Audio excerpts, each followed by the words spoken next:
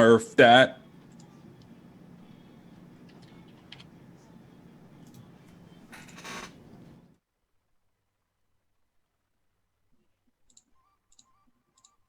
Fun here now.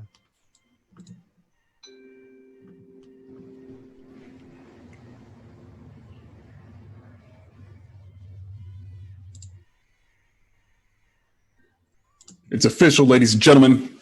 We are live. We are ready for Smash Weekly 113.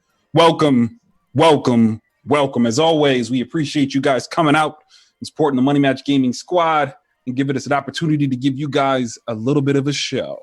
So thank you, as always. With that said, me and the admins are here, ready to answer any questions you guys have about today's event.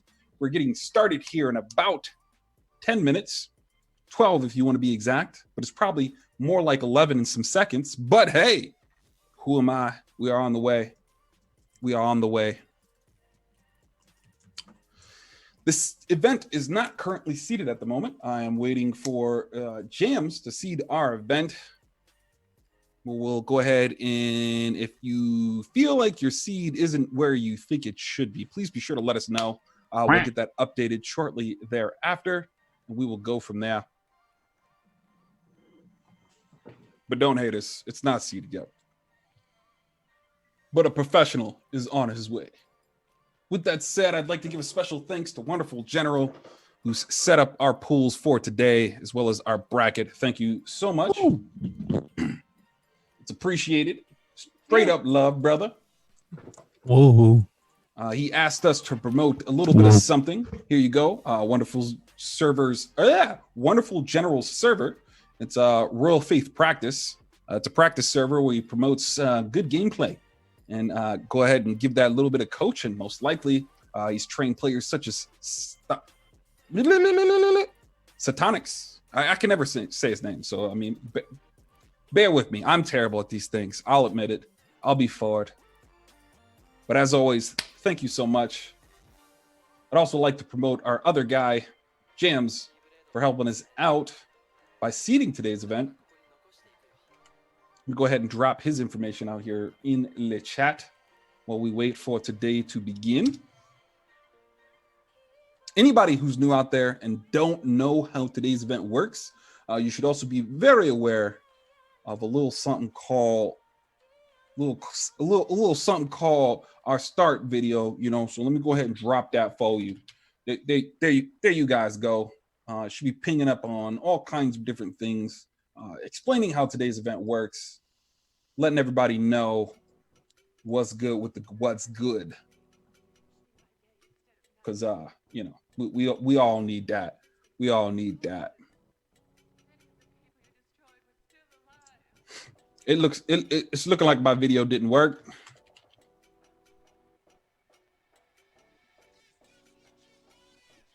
Yeah, still very busted. So I'm gonna have to do this manually, which I don't mind. All right, I don't mind, ladies and gents. I don't mind. For prizes, I can explain that here soon. I saw that. I'm reading that. You in the world. There you go. Here's a good place to start for Smash Weeklies. That video will explain how the events work. We'll be playing it here shortly in approximately 9 minutes before we get started with today's event.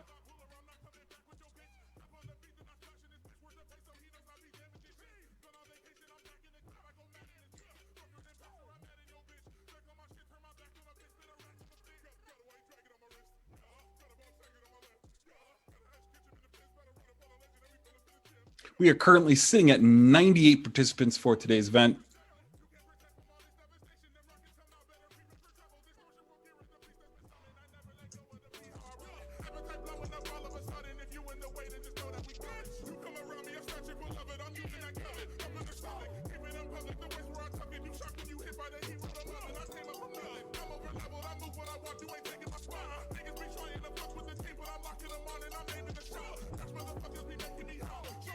Oh, Jams also wanted us to provide you guys a link to an event he has that he's promoting. You guys can check out that link for another event. Looks like the prize pool is $500. I don't know the specifics outside of that, but any love for anybody who shows us love. Respect.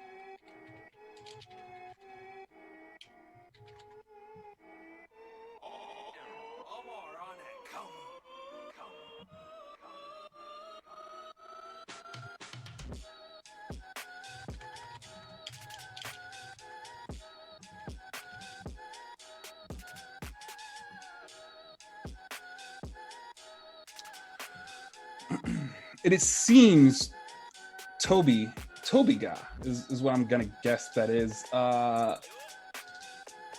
That our Nightbot stuff is still not working. So let me drop it manually here for you. There you go. That should help you out. It's most likely the link you're looking for.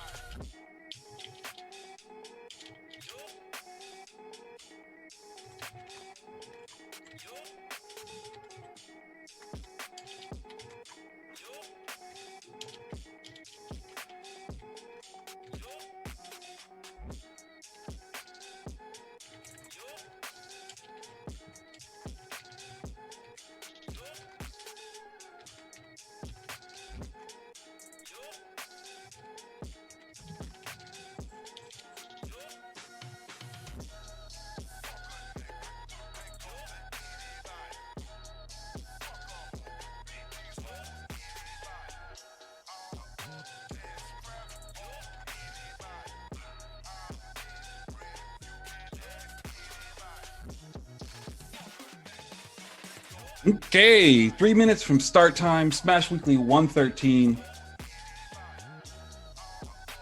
113.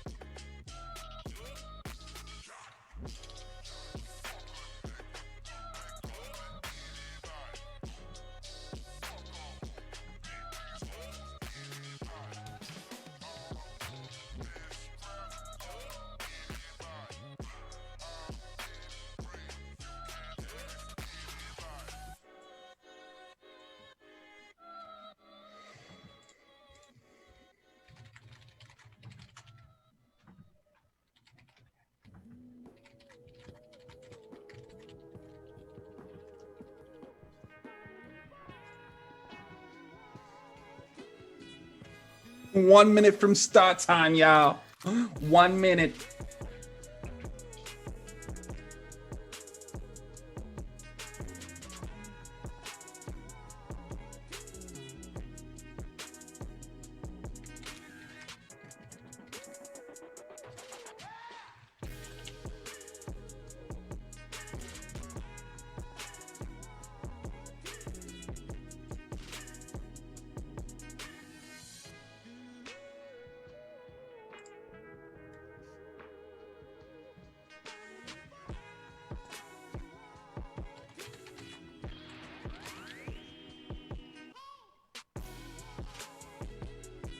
Oh boy.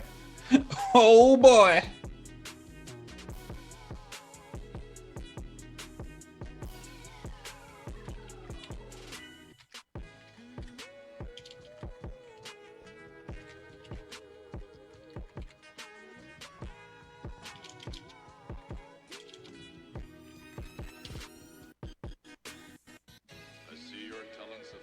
The seating is done, ladies and gentlemen. So if there's anybody out there like, hey, I don't like my seating spot, now's the time to check. Just go ahead and refresh that. We'll take a look and go from there. So yeah, if you are unsatisfied with the way the seating worked out, please let me know. We can make some adjustments, although I can't promise nothing if I don't see it. You know what I'm saying? You know what I'm saying? Yes, I believe I know what you were saying.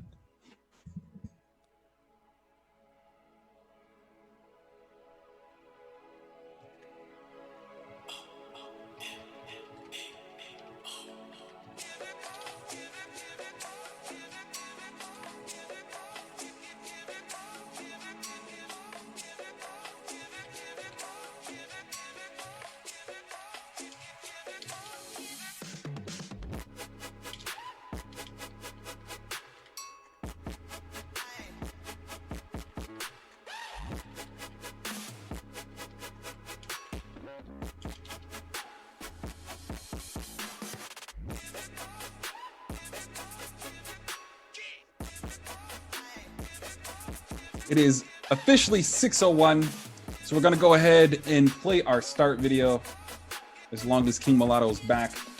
And what's up, Speedy Fire, before we get started here?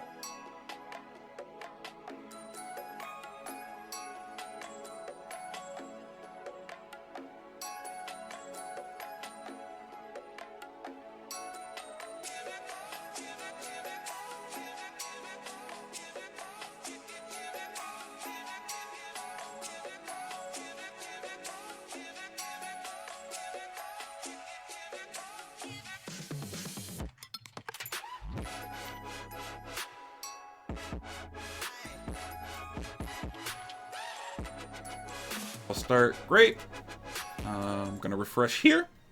From here, I'm gonna go to where it's just, this is the easiest way to go ahead and explain everything. Go to your profile settings. From your profile settings, go down to tournaments, then go down to attending. In this situation, you'll need to sometimes clear the filters to get what you're looking for. In this case, we are looking for test 3. That's the test bracket. So I can show you guys how today's event works. Here you'll see the auto DQ. This portion right here tells you how long you'll have to check into your event before you're auto DQ'd. You can click view match, or you can go to the view bracket section. Just for this situation, I think it's best to do view bracket. You'll click your match. You'll go ahead and check in. Now, you won't be able to see the other person's tasks and things of that nature, but you're going to see them here, so ignore that. Up here, we'll show you the general tabs that shows you how everything's working and so on and so forth. And, you know, who's checked in, who's arrived, all those different types of things. This is your general chat thing. As you can see, I've reset the bracket a few times to go ahead and get this video perfect. So let's go to the fake participant here. We'll check him in as well. We'll go ahead and it tells you to set up your arena details in the chat. So here, you'll have to click that tab and have a conversation about who sets up the lobby and all that other stuff.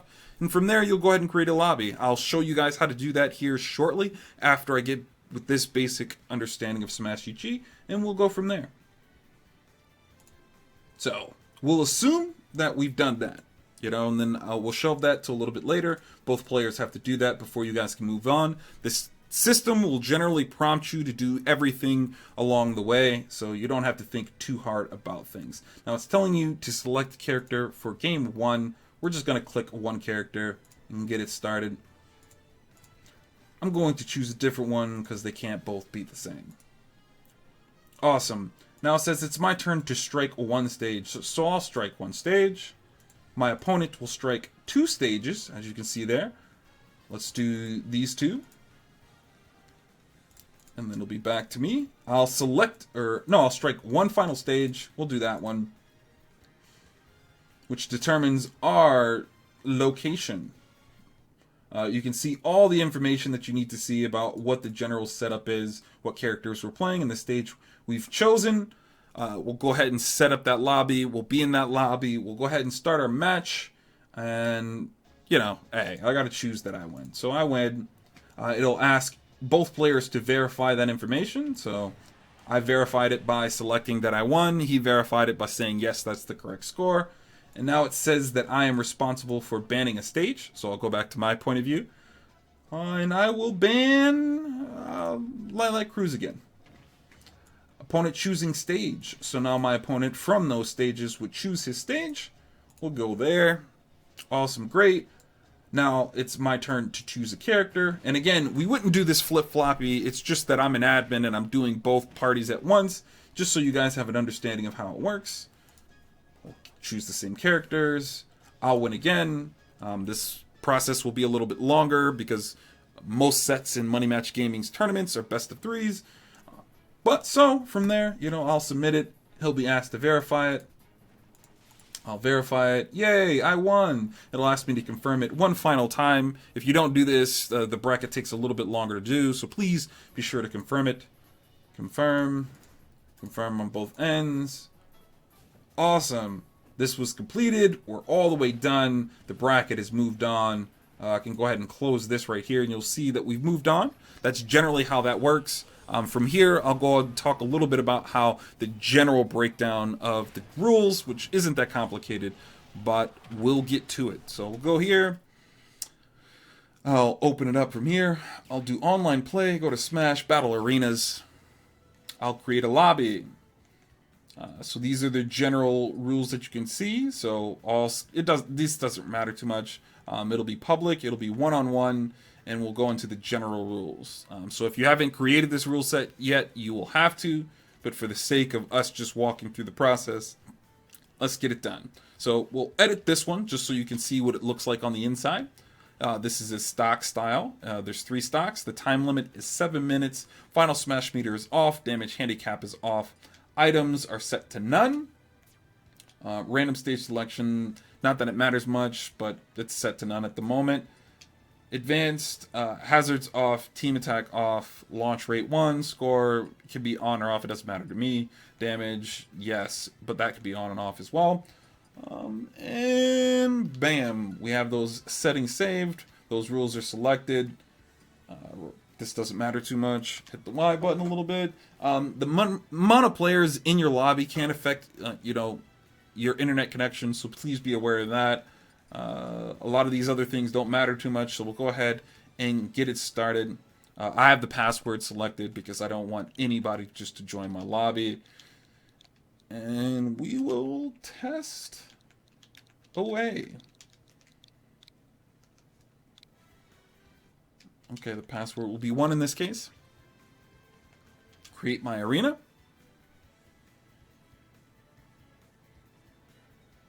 So my little lobby is created. Now, if you're super unfamiliar with how these arena settings work, this will give you the general information for your lobby. Go to this top ring here, click that. In the top right, you'll go ahead and see the ID and the password for today's event. I'll even do a little something fancy and circle it here. This is the ID for your room. That is the password that you selected for that. You'll need to give that information within, you guessed it, in your chat information, and you guys will be able to have your match, and it'll be great, grand, awesome. We'll all smile and laugh, and life continues on. But that is generally how our events work. If you guys have any questions, be sure to ask an admin. Hopefully this has been helpful, but if there's something else you don't understand, please be sure to let us know. Until next time, guys.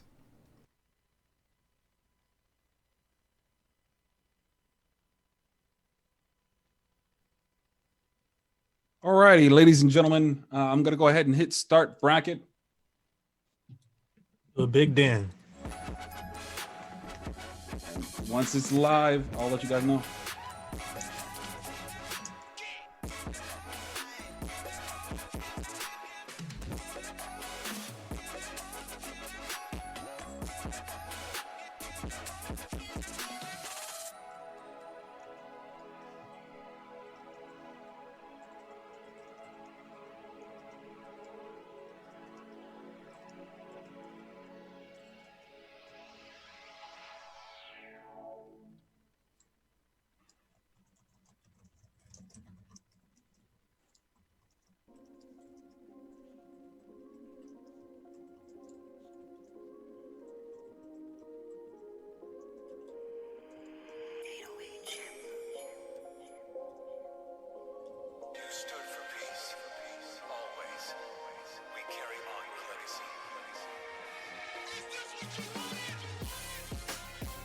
All right, I just started the last one.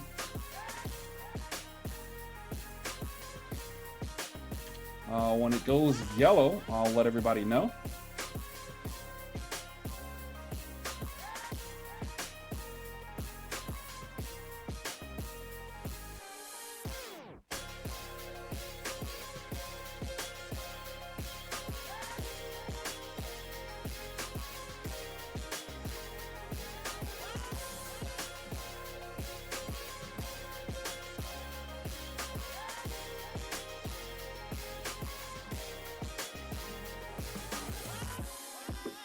Okay, Smurf already got the announcement. That's cool.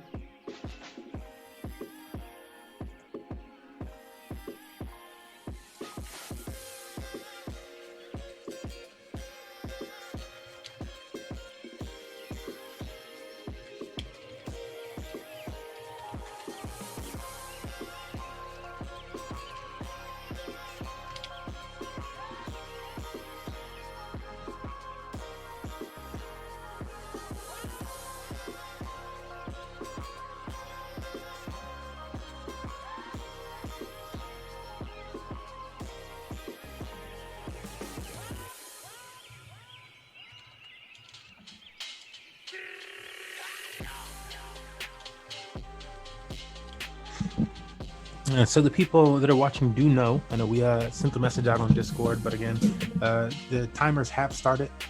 As Infinite said, he started different brackets, which means the timers have started for those different rounds. Please check into your match on Smash GG if you have not already. Start to check into those matches. You need to check in on Smash.gg.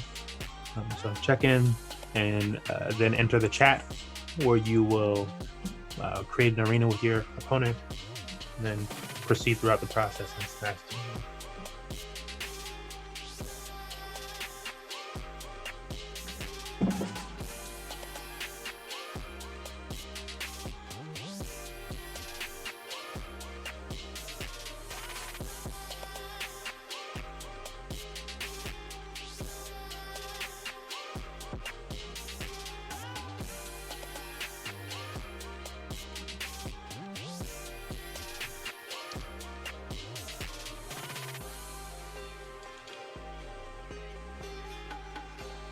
Okay, Rainbow is with us tonight as well, our caster, most of the time for these events. Welcome, Rainbow.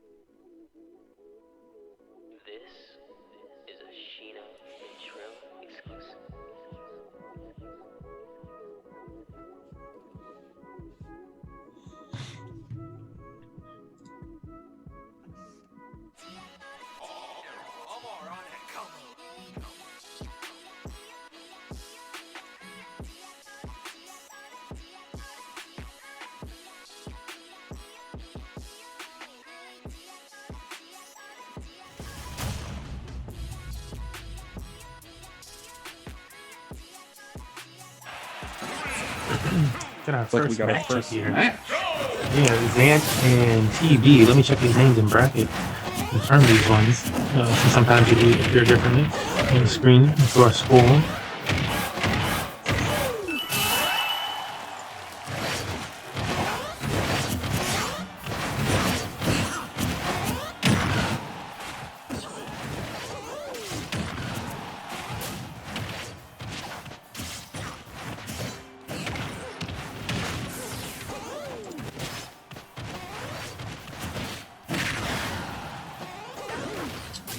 Here we go. Vant and Trash Boat in pool 3.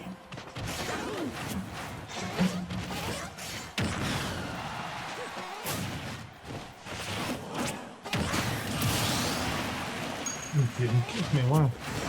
Interesting.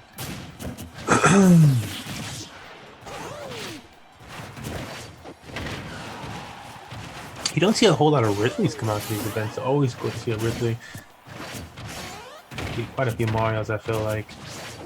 Very evenly balanced character in Smash Ultimate.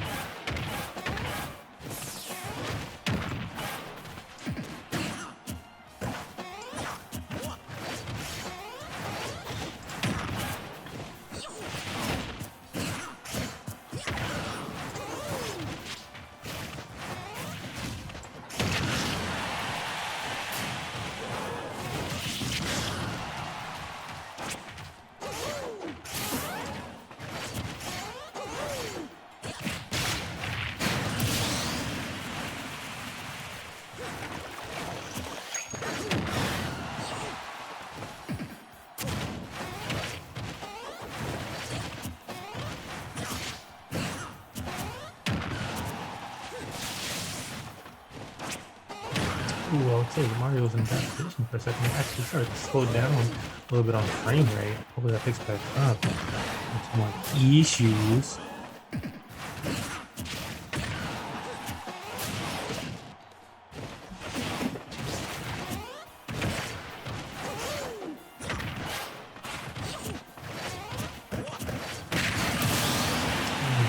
Looks like that worked out in the favor of TBK Trash Boat. If the big character like Zance, they really want that movement to be as smooth as possible.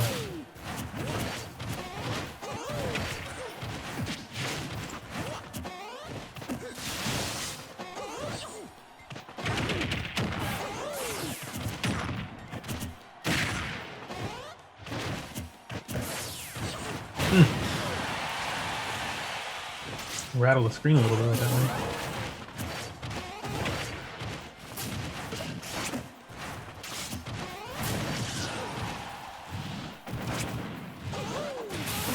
I feel like if Zant is able to get this start without taking too much more after your 80-90 damage, honestly, still with Ridley, it's a little bit heavier, but lighter at the big weight.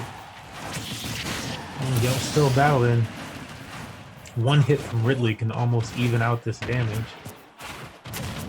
Gets that tail in there.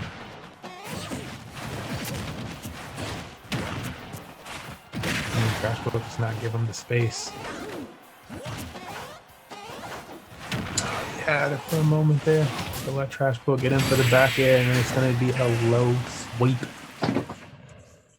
Trash Boat taking that first round versus our boy Zant. I want to say our boy, but new to the scene, and Zant both actually.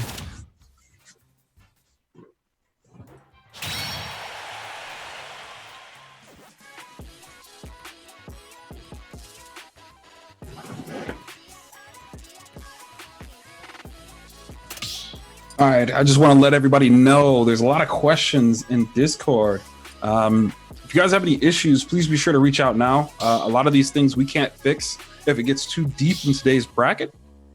So if you're having any issues whatsoever, please be sure to let us know now so we can solve some of those things.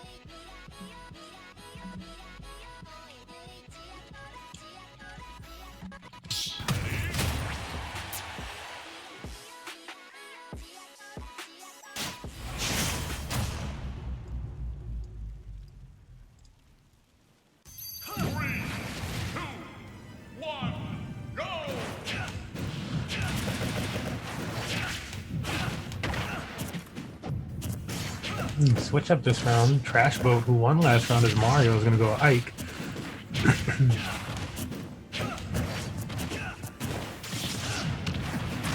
You can't. I feel like that's more of like a cocky pick than this is going to work out better pick.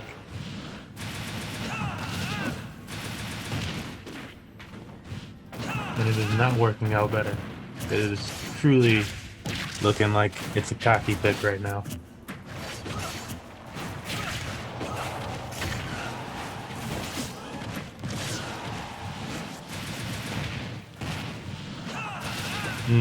Gimped out. Zant only taking 42 damage this time. Will it be a 3-stock? Comes to mind.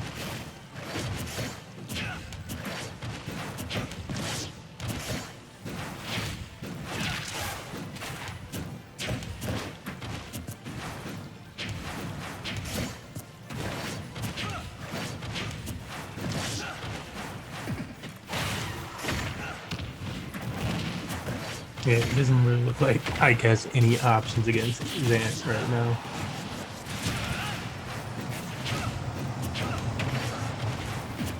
As slow as Ridley is, Ike is that much slower and just not really able to get in much. We've seen maybe 2 hits connect since that first stock. There's the third one.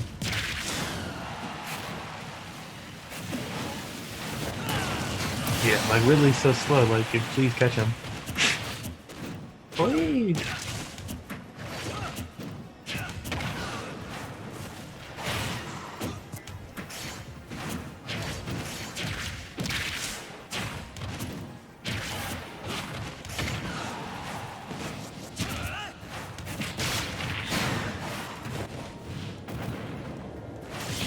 Again, sweat on Zant's brow.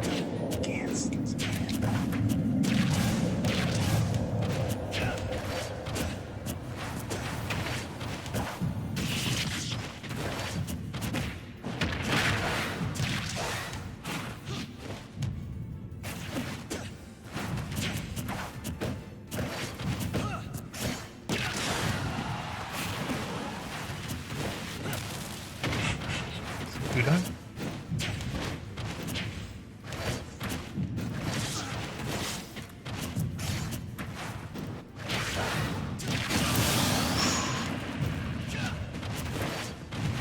Oh, it makes it a game. Man, will Trash Boat be able to get away with it on this last stock? Evens it out already. One more hit and we're there.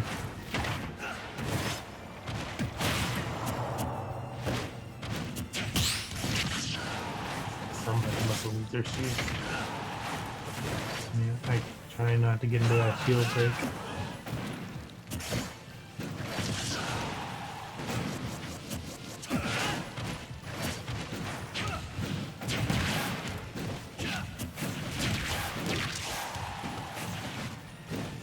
Like, is that what you want anyways? Especially that grab? Like, what's that grab gonna do? You grab into, I don't know, you gonna turn into his back air?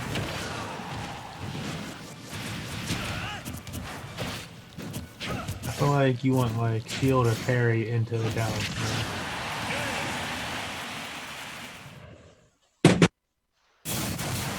And Zant is going to take that one, even it out. When I'm going to continue to call the cocky pick. Does not work out for Trash Boat. That was a really cocky pick. Then you won as Mario.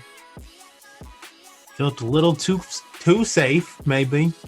Or maybe he didn't. Maybe it wasn't a cocky. Maybe it's like, you know, it's really going to work out better. But it just seemed like you had such a smooth sailing as Mario. I didn't understand. And you seemed in control.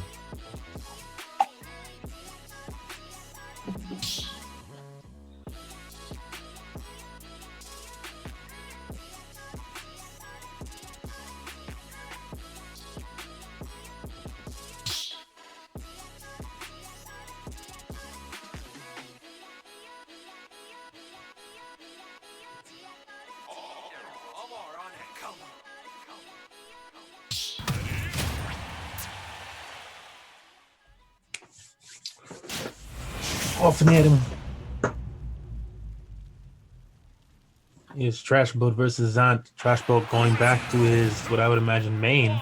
Then if you went right back to Mario, instead of going to another character after the loss with Ike.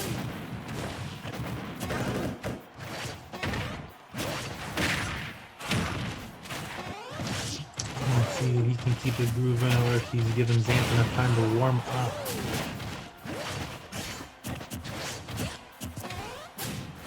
You gotta consider also Zant's been playing the same character the entire time. And now Trash Boat swapped up the feel a little bit, the timing, going with that Ike for a bit. Maybe it doesn't matter, man. But to me, I don't know. I would want to move around my character a little bit. Not get hit right away.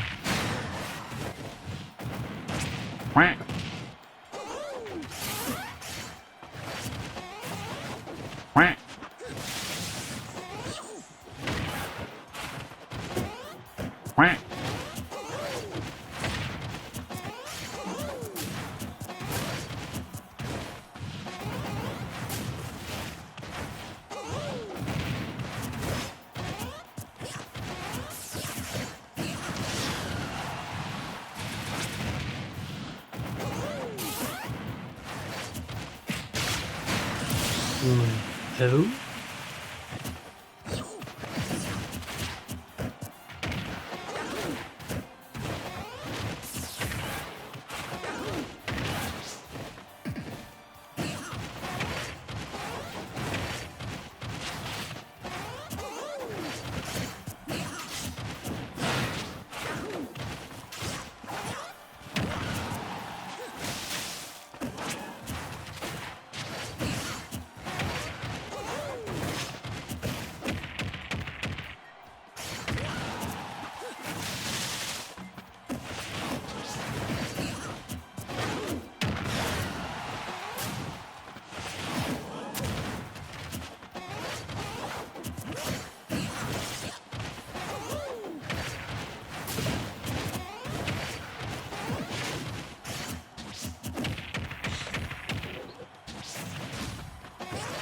Wow.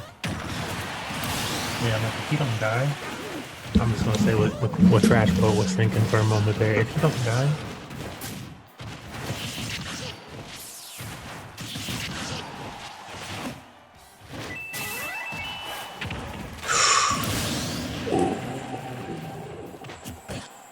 Trash Boat. Oh man.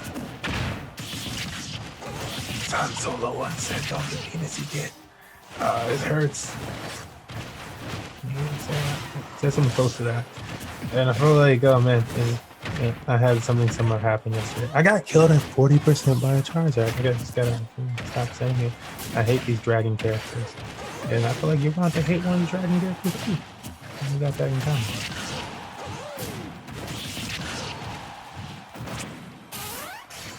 Oh man, I really would have timed that perfectly. That would have been sexy.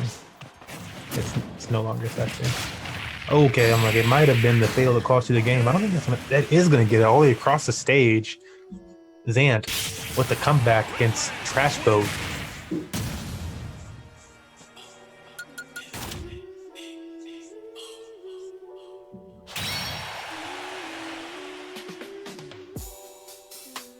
And we have our next match ready.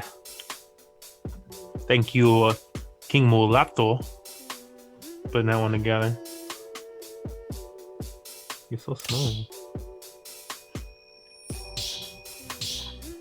This is So Good Pop, and let me get the correct name for your opponent. Like, is it just Ricardo?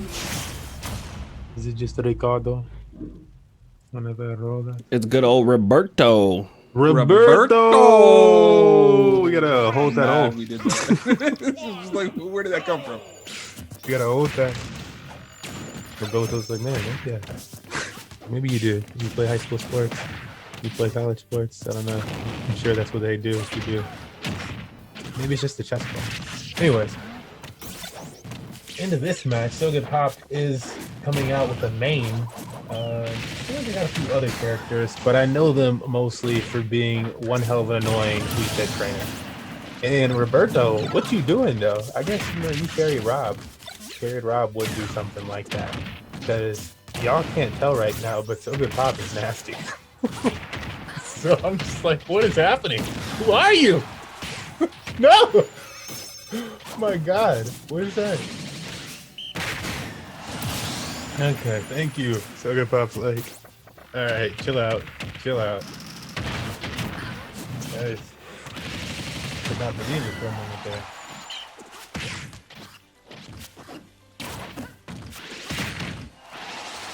These Robs are so heavy. Like, I just don't understand the Rob and Smash, man. Woof. Like, is there something? The pros just not like Rob? I know Epic Gabriel is able to get up there, basically. Like, the other ones just not like Rob? Why would more not play as Rob? Like, there's so many options. Because, oh boy, it seems like there's so much to do, so little to counter.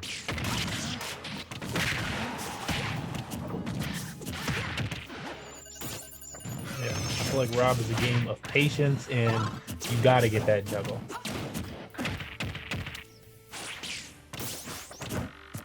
Patience, work your projectiles, and once you get that juggle going, hopefully you know how to continue something. A nice string where he doesn't have very many options, or just a true combo.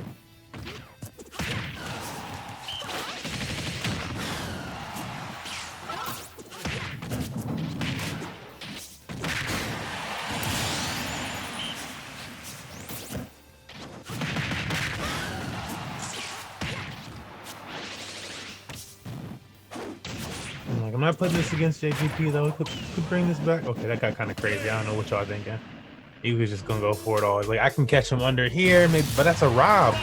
If it was anybody but a Rob, I would be like, yeah, you got a chance. Even like a floaty, like a Jigglypuff or Kirby, so you have a chance against them underneath. You can hit them, and they might not be able. But Rob just seems to. I don't know what his jumping maxes out at, honestly. It just seems like whenever they're like, I need a little bit more jet boost, they just get it. I don't know. And I'm not sure that's not the case, but that's how it feels. Unlimited boost. Unlimited. How they Everything jump like seems to be going well in the background, but I'll emphasize it a little much because there's a lot of Discord traffic today. If you guys have any issues, reach out, please. We'll go ahead and try to get those things solved. Good and wonderful General is out here helping us out. So as always, thank you guys.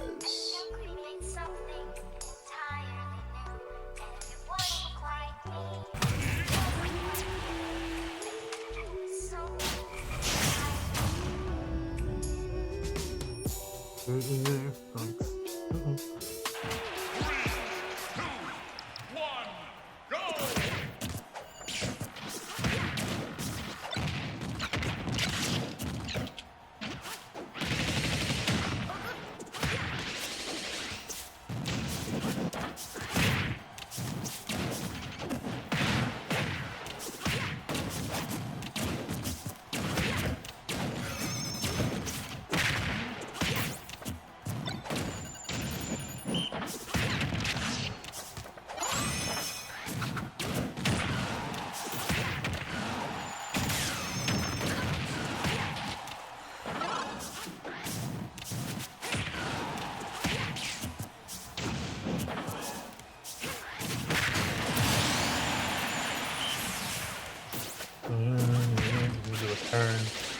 So good pop.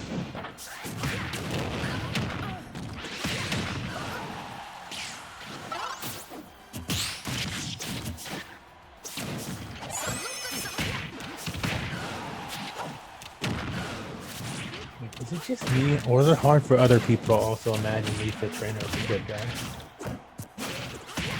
It doesn't seem like the type of character that's a good guy to me. Sure, fitness, that's good for everybody, but that's smart.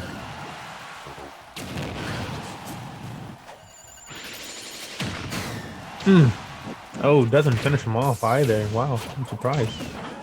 There's a technique or something. Is it just good DI?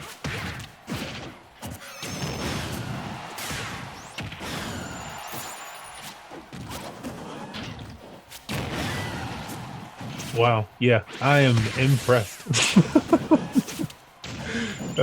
These decks to stay alive are insane. Goodness, and that is the So Good Pop that I'm used to. Again, why is he not dead yet? Rob, you hit him with multiple smash attacks. Over 100 damage. You're Rob. Why is he not dead yet? They're all on the edge. Why is he not dead yet? Thank you. There's the first stock, the GP.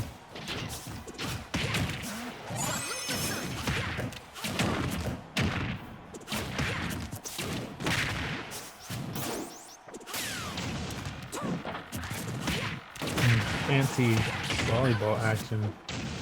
I imagine Wii Fit Trainer would be fun to go to training with, though, if you were like playing around with volleyball the entire time and stuff like that, and just resetting that. Just working on that bounce game.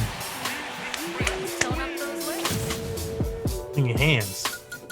Clean your hands. It's 1-1. Clean your hands. Clean your hands. Clean your hands.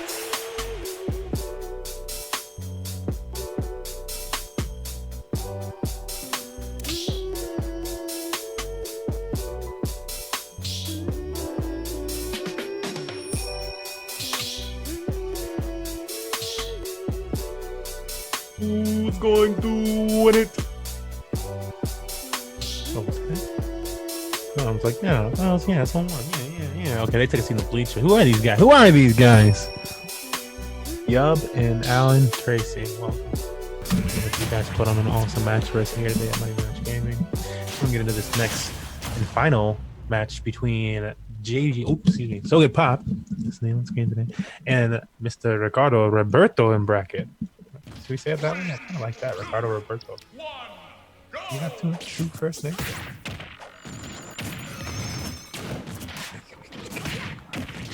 Match is starting. I'm excited to see who comes out with a victory this time. Both of these players have gotten to adjust to each other's gameplay and have both taken rounds fairly one-sided. So.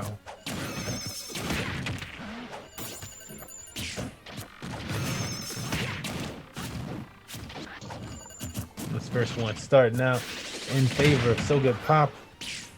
But again, this is a Rob you're playing against, so one combo with the Rob game. It's like thinking you have a lead on Luigi. You don't.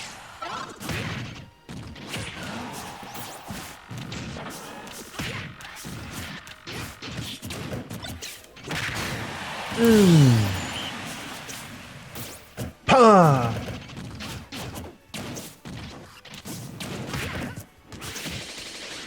Wow. It's like, nice dodge through that. Yeah, So Good Pop really just displaying the movement skills. The decky. G squad.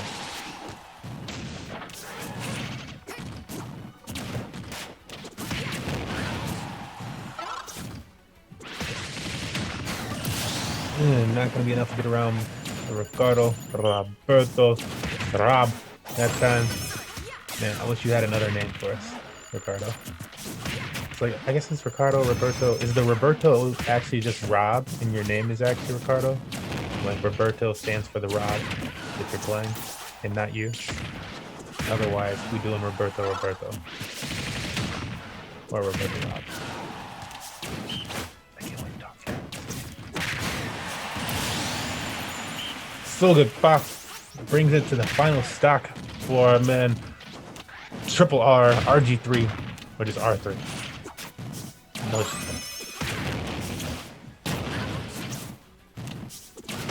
I'm rooting for you here though, Robert. I want to see you turn it around. So Good Pop, well-known name in the Wi-Fi scene, especially around here at Money Match Gaming. This would be pretty incredible if you're able to get this. Nobody. Let's go. Get the flex out behind. Flex out behind. Sounds like we're...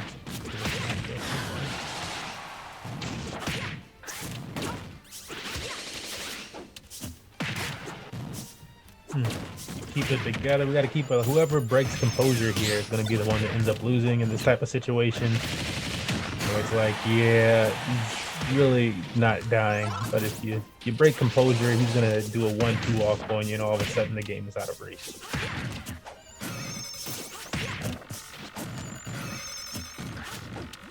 Ooh, Will break.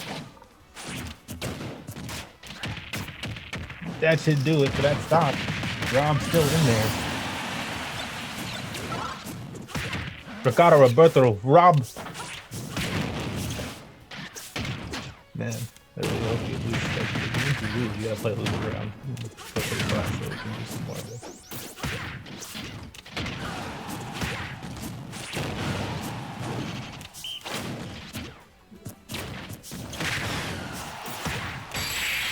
Good, just not having an easy time getting inside on So Good Pop there. Well done, Mr. SGB. Keeping things fairly distant on the Rob, using that volleyball to its maximum potential.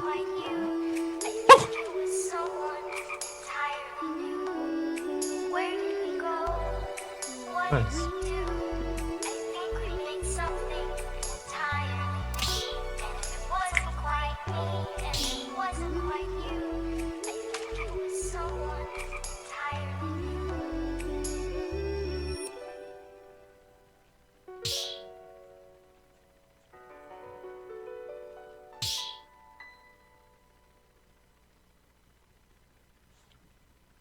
Truly did. All right, we got our next match. Mulatto, who are these fine young smashers? Would you like to introduce them for us? We got Yub, and you were right, Alan Tracy. His name's AT46. Round 2.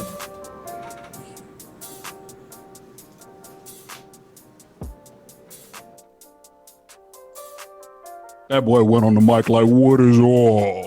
Yeah, I was like, I've been trying to get Mulatto to do these ASMR streams, but he keeps telling me no. He's like, well, what is that?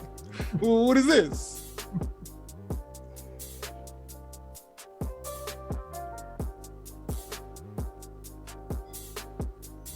Join me for an Ask Smurf podcast or two.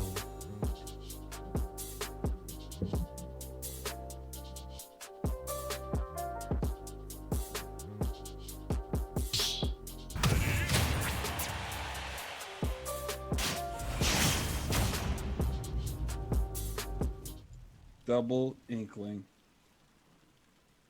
3, 2, 1, go!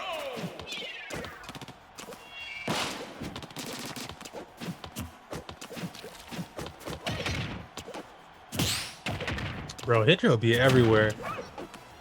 Excuse me, so good. Whatever you want to go with today. Everywhere.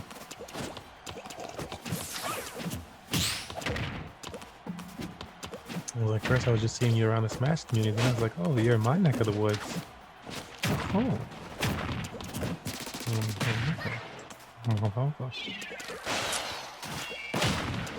Well, this is just a preference in shading. Do you like orange or yellow?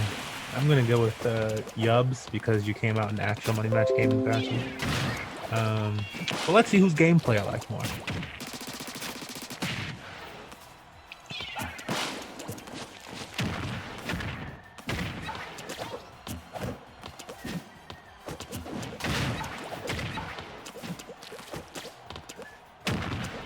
Yubs into that neutral game.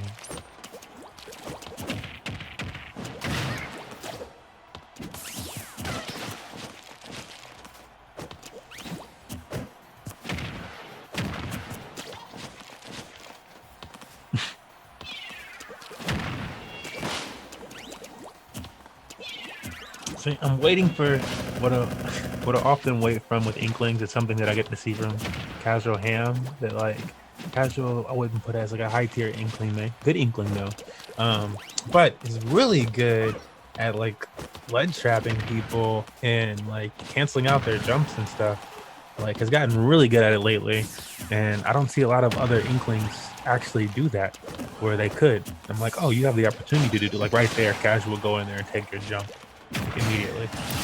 You have to tech through it. And they're not even trying. So I'm like, but why would you not? And so I figured maybe a lot of other Inklings, you know, they have other things, but they don't have that. Just wondering when that'll become more meta. See more doing.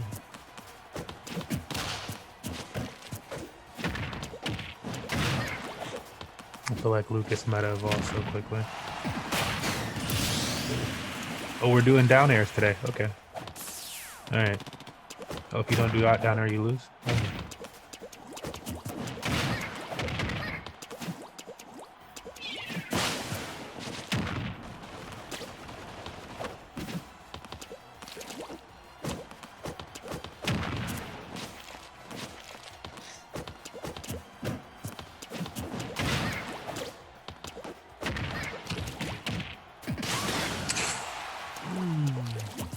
Nice little jab block. We need more from you. Try to say, oh, get to the outside. Gets it. Perfect.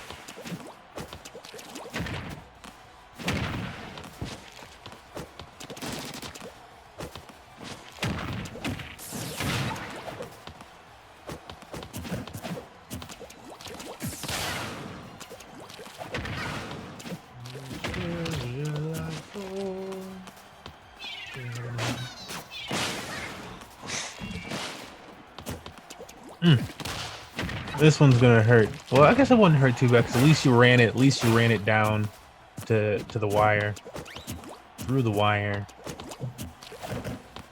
You know, on some. Thank God I wasn't too close for that safe belt. I'm saying, like to the wire like that.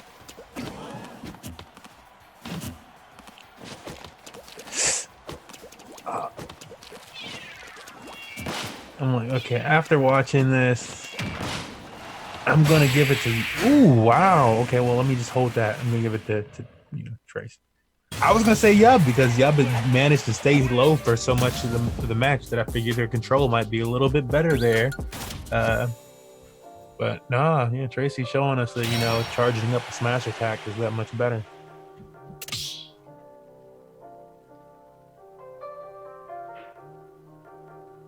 Multi-Rex.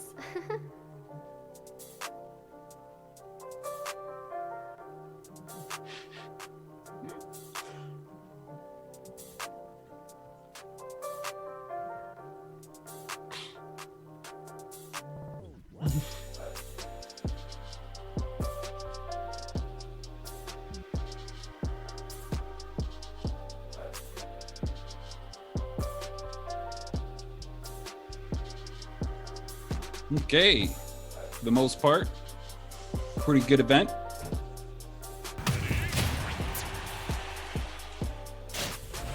Pretty good. Pretty good. Into this next one with these Inklings. Will they go 1-1 or will it be a 2-0 in favor of Mr. Tracy? AT. Go!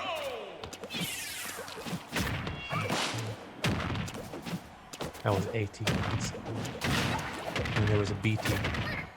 BT really liked to acknowledge that I was AT. Like a lot. Anyways, into this match.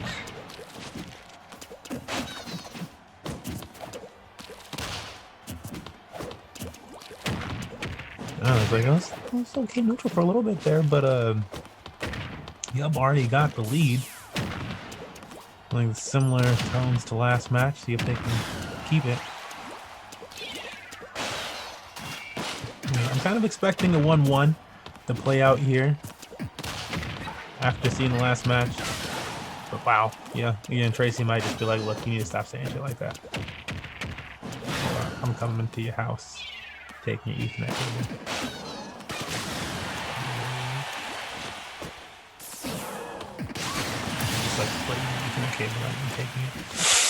Tracy, eat your words.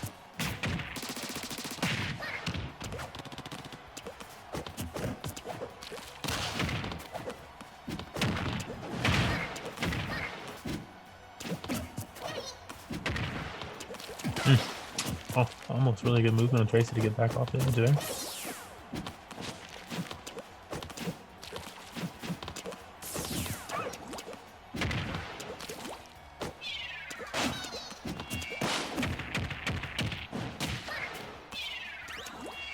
Yeah, well, truly, that's what I'm waiting for. Where is that coming out of Yub?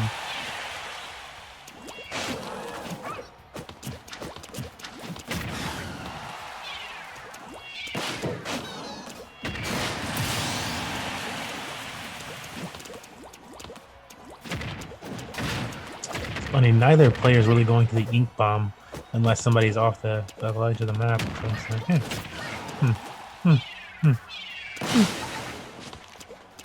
Oof, double hit.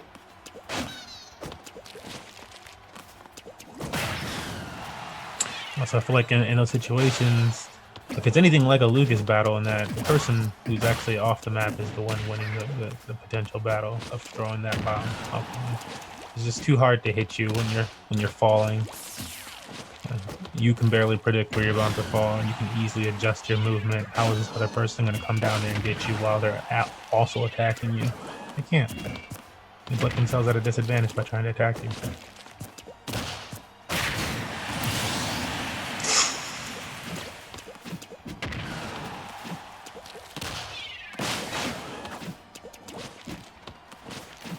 Every time, yeah. Going to be prepared for that. Any character that has that option to really get you from the ledge. You see that a lot with, if you were playing a Wii Fit Trainer right now, we just saw a Wii Fit Trainer on screen, but if you saw that Wii Fit right now, you'd be thinking about that a lot more because it's very obvious when the volleyball is coming at you and they're hugging the edge specifically just so they can do that. But it's like, yeah, you're obviously at a disadvantage in that situation, right?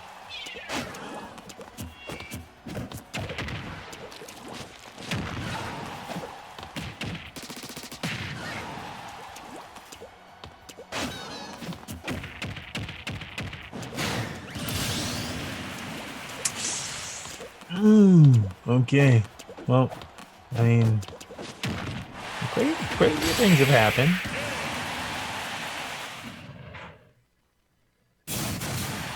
Blizzard's not going to get that crazy. It's just not going to get that crazy.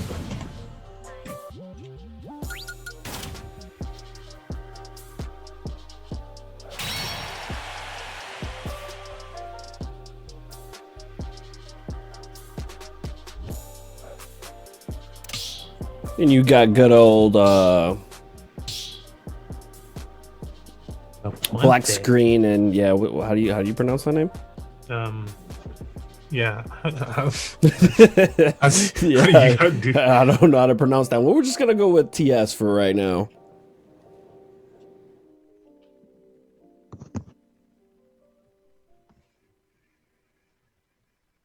I want to try. I think it's just Puente. Yeah, I was gonna say Puente. That's actually exactly what I was gonna say. Hopefully, that's nothing derogatory. You know? No, that wouldn't be. You never know with foreign languages, man. Especially if you don't know. That sounds like Spanish. Yes, it does. I can click on his name. Is it like Spanish bridge? Hey, did Yub just win that? Yub? Yes. Oh no, Yub lost. Sorry, 2-0, Tracy. Oh, 2-0? Oh, okay. I thought Yub had one up. I had the score wrong then. Ooh, my bad. Yeah, no, we thought it looked like, it sounded like, it felt like, it didn't. Also, what's up, Rainbow? Hello. I was just doing my own thing earlier, so I joined early, but I just wasn't talking yet. But yeah, I'm here. I'm good. Alive. Welcome. Still alive? Man, what is? I'm gonna do a noob question real quick. What is your avatar in the game? Is that a Pokemon? In game, that is Dynablade from Kirby Superstar. Well, what is it? As I said, it is Dynablade from Kirby Superstar. Nah, I told you, brother. You've been told. All right. That's what it is. It's a bird. Okay. Just a bird. Yeah. Like, he's just an interesting bird. And I'm just always curious. I'm like, this is like a really Yeah. looks like a legendary Pokemon type of thing, and you're like, oh no, nope, it's Kirby. Okay. It I just had to is ask. kind of legendary, like, because it is a boss. It is like a big boss that Kirby does have to fight. I forget what the story is. Because, like, the thing with Kirby Superstar is it's a whole bunch of different mini games together. Like, there's Great Cave of Mento. There's the one that probably everyone knows is Milky Way Wishes because of how it ends and all that.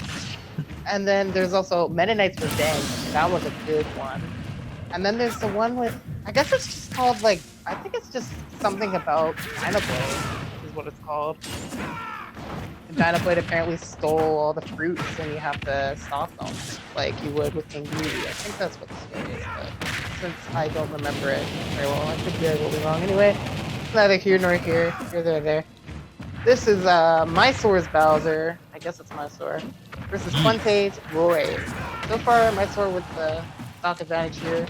Yeah, I can't even say that we really know Puente's skill level after that first stock because they kind of just went right off the ledge there. They were like, hey, that looks tempting. Let me go see if it fits. And they jumped off. Ah.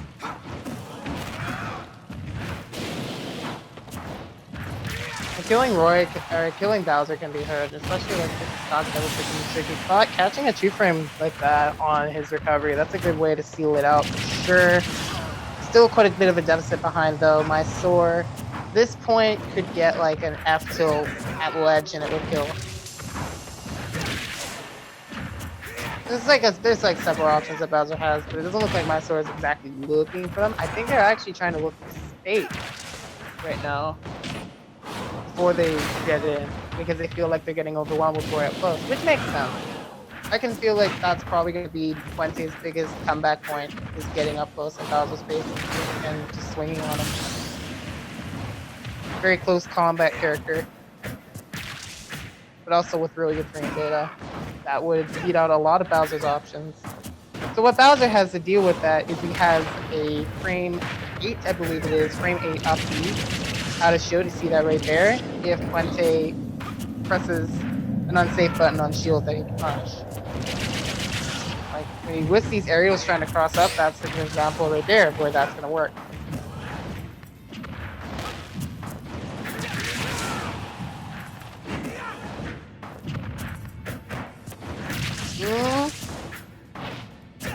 They're really not respecting shield so far. Like I really don't feel like it. They did try to cover it, but it didn't really exactly work with the double chance.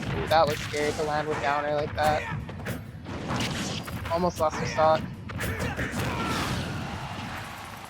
Okay. That was a good aggressive payoff right there. Mysore still with the lead here. It's a similar situation where they only need a few hits. But Bowser is that combo weight, so Roy could possibly bring us back with a good combo. They only had short hop short hop in place near, so they weren't able to use the air drift to chase after with another one. But still trying to keep the pressure. Mysore, however, this is a very good spot for them. They had that fire angled down very nicely to cover the low recovery. The down smash because they're going to go high at that point. Coverage right there. Sorry, what? You got the Nintendo. It's okay. It's okay. Yeah, I'm like, I'm excited to see more Mysore in bracket, even if I wanted Puente to win there. It's because it's hard to stop the child in me from laughing at this name choice. I think Mysore is getting exactly what they wanted. Which is for the commentary to be like, Mysore takes the lead. Mysore, it's almost like a Seymour Butts. But it's nicer. Unless it's Monsieur. I also thought about that. That would be like a nice thing we could do with it. Put a little French on it. A little twist. French braid. I didn't even think about the name like that. I might be getting bamboozled. I might be getting bamboozled. It's like, oh, the child in me can't help it.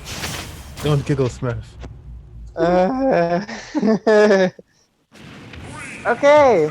Remember too, Fuente is switching off the Roy to the Ness.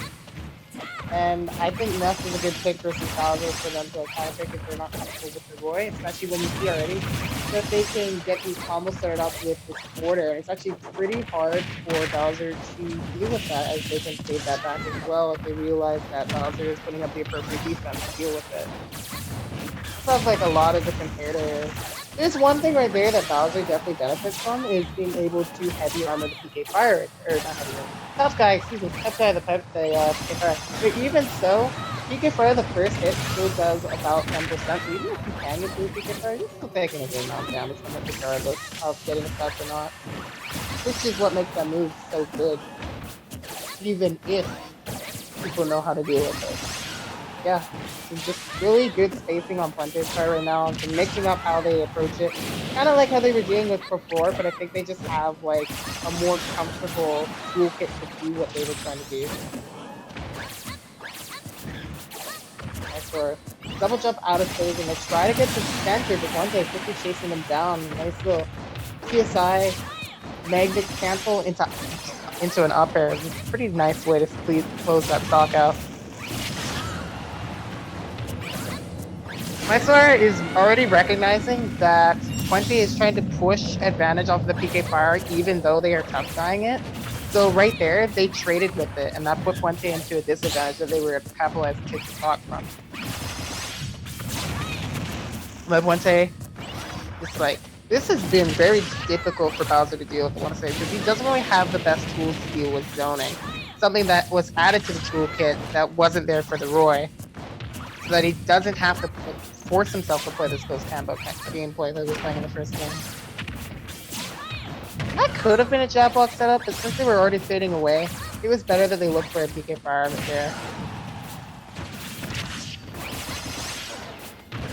That was at 101%, getting pressured at the ledge. Neutral get up. Okay. Able to cover that. Dash attack. Fuente just kind of swinging right there. Mysore almost able to swing their way out with their own border. Back row should not kill from the other side of the stage. Jumping again. I'm curious if they have a jump from ledge habit. But it looked like a good jump. It was just that they weren't able to get down in time. It let them avoid the up smash. Ooh, air dodging through. Okay, I think they're starting to make them slightly panic a bit off stage. Out of shield, back here, super strong. Oh, you're going high, yep. Nice coverage on that angle right there.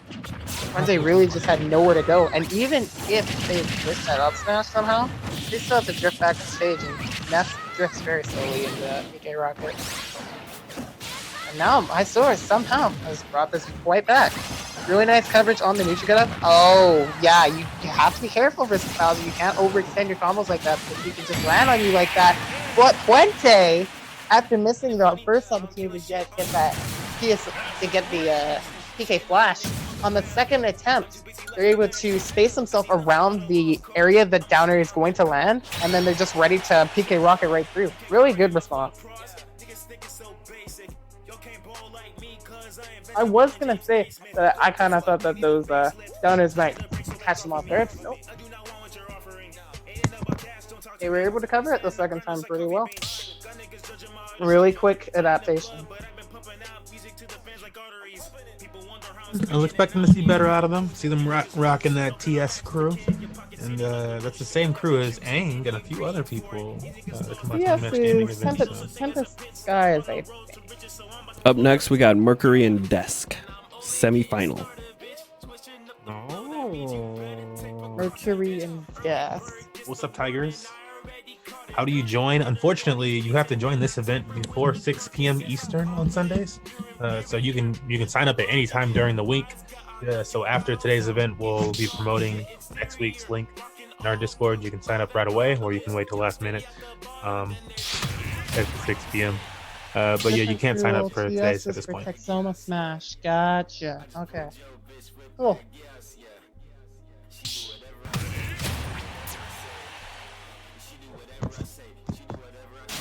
Alright, so this will bring us to the final game of the set. both these players on their comfortable picks here now with their characters. Looking like my Sora is probably a solo Bowser main. Puente having the counter pick advantage, able to kind of choose what they want here. And Mysore immediately opening up with the Bowser Flame, which could have done even more damage to punish the whiff PK Fire. But Puente was able to absorb some of that, at least to get some of the health back. Mysore playing from the air, being successful. Puente not ready to challenge it. Mephisto for him to. And the Bowser Flame to force them high T. There will be a grab, and recognizing that down throw to quarter is not true, they chase after their directional air dodge away with the PK Fire, getting a little extra damage. But not really capitalizing on advantage as much as they were expecting. Here could set something up. That almost set up for a jab. Well, no, it would never set up for a jab block, honestly. Maybe if you got like the last 3 hits of PK Fire somehow, but I don't think that would work. Oh, yeah. No, you're not making it back. You are not making it back. He was not quick enough to react to getting hit out of the flame, and that will give Mysore advantage. Chasing after them, that was super clean with the up. So the S smash to cover the landing 2 forward air, swatting them low. Aggressive response, and I would say a good trade for Mysore right there. Even though they lost that stock, they were able to take that one down just fine, and continuing this pressure. Mysore playing a very different game and just really making Puente feel that pressure. And honestly, harder than Puente made him feel it in the second game. Hey, did not DI that. So you took 4 quarters? Okay. Down tilt covers the air dodge in. Ooh, that was a little risky. There's an up tilt and the up air to follow up, and quick tail to cover an aggressive landing, and that was like an aggressive landing that was nowhere near Bowser too, so it was not really the best option to do there. Either if you had to jump, you'd have to jump away, or he'd have to just time air dodge to avoid that up there. Ness does not have much to challenge below, especially versus a big hitbox like that. So, Mysore will take this 2-1.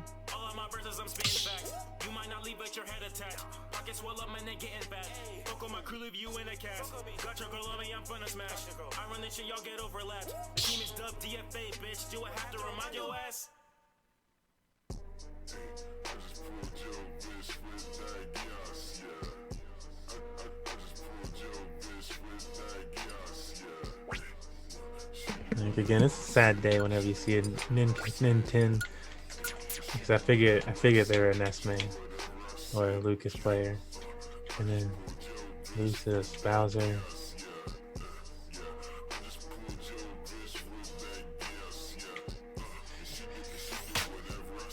There is Mercury. This is Mysore. And I do think I recognize this tag. I think I might have recognized them because they were a player here before. And if that's the case, then they would play Joker. Otherwise, I think there's a Mercury that plays Lucina, but no, I don't know. I'm gonna guess that this is Joker Mercury.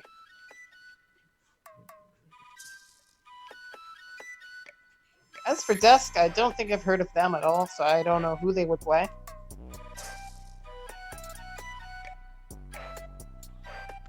Yes.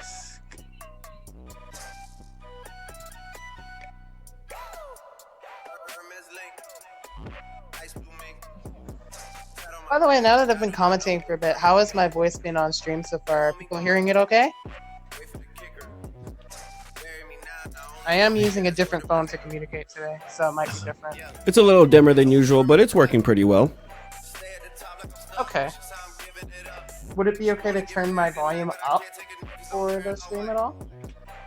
Or would it be possible? You would have to talk to that man Infinite. He is the leader in Zoom, so I think he has only controls of people's volumes. But I'm not sure. I don't know how to use Zoom, so... Infinite, would you be able to turn my volume up a little bit for the stream? I am sorry. I can't answer that question. I got to do this real quick, and then I'll get to you. Sorry. All right. Boy, never been a multitasker. Don't sweat nothing of it. We'll get you that volume.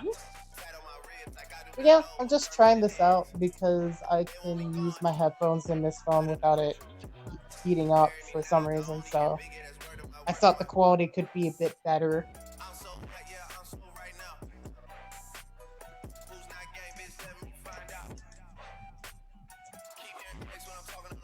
In the meantime, I can try to project myself just a little bit more. Projection.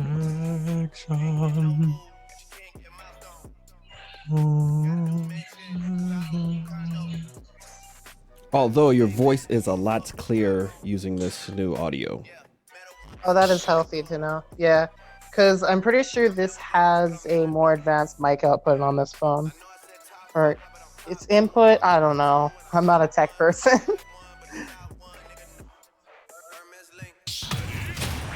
All right, Joker versus Jigglypuff. One of those instances where the player actually mains the character in their in-game profile pic. Alright, cool. So this matchup is probably interesting because of the way that Jigglypuff will be able to combo, and I think that they could actually give Joker a hard time and it's the best. I mean, not necessarily in a way like that, but I guess you can put some empty pressure on just like making someone try to avoid you entirely. But I do feel like the carry away from Jigglypuff could hurt Joker because he is limited to recovering with his up B tether, unless he has Arsene, which at that point could help him a little bit more, I think, to make higher recoveries. But with the tether, there's a certain amount of range that you can grab the ledge, and if you're outside of that range, then you basically get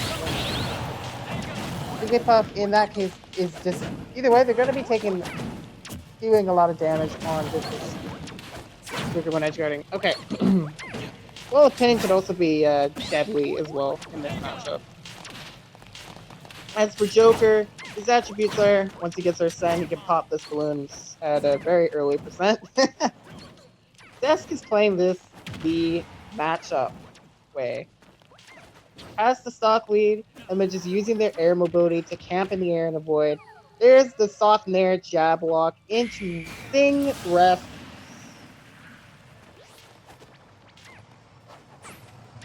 The reason why Jigglypuffs will do Sing to catch to cover a jab lock like that is because it has enough of an active frame to cover them on their forced getup.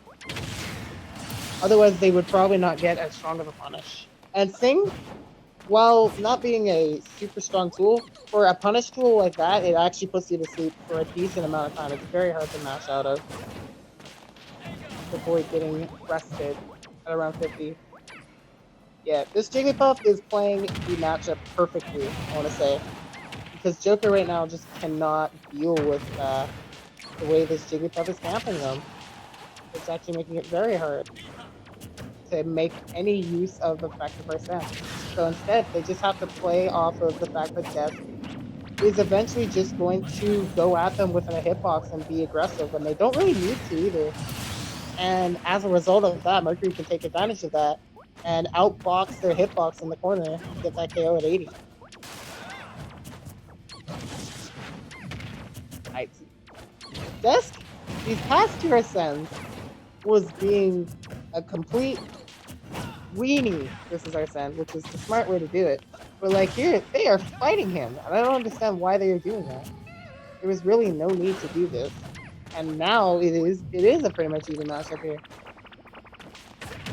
That is one very effective way to deal with Loa, but I think what Mercury could have done is they could have used that for an opportunity to Rebels guard since they had enough time to react to it. Okay. This is a very close battle because I think both these two are kind of whiffing some opportunities here. Mercury, though, with the stage advantage. Oh, wow. Yep. Invincible Arsene. Now, if they punished that with an F smash, that would have been the perfect way to end that, I think. Going to live that dash attack. Mercury playing it safe. Using Aegon to force an approach and using that up tilt to cover the fact that Jigglypuff will likely want to jump when they are in a grounded state because a lot of the grounded options are not quick enough to box with. So that up tilt would cover them jumping right there. And take the stock too. Close battle, Mercury clutching it out. Considering that they SD'd at 22, that was a very good comeback. But I would like to see from Desk that they stick to their game plan. Because they had a game plan. It was very convincing. And then they just started fighting Joker instead of sticking to that game plan of wearing out Arsene. They made the mistake of being too aggressive versus something that can hard punish you if you make mistakes.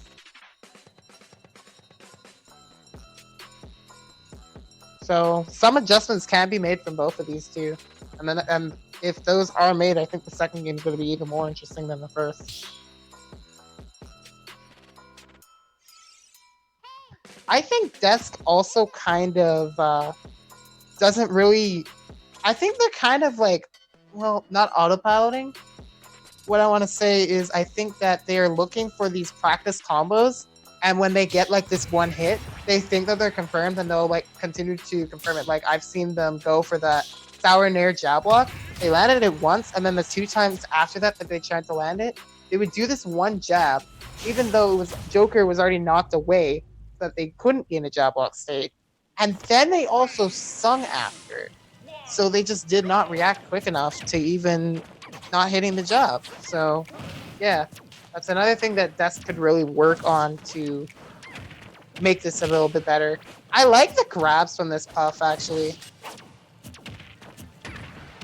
You'll notice that people will want to shield a lot of your aerials when you're approaching with Jigglypuff because all those arrows lead to combo game. So if you can take advantage of that, then you can either run in or tomahawk on them and just grab them and get a throw for a little bit of percent. And that will kind of get them out of it and not let them do you too safe. The thing with Jigglypuff aerials too is that some of them are safe on shield too. And the one that isn't does a lot of shield damage. There's like a lot to unpack when it comes to fighting Jigglypuff, really. Alright, Desk has a pretty good lead here right now. They're just looking for this backer because they know that if they land it, it will KO. Nice. Like that. They went down and just drifted with an active hitbox to clip them off of the ledge and stage spike them. Desk, keep going. It looks like that's just straight up true. If they land like that, border like that, they'll be able to get a grab 4 throw. Yeah, here's that game plan. Just aerial camping. There are few characters that can really do this kind of thing. Mercury, however, I want to comment that that was actually a very smart way to deal with it. They kind of cooled down on the way that they're trying to pressure the Jigglypuff, and they just punished their landing. Because they couldn't punish them in the air. Nearly got the KO. Oh, they got sucked in, though, trying to F-smash. Okay, we'll put them to sleep, and Desk with 2 stocks up. Pound. Combo, 34%. Not gonna wall pain them there because they did not have something that was true hit stun, so Joker was able to get Arsene and get out of the combo. Mercury. Oh, they're really trying to patiently, calmly bring this back. Yeah, that was it. But I see from Mercury that they're really trying to not rush this. This is a case where somebody has a lead, and normally when somebody has a lead, you do have to make some approaching decisions, but against Jigglypuff, you really do not want to do that. Because it is very hard to chase after Jigglypuff in the air.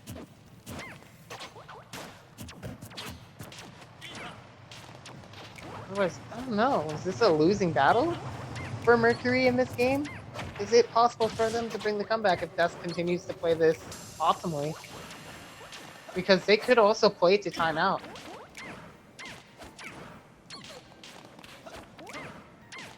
Yeah, Desk is trying to force an approach.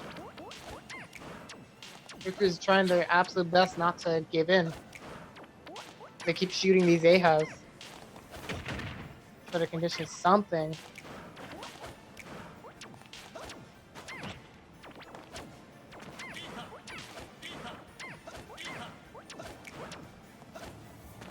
Yeah. I'm gonna look at this. Okay, 1, 2, 3, 4, 5. And then they went 1, 2, 3, 4, 5, 6. Okay, Jigglypuff has 6 aerial jumps. And I think that that's another thing that Mercury can do to really counter this is to wait on those jumps. Because at that point, Jigglypuff is forced to land. Since Jigglypuff is floaty too, that can also be used partial landing as well. Because they will take a little bit more time drifting down to the stage. Alright. With that in mind, Mercury, waiting this out, gets an Arsene. And is hoping to use this to put the pressure and hopefully even take the stock. Desk isn't going to give it to them for free. Wall of hitboxes. And the coverage, too. As Mercury tried to use an Aegon to defend them, but Jigglypuff going to sneak right below them and pop them off. That'll put it to 1-1.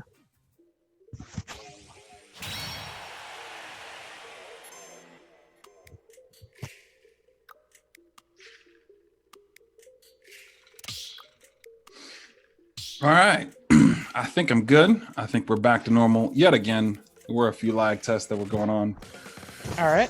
Okay, so playing with your sound, I can. They've made, or I can try. I was looking at the last time, and it really, I'm not sure if there's much I can do. Like, it doesn't appear like I can change the requirement for me to accept participants as they come in, because I really don't want to do that, but.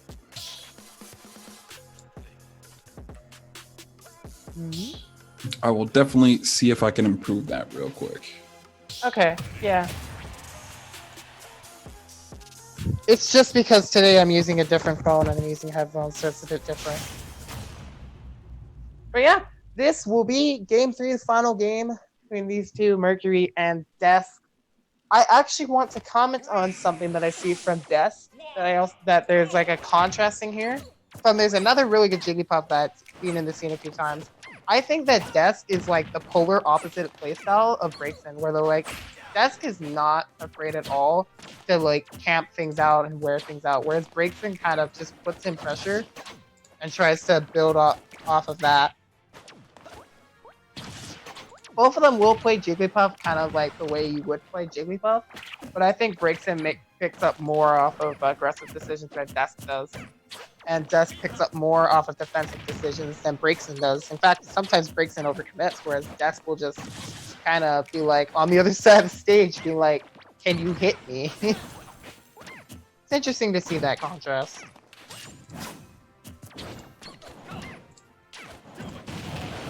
That's kind of smart right there, throwing out that hitbox in particular to deflect the Aegon. Oh, yeah, that actually worked! Get tricky tricked, Joker. And it looks like a bad thing, too, but Mercury just wasn't in the right spot to space out a proper punish. Oh, but there they were! That was a very good down air on their part. 60% difference. The Desk is going to try to poke up. Mercury lands an Aegon, tries to follow up with up air, does not succeed.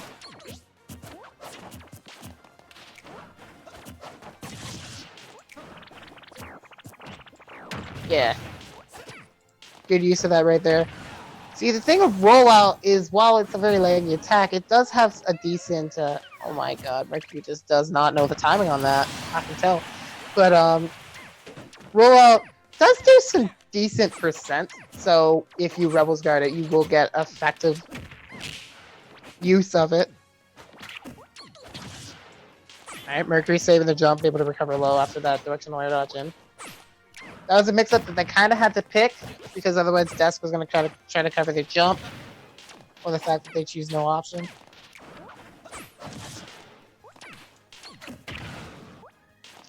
Good use of the grappling hook right there to snatch him back down. See, I saw them trying to do that earlier as another way to combat Jigglypuff air camping them. That's a tool that kind of just Joker has, really. Not many characters have a tool that will grab you out of the air like that. Byleth is probably another one, actually. Oh, Dusk flying off the stage, using up all their jumps, but able to get their shield back in time.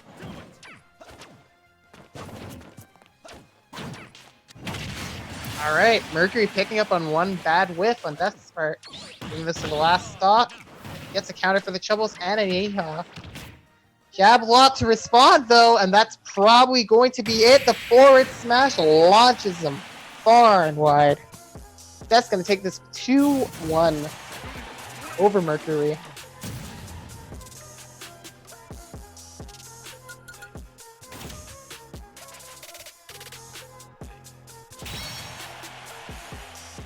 That said, it's a good time to mention that this is Smash Weekly 113. We do this every Sunday, holiday and family permitting. So if you're interested in today's event, if you'd like to earn a little bit of money during today's event, you can go ahead and check out our Discord. I'll go ahead and give everybody that information real quick.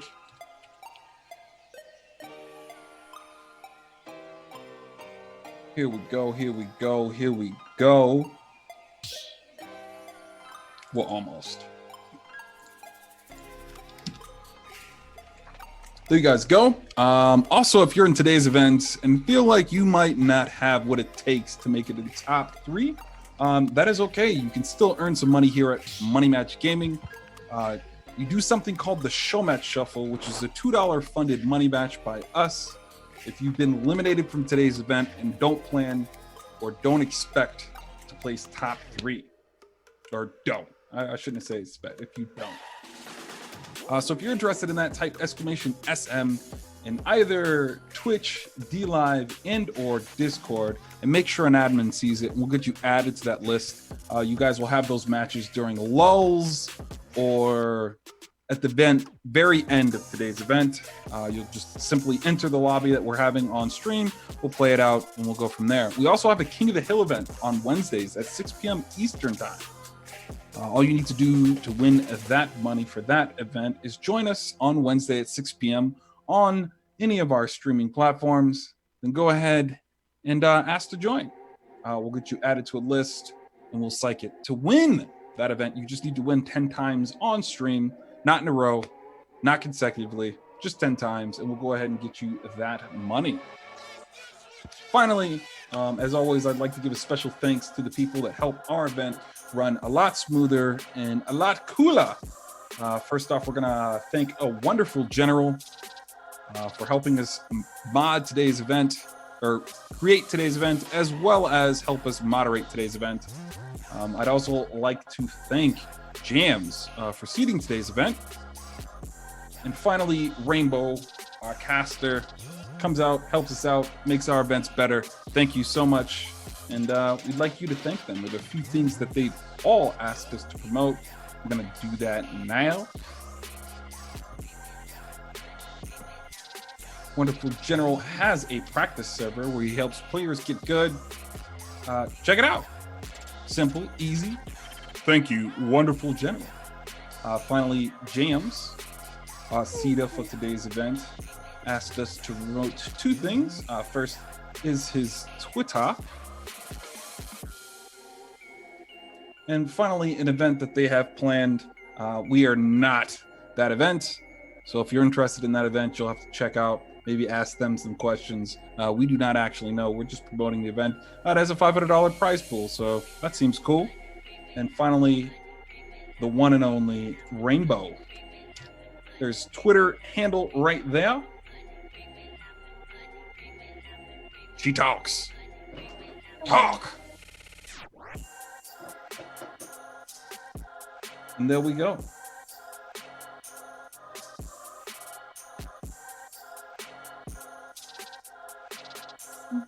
So I think right now, I guess we're just waiting on matchup to free up. We got good old Sam and Super Ethan Odyssey. Okay. Ooh, and pool 1. Winner side. Sam and Super Ethan Official. That is a loaded name. I think I'll just call them, yeah, Ethan. I think this is the Diddy Kong from last week. Okay, cool. So I remember watching this player a little bit before I was able to start commentating last time.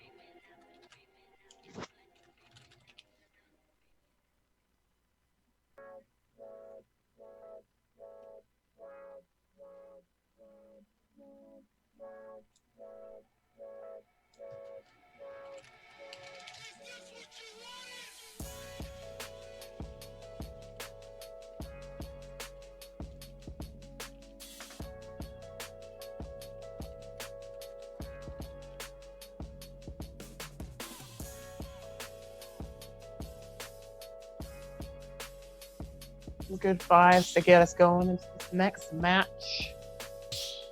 His music. Alright, Sam is a Luigi player.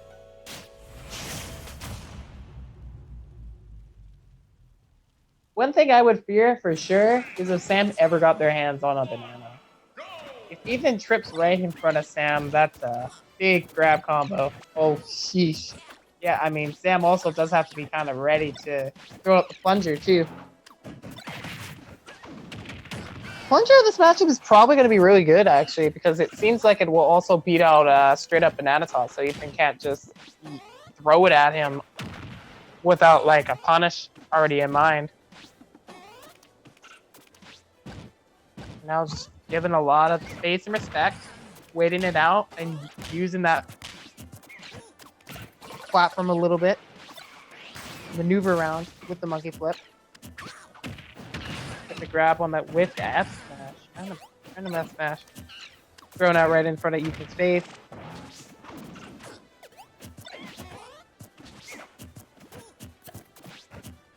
Yeah, Ethan's very comfortable with using that banana in this matchup, it seems. Like a good idea to stuff out. It seems like a good idea to stuff out grab.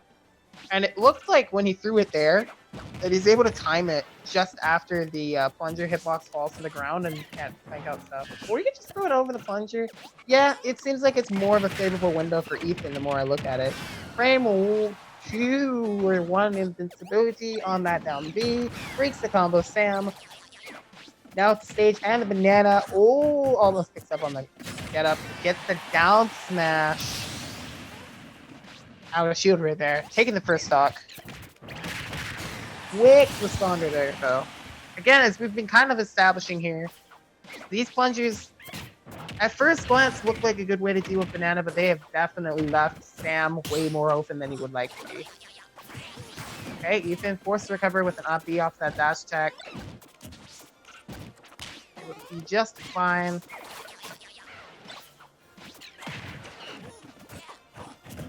And I'm starting, and I'm like looking at like the amount of banana usage, and I'm like trying to see like how Sam kind of adapts to it. Really, saw that one roll in to avoid it. Otherwise, still kind of whipping these laggy moves. It looks like just pulling out this banana is baiting out more aggression from Sam that Ethan can punish harder. Yeah, like this is that annoying style of Diddy Kong where they're just standing there, and it's particularly annoying that they're standing there. Because for players that really just do not know how to approach it. And as he's standing there, he can react to you just running forward and dash back further, forcing you to overcommit. Yeah. Just sitting there.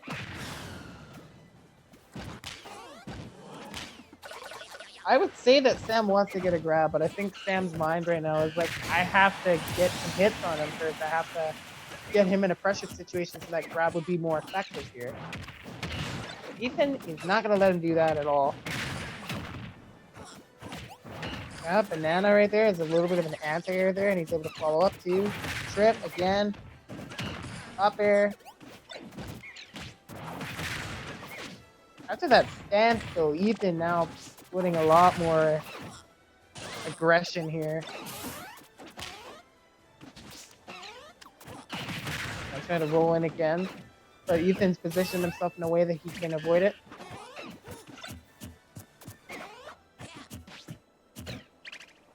Oh my gosh! Angry monkey right there. Charging it up a little bit extra to try to catch a shield drop. And also covering the fact that the shield was a bit low there as well. It was good also coverage on Ethan's part. However, surprisingly, did not take the stock.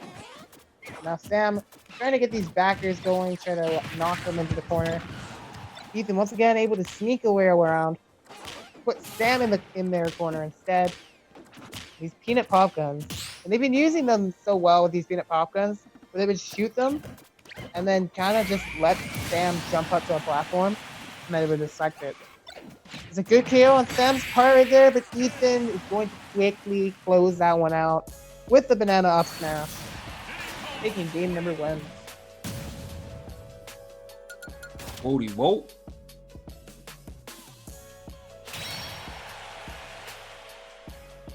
All right.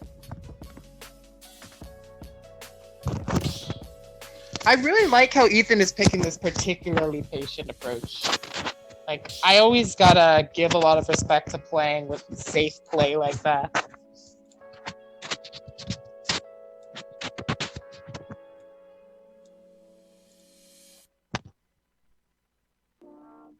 Indeed.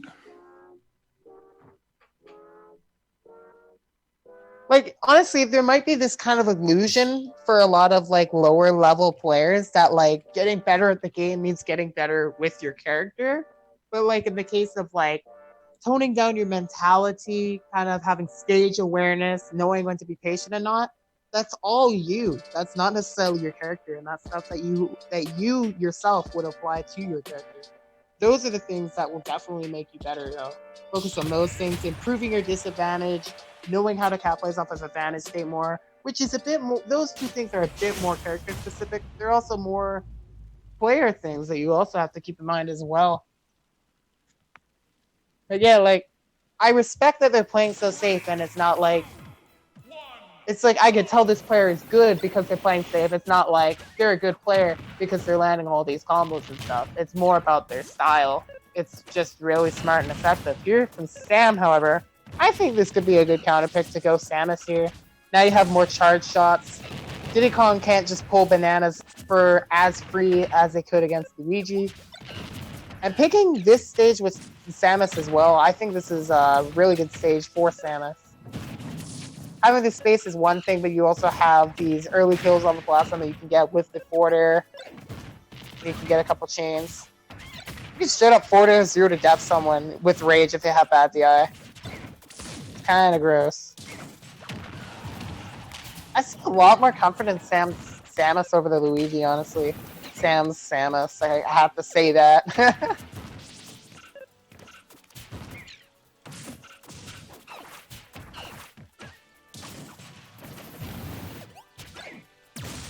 Oh my goodness! Wow, nice shot, Hugo. Alright, that was a great charge shot. Covered the jump and was able to just snip them like that.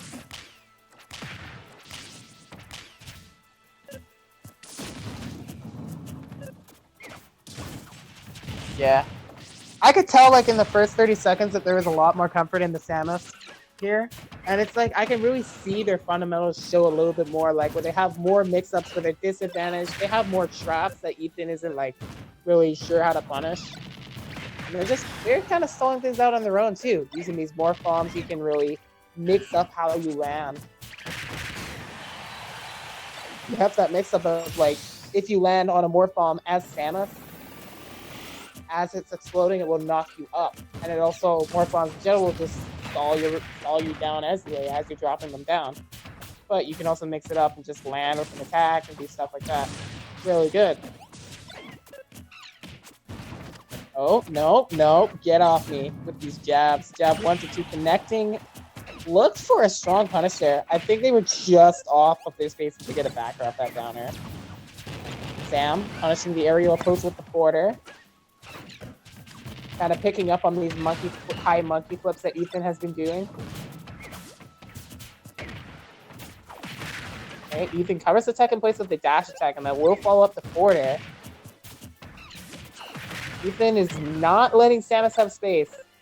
Overwhelming Samus is definitely the play to kind of neutralizing the character. Running into that charge shot, however, gives Sam some stage control. Ethan going to escape to ledge. Banana! As they whiff the forward air right there, and Ethan kind of just lands a little bit below that, able to whiff punish that with an effective response. Oh, parry!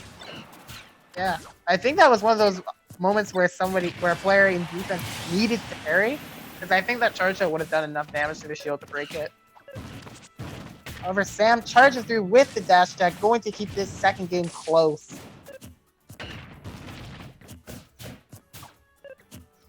North bomb set up right there, and then they're ready to cover the jump with the forward air. Counter roll in, doesn't set them up very well. However, Ethan ready to get their own punish. These bananas kind of adapting to the way that Sam has been landing to get these banana punishes.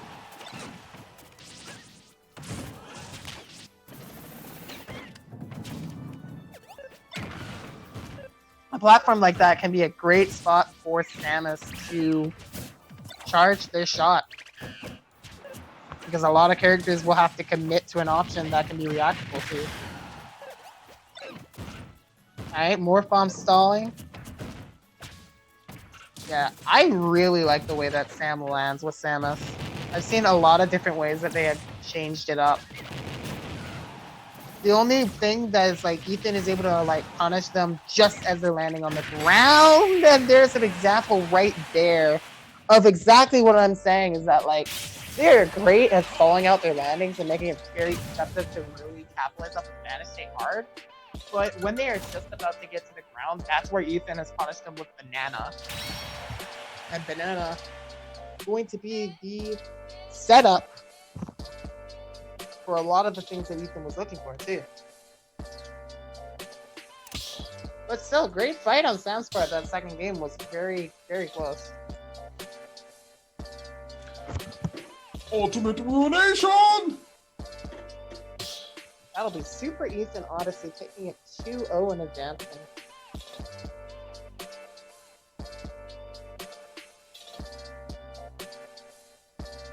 It be like that sometimes, my bros. It be like that.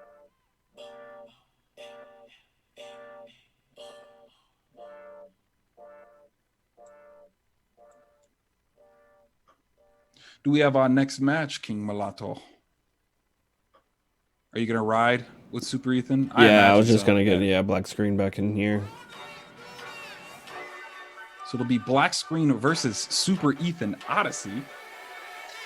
I want to remind everybody of the show match shuffle as well. If you've played in today's event and have not placed top 3, aka you've been eliminated from today's event and still would like to earn a little bit of money, you can do our show match shuffle, which is a $2 funded money match by us. All you need to do to get in one of those show match shuffles is be eliminated from today's event and type exclamation SM in any of the chats available. And I shouldn't say any. I should say Twitch, DLive, and or Discord. Make sure an admin sees it, and we'll get you guys taken care of.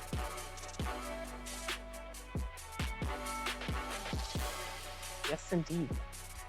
Yes, indeed.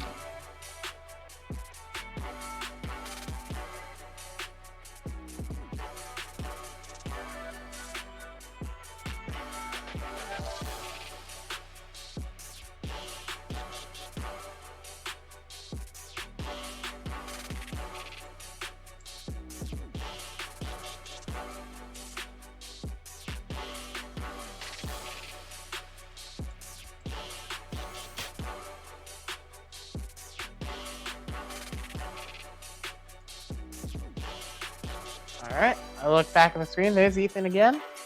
Just waiting on black screen. I know black screen means one of the links, but I cannot remember which one.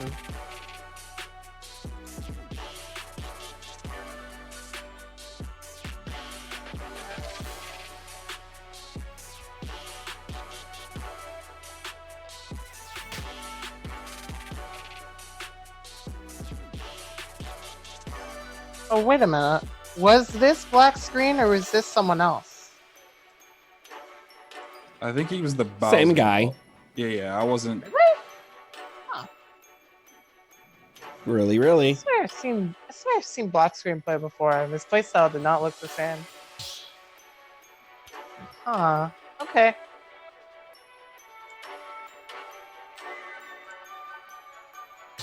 Well, the Bowser from earlier was certainly good, so okay. Super Ethan Odyssey versus black screen, then. Let's go to game number 1. This matchup can be tricky for Diddy Kong, I want to say. Character that can really... Like, there are a few characters that can, like... Well, not... A way to deal with Diddy Kong is patience, but if you give him too much patience, he will constantly get bananas out. Bowser has the mobility and movement speed to kind of close that space that he would need to get banana out and effectively punish him for pulling up banana in the first place as well. Oh my gosh, that pressure. Yeah, use that jab 1 and just go for that hard read that they're going to drop sheet early. And even if it doesn't work, that down smash position the way it was looks like it was pretty safely positioned as well. Black screen had that planned out pretty well. Take that first stock. Yeah, siege of item play? Yeah, okay. Okay, like, I saw black screen playing earlier. They weren't playing like this. This is definitely different. Oh, God. Almost gets 2 frame. Does not, Ethan. Give him some breath of life. Man, this is tricky. I like, one thing is that movement speed. Another thing is the range on the aerials that Bowser has. Diddy Kong loves to do these pokes with forward air, back air, even monkey flip to try to get in. And Bowser just has forward air, and that option just pretty much deals with all those parry effectively. We see that Flame Breath comes into play as a very effective tool in this matchup too, because it will take Diddy Kong out of the rockets and put him into a tumble state, where he has to kind of wait before he can get the barrels back again. Ooh, yep. As I was speaking about that, he took a lot of damage from getting, oh god, that's your shield. That's your shield! Good night. Ouch. Ouch. As I was speaking of the Bowser Flame Breath, he took a lot of damage from Bowser Flame Breath. Because he was in that, he was kind of in that range where he wanted to throw a banana at him. And Breath covered it. I didn't even think about that. That interaction definitely helped him too. And that was rough though, that shield break was rough. Because you saw Ethan desperately trying to punish out a shield, they had nothing.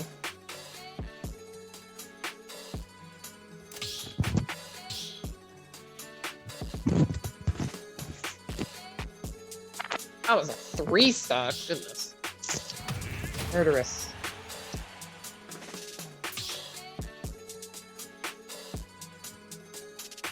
Maybe Black Screen is a Bowser main line, because I thought that they were a Young Link or a Toon Link, but I guess not.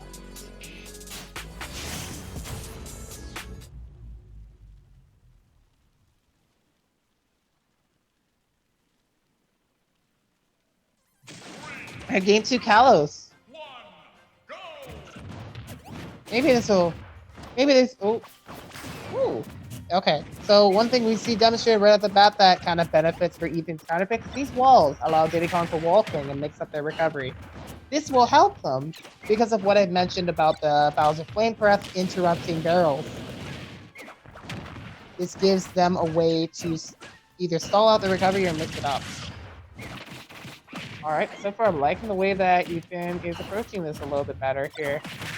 They weren't really able to set up the space to monkey flip on Bowser as much. And they're getting a lot more off of it.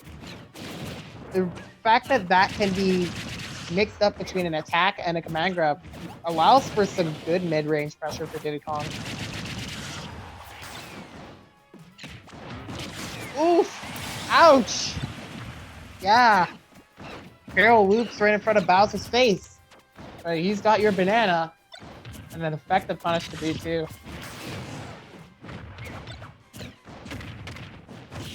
I gotta get this grab too. Tries to pull up air, but Ethan jumps out with the correct DI to avoid a follow-up from it. Okay. Center stage. Yeah! lands a flame breath while he's trying to throw the banana, and he can't even follow up off it. That's what it is. That's what I figured. He's just using that knowledge to land in a way that makes Ethan kind of think, how do I do this? How do I take this stock? Now that looked suicidal, but doing it that high up, they were able to wear out the end leg on downer and still up beat to the ledge. Oh yeah. Playing a bit with Ethan's patience here.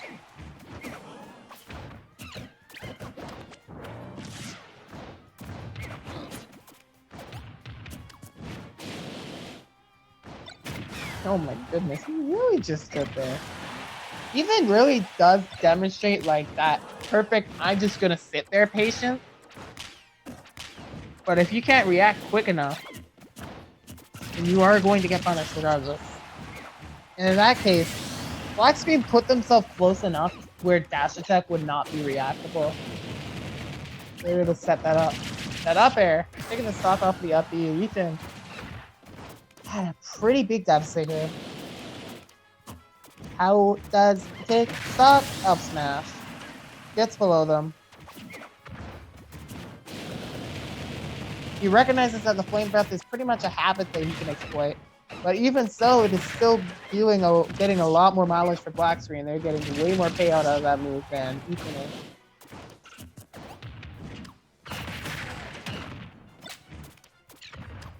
Hashtag forward air. Waits out for Bowser to grab the banana. It was a good trap on their part. They were able to get it back, but they weren't able to use it. Nice catch on the jump off.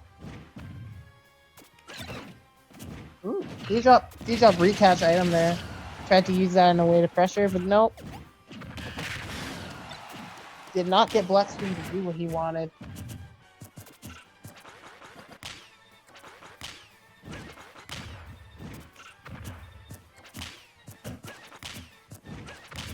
Like, you think Blackscreen's gonna play the game against this right now? No. He is definitely playing this very smart. Oh, I think what he tried to do was chase after the roll and down smash on it.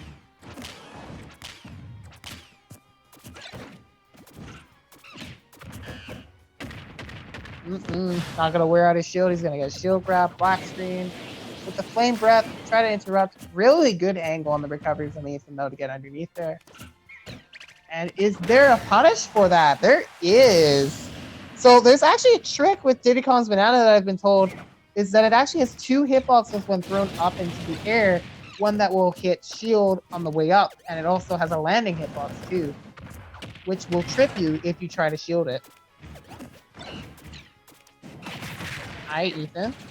Try to get some momentum. 145% is scary percent. Yeah. Tried their best right there. And I really respect that attempt. That was a much better game from the first game. Blackscreen really started off with hot fire. Game 2 showed a lot more adaptation, a lot more of the patient play that they had, and they were able to put a lot more mid-range pressure that they otherwise hadn't been able to do before. Otherwise, Blackscreen kind of answered their patience with their own patience. Realized that they did not have to rush the game. They had a very quick first game, but it didn't really matter. Time does not matter. It's how you use that time. And I would say Blackscreen used it very well. Okay, we'll be starting top 8. I'll ping everybody in the Discord. Let me go ahead and start that for you guys.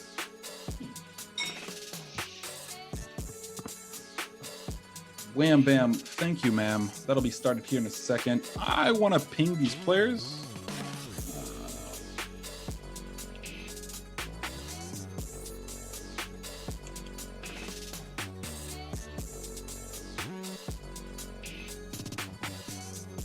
Let's see.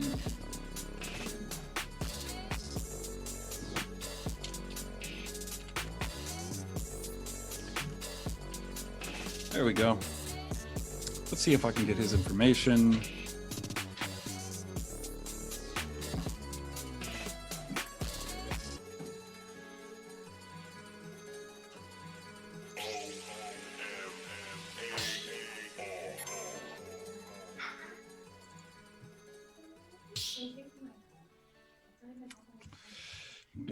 I do not. Hopefully, Nervy can find, or hopefully he checks in. Are you switching it up and going some guy in Nervy? Correcto. Okay. Hang on a moment. Neary. It's probably Neary, actually. Oh, Neri. Yeah, because I was about to say, there's actually someone in my region that's here that their tag is Nervy. So if that was them, I would recognize them immediately. But Neri, I think I recognize that tag too, but I don't know who they play. Some guy I know is a Pichu man.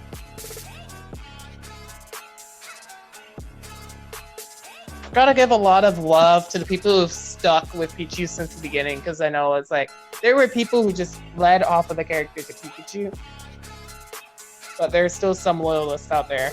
I like the character is still like top 20. They're really good characters, so there's really no reason to just say I'm not playing this character anymore. To me, anyway. Yeah. Okay. So this is Neri, not Nervy, but Neri. I don't remember who they play. I feel like I've seen that tag before. I want to say Game & Watch, but I also want to say not Game & Watch. We'll see in a moment what it is.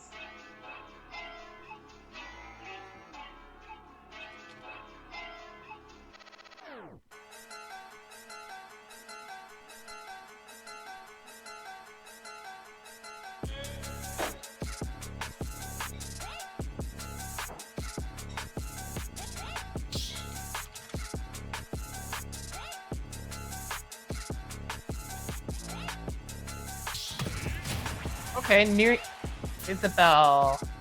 Let me try to look something up on Twitter. I think this is a Mexican player. Neri. Isabel. Also, let's talk about Isabel this far in bracket. It's not something that we see. 2, 1, go!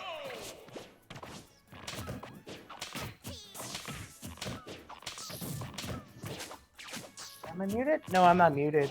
I saw a comment on Twitch asking why there was no commentary. But I'm not sure if I don't think they said muted no on the commentary stream or as much as there was like, I forgot what the describing word was. That I had to before. Commentary. Said like knackered or something. Yeah, knackered commentary. Yeah. I'm like tired commentary. Nice. Good start on some guy's fire right there. That was cool. Into the Pikachu Thunder.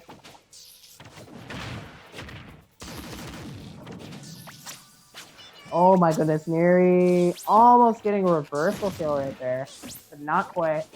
Forced to go high, but some guy covers it, and they're dead. Dang. Alright, super. Not missing these kill opportunities so far, and already a 2-stock lead. Giving Isabel that space right now because they know they don't have to approach. There is a certain amount of range that Isabel can cover with their fishing rod and slingshot. Sometimes just playing outside of that range, making it hard. Neri, nice little hit right there. Those jabs have a nice amount of hits done that you can follow up off of them. Fishing rod, no. He has a Thunder Jolt. Interestingly, these the fishing rod can also pick up projectiles as well, so that could pick up Thunder Jolt. But I wouldn't necessarily suggest using it to try to do that, as that angle on Thunder Jolt will change.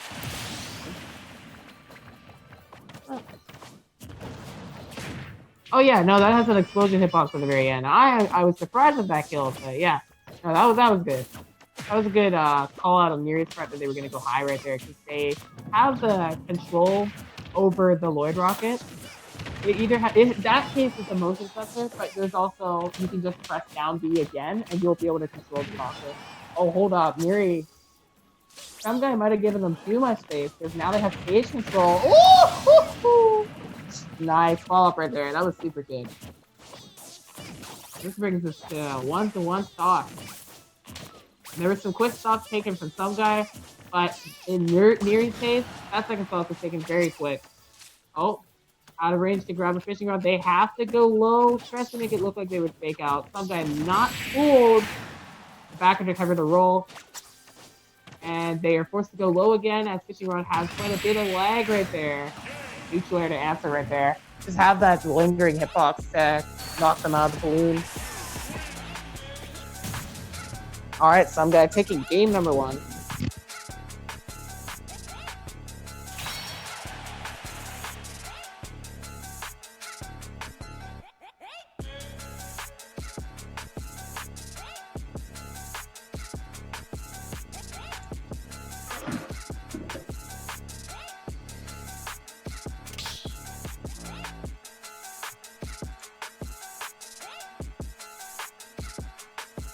Yeah. Let's see where they end up next. Apparently, when I looked this up on Twitter, this particular Isabel is the one who discovered the Isabel wobble, known as the Wabel. Wabel. That's pretty funny, actually. I know, it's a really silly name.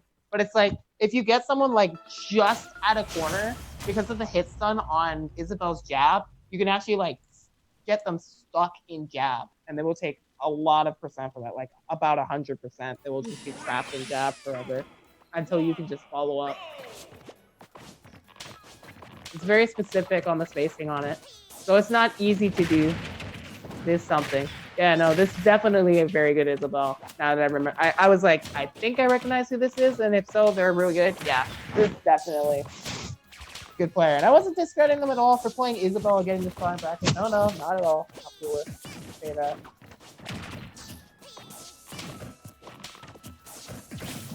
Ooh. That's a little pressure setup off of their PQC jolt.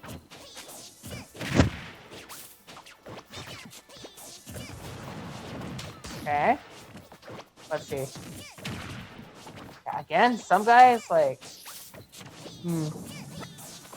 I was noting how some guy was giving them a lot of space and playing outside of the range, and it was giving Miri time to set up. Maybe this is why some guys pressure them harder now, because they know that that Isabel doesn't have a lot of options to get someone off of them.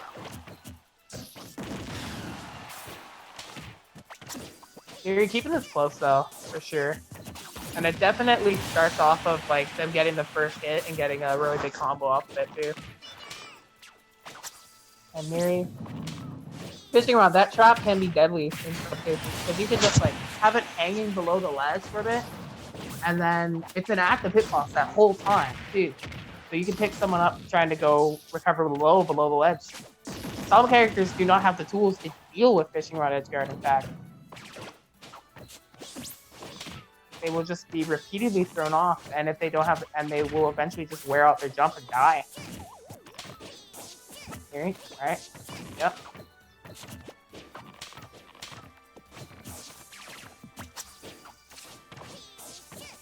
A lot of mix-ups on this right now. When some guy's not close enough to put the pressure, that's when they play out of range. And then like when they are close enough, they're doing this. They're just overwhelming them.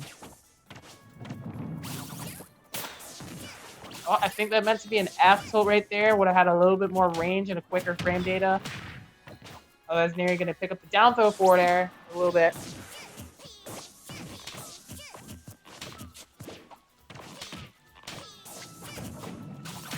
Got to step him out with these slingshot pellets.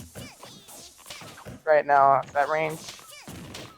Neri with stage control. I want to say that Villager and Isabel both excel a lot off of stage control just because of the range that their slingshot can cover.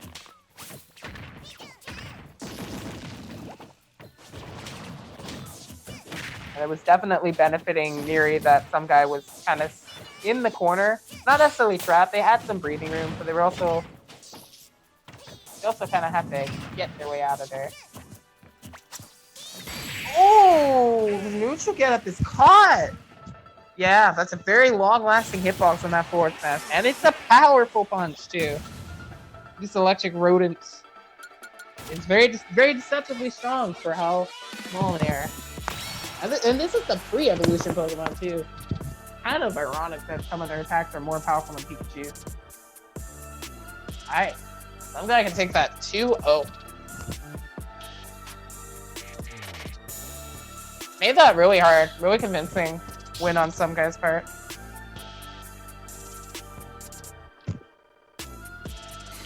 Amazing.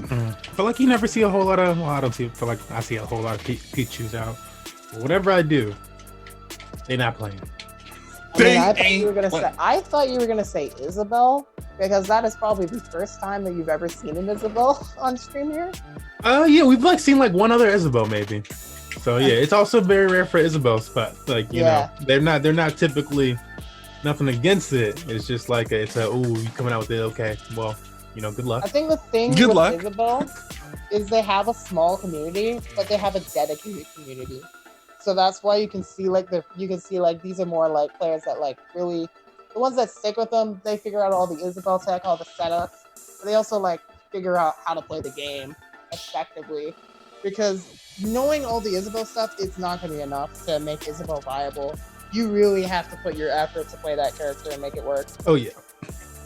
Yeah, definitely. I mean, like if you're finding an Isabel that's fighting in a tournament or something like that, most of the time also they're pretty good. It's like, oh, it's gonna be trouble, but as much trouble as it's gonna be, I'm like, you know, good luck.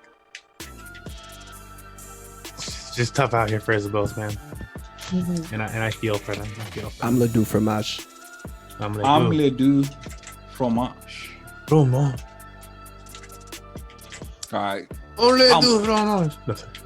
I'll mention it one more time. We've literally gotten like 0 show match shuffles for the last 2 to 3 events, somewhere around there. If you guys don't know what that is, it is a $2 money match funded by us for those who played in today's event and have not placed top 3. So if that is you and you want a chance to earn $2, now would be a great time, as we are done with Winterside's events. Well, we're not done. It's just that we have to wait now for Black Screen and Lamson to get their match done. And this would be a great time to do the show match shuffle. If you are interested, type !SM in chat, whether that be Twitch, Discord, and or D Live. And we'll go ahead and get you taken care of. Make sure an admin sees it though, as a lot of our bots don't seem to be working. So that be what it be. Yeah, it is be what is. It is be what is, and you know, respect, folks. Yeah, I don't. This is weird though. But Tidy's been working. Like Tidy only ever takes like a day off. It's like, oh, Tidy's down this time. Now it'll be back. It'll be back. And then you can always hit up Tidy. That's the nice thing that you can't do with Nightbot. You can actually just bother Tidy and be like, yo, that bot. Oh, you're gonna ignore me in the DMs. Wait till your next stream, buddy. Stream. Got words. But Tidy's a cool guy. Really just a third party plug-in, like a passion project. It did so well that he got hired.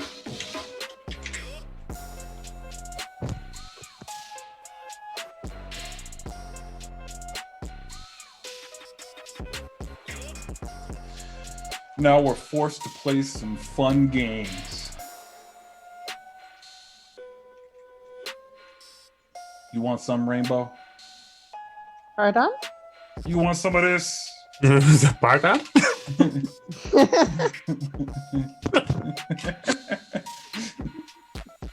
That was so casual.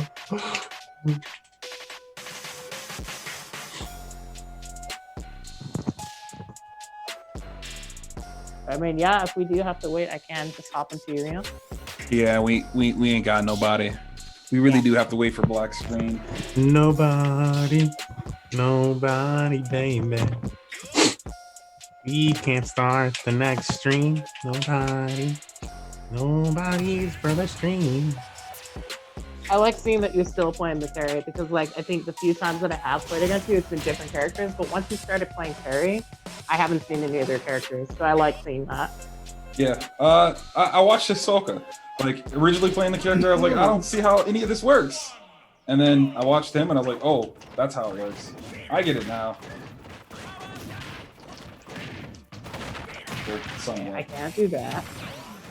I tried something different there. See, like normally what I do is like I'll short hop and then do a landing meteor because that sets up a lot of hitboxes. So I'm trying to see if I can do anything other than just immediate short hop. I guess like immediate short hop is like a get out. Okay. Want to whiff there. I'm not as cool as Smith. Oh, that was Only weird. been Bannerlord lately. That and this game called Gothic Armada for me. Oh, that was terrible. Okay. Oh yeah, that's actually super hard to punish.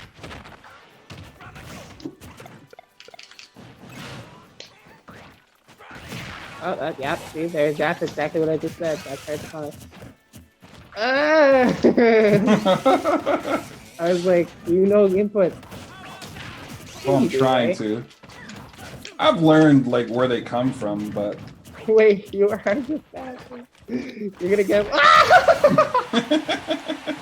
That's not what I wanted anyway, but well, you killed me. yep. That happened.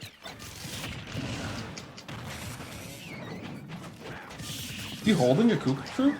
Like, I was, it exploded. okay, I was like, I didn't see it. I was like, wait, how did that happen? I like how you called it a Koopa Troop, by the way. That's a funny name. There's always like a different name that people Mecha have for Trooper. it. Okay, yeah. Mecha Koopa, yeah. Yeah, there we go. I don't mind any name. I mean, I don't mind any. Yeah. I mean, I get these things wrong all the time. It's just my MO. You'd be surprised how often we'll quote movies and stuff with my friends, and they're like, why do you mess it up? And I'm like, I don't know, man. Maybe my dad. He always messed up me and my brother's names, for example. It's in my blood. It's in my blood. I tried to roll behind it, but I got smackered. I thought you were gonna compliment my singing. Never. My Shawn Mendes reference. Oop. I know. No, now you're thinking about it. Giving that second thought. Oh, that's a pretty good response, though. I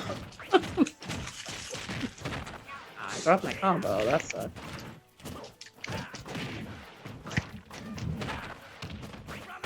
I should really stop trying to follow up off of that.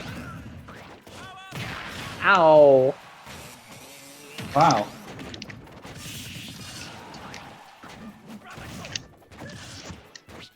Both times I tried to input an up smash, that was funny. Uh-oh. Uh-oh. Congratulations. One thing I like to do when fighting against parries is I like to try to bait them to go high by trying to cover low. Because I understand that Terry has difficulty grabbing ledge. With a lot of his options, they don't true ledge snap. So one thing that I noticed that some Terrys will do to get out of that is that they'll try to recover high with like a burning knuckle or a That's power. fine. It was like With Bowser Jr., I can cover both of those with Bowser Jr.'s up B.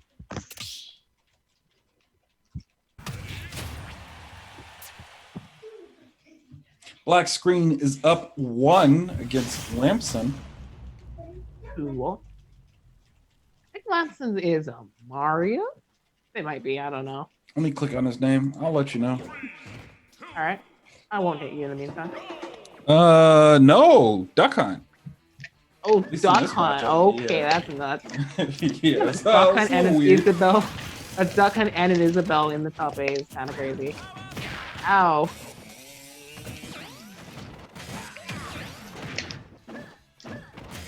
Oh, I missed that opportunity. Okay, I was typing too much.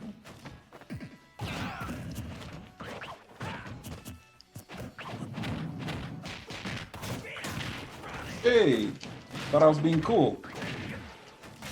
I You had the wasn't. input. You had the input burning knuckles, so I was actually able to chase it down with a grab.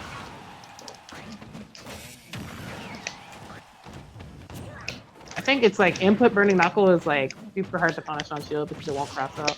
But you'll also be like just out of like my range.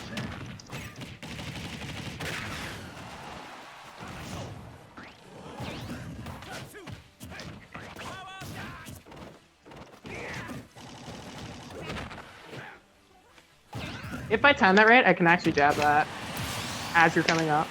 Because my jab will actually go below the ledge a little bit. I'm getting blown up. I'll take it. I'm not sure what happened there, but I and wasn't- then I just Oh my God. SD'd. Wow. Okay, I wasn't expecting it to send me into the stage all the way, so that's why I didn't hit shield because I didn't want to air dodge. That's funny. Oh, the grab.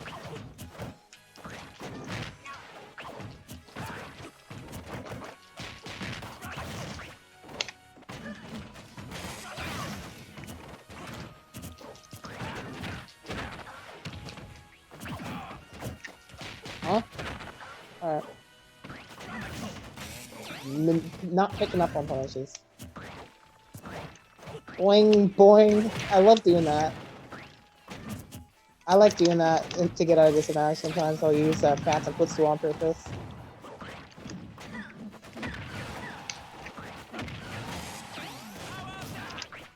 Oh, misinput that roll.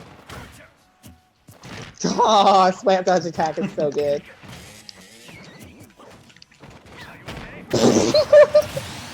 I felt it in my bones. Oh.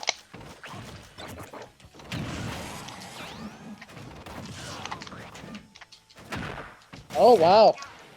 Reporter.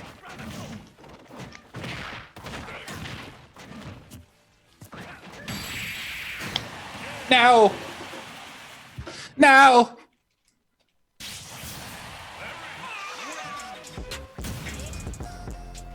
Now they're 1-1. We're gonna get a match here soon, ladies and gents. Oh hey, it's some guy trying to get in on the rotation. I've never fought him before. This could be rough. Good luck. I can tell I'm playing a bit off today, so I'm just trying to work on mentality to make up for it.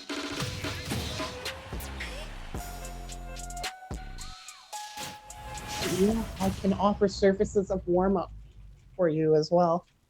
Even though I don't Man's think you'll be fighting a Bowser Jr. You never know.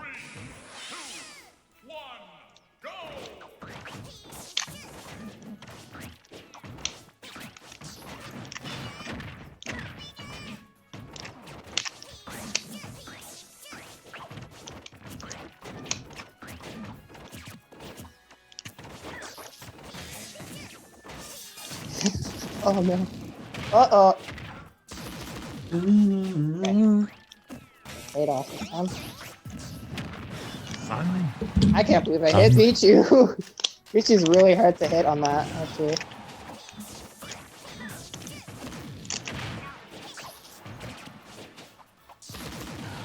Okay.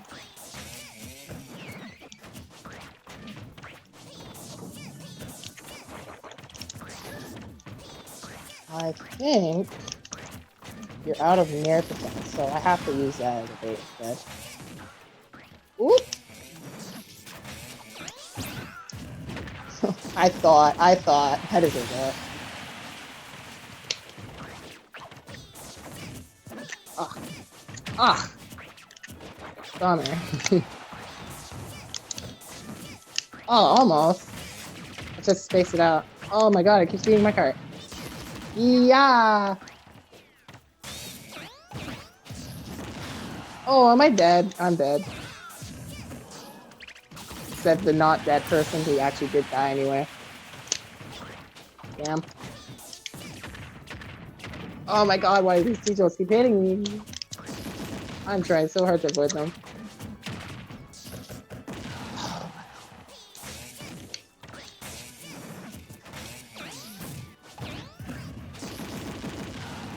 Oh my god, that was very good. So they ledge trumped me, and what they did was, because I DI'd in to avoid getting ledge trumped, they backered into me to cover it.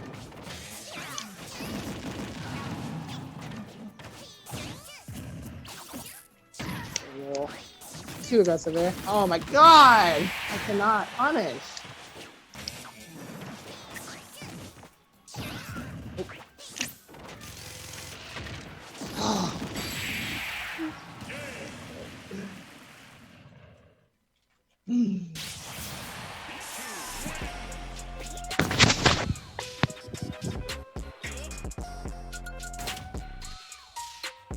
Don't worry, the TOs get the same treatment.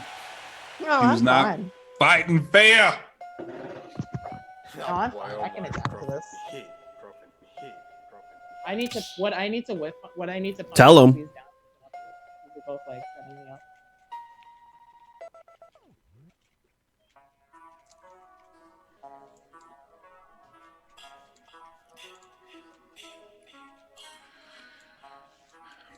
If that was quick, I think we have time for one more someday. I believe it. Mm, Stage I would like when I'm playing this matchup actually, because I've done really well versus Pichu on PS2, but I can't think of another stage. Probably platforms, because they can mess up Uppy. They can mess up his Uppy. Do a surprise option. Didn't work because it was too laggy. I tried to do something you'll never see me do, and I just tried to like do an up B to like just drop an explosion on someone. And that's not really an effective way to use it. Oh, shoot. Okay, we're good. We're good. One was a little safe. That is really good. I think that does more than Pico does, because I can actually armor through Pikachu's Pico, but not Pichu's. Ah, I should have been ready for that.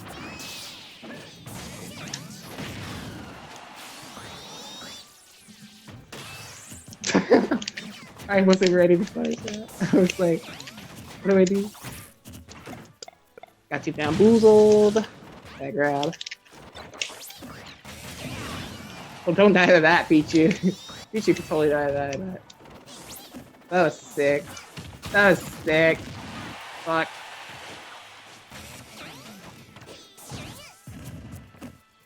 Oh. Ah! Didn't dash forward. I could have jabbed to flank that, but I didn't dash forward. Oh dear. I should have backed him though after I DI mixed up. It would have been funny if Pichu died to up throw in town though. Because it's town. Yep. He dropped that to get out. Oh dear.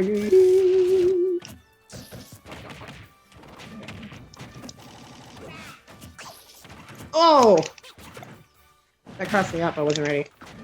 Good. Oh, let me pull Jap by some.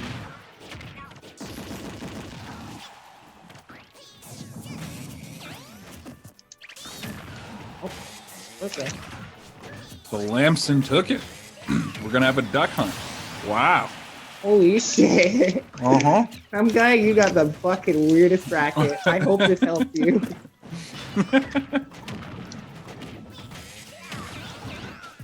Oh, I almost picked that up. That wasn't good. We'll take it. Pools have finally been cleaned up, so we're past that. That's us. Only top Wait, I can 16 armor that. losers is ready to go. I should be dead here. Yeah. Alright. Final stop. Drill it.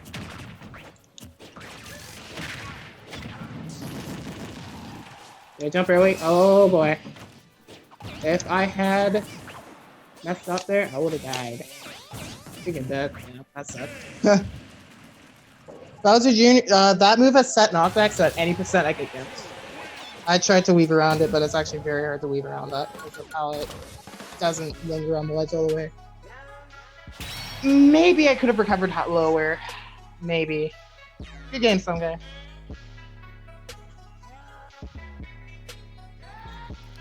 And good luck to you versus that.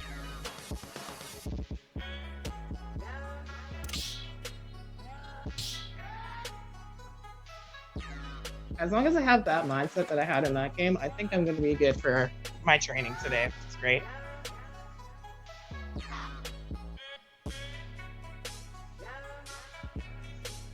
I've shot at it all. We don't get a duck hunt. What? I've shot at it all. We do not get a duck hunt. The score was reported wrong. Okay. Well, that's all right. That would have been funny though.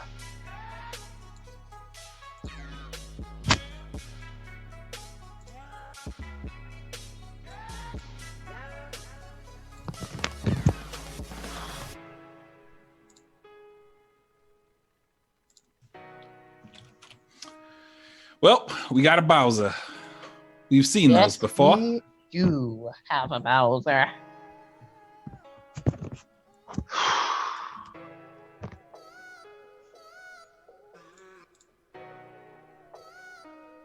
Oh shoot. I am currently in contact with someone on Twitter. I should.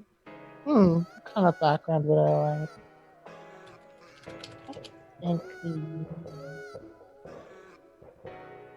ask for a stage from someone else. What about? Ooh, I like the idea of it. Ooh, I like that idea. How about a beach? Oh, sandy shore.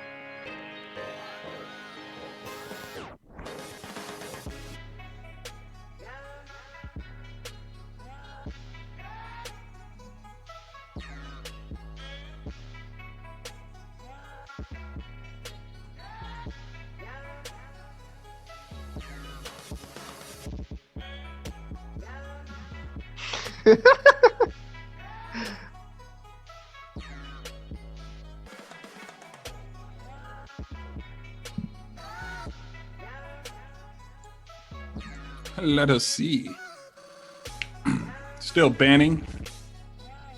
They've played their mains, so we still have Pichu and Bowser.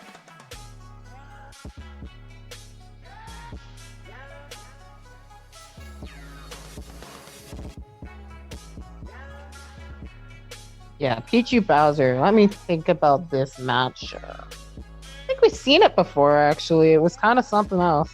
Back when Yoshi's Island was legal.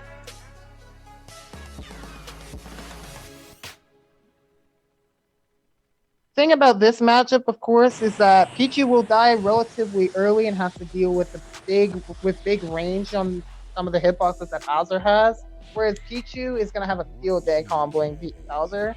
And is probably gonna kill Bowser reliably early or a light, which is pretty good, and that's like a good thing for Pichu. That while they can die somewhat early, they can also kill someone early as well. I think smaller stages can greatly benefit heavies here, though, because you do not want Bowser to get super close, which I think some guy is going to be setting up with T-Jolts to prevent this. PS2 is where we're headed. And yeah, we're going to go with PS2 for the first stage here.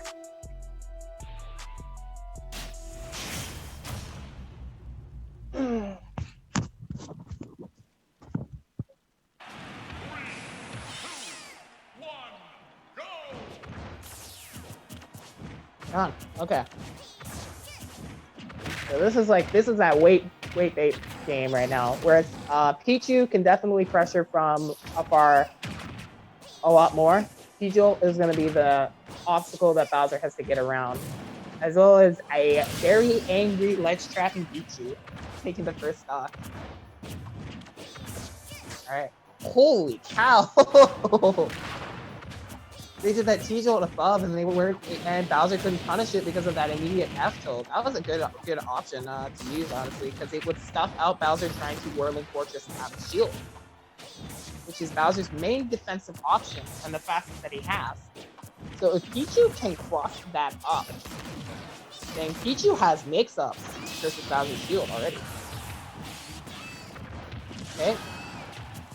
Like that from black screen.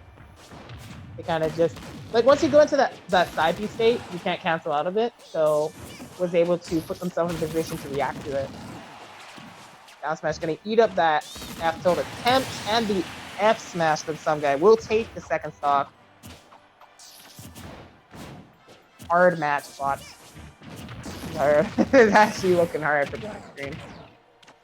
If the Pichu knows what they're doing, Bowser has a very hard time actually getting in. and they'll be playing from disadvantage a lot as well. Some guy is certainly no slouch.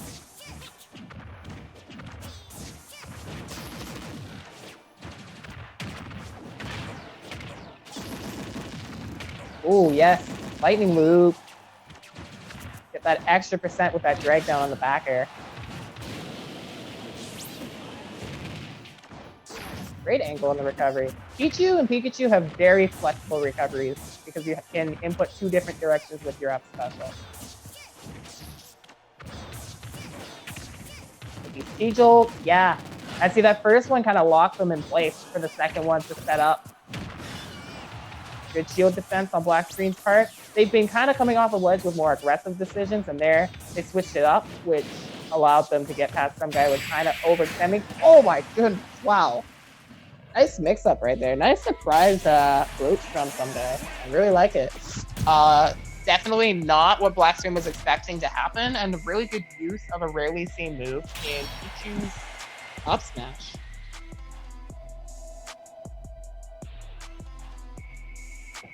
The back hit of it right there kind of covered them really well.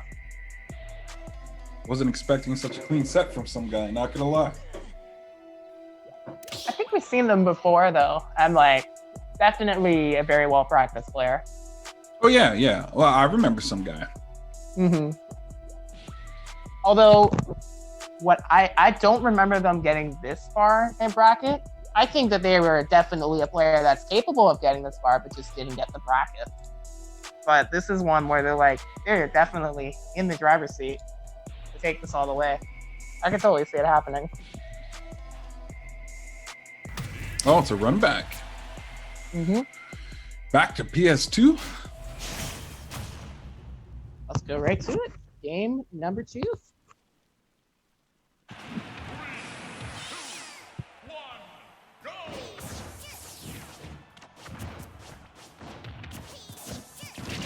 All right. In that case, some guy did not space their Nutribi as safely, so there was going to be a Whirling Fortress. But even so, like, oh no, don't, oh, that was close to dying. I bet Black Screen was mashing for the life to recover there.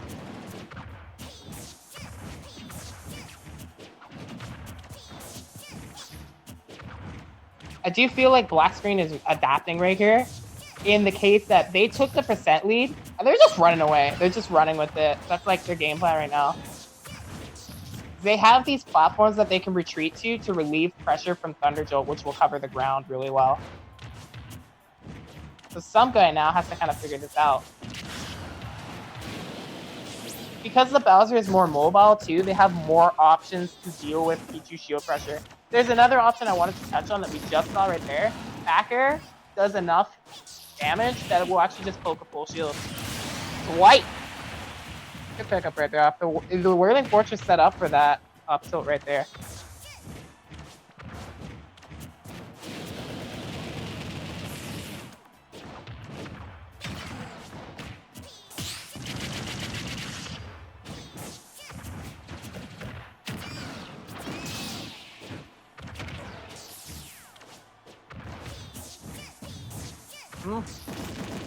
Yeah, Black Screen is changed this up, and some guy has to make the approach. They have to make the call out, which is making this a lot less easy for them. Oh my god, that was a tough guy bat.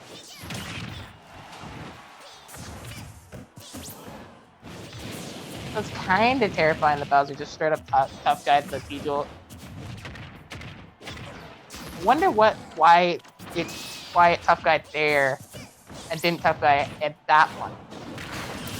Pichu! Well, yeah. Pichu relatively light and constantly damaging themselves too. So they will lose their stock there. Some guy? Okay, wow. Slight flip there. Black Screen gonna take advantage, but some guy landing with the T-Jolt and able to turn that disadvantage into their own positive state that they could work off of. Man. Black Screen forcing them to challenge that flame. Oh, no. Whirling Fortress is going to save them. There's a side B.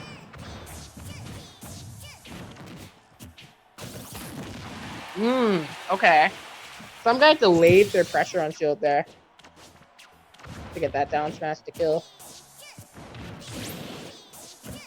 Okay, what do you got? Oh, the parry! That was not good. When they landed that down tilt, they tried to up tilt, but up tilt's not exactly as safe as down tilt is on shield. I believe it. Well, yeah. In that case, people. No. Oh no. Oh no. Let me choke up my words a little bit there. I didn't even know what I was talking about, so we'll just leave it at that. Unfortunate SC right there.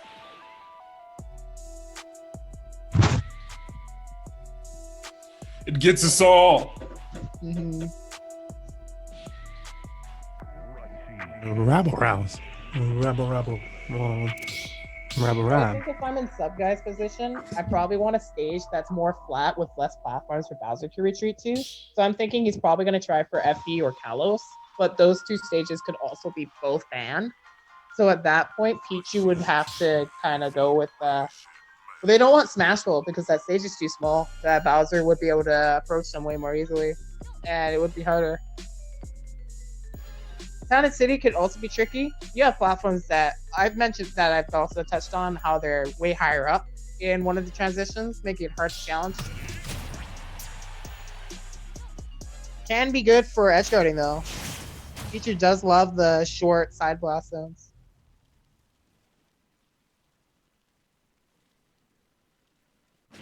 They got Kalos. Okay. Yeah, see now, if black screens go to retreat, they have to retreat to the ledge, and that will put them in more of a disadvantage state than PS2 platforms would.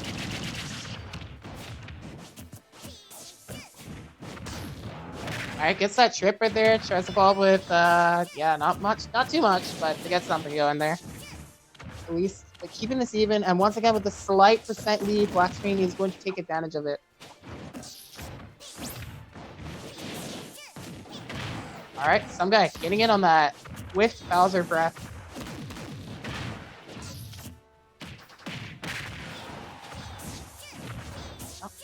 So they didn't really get too much off of those jabs, but they were able to get black screen out of shield. They can use they've mixed up their shield pressure so many ways that I think that they can really use this to condition black screen's shield usage to kind of get a really hard punish. Solid hit confirm off of the T-Jolt and the back air. Catches neutral get up. You're up there to cover platform. Tries to catch 2-frame with down counter. Does not succeed. And instead of getting poked fully, black screen jumped out of shield early. They're actually able to avoid that back air. Knock them out of it. That's the down air spike. Some guy got it. Beautiful. But black screen's going to quickly take them down. I can see it being very hard for Pichu to actually get the downer on Whirling Force just because of the active hitboxes on a bit.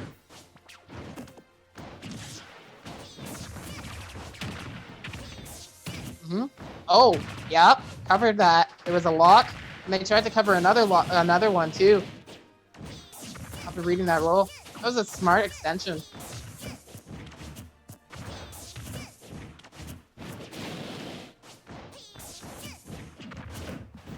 Dash attack. Oh, yeah.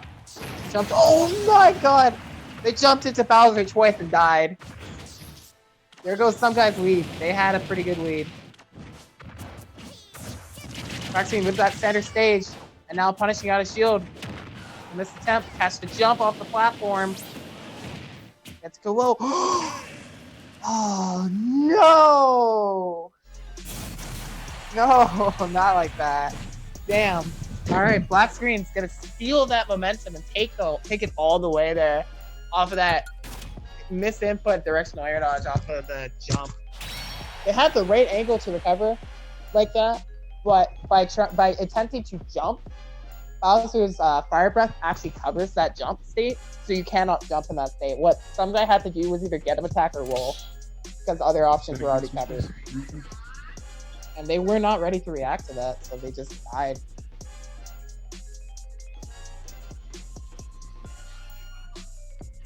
Such is the way of life. That means black screen is going to move on to grand finals. Some guy, another chance, maybe, if they can defeat their losers finals opponents. I thought some guy was gonna take it. Yeah, they were looking really good. I felt like when I was playing against them, they definitely knew what they were doing too. But yeah, Black Screen definitely adapted really well.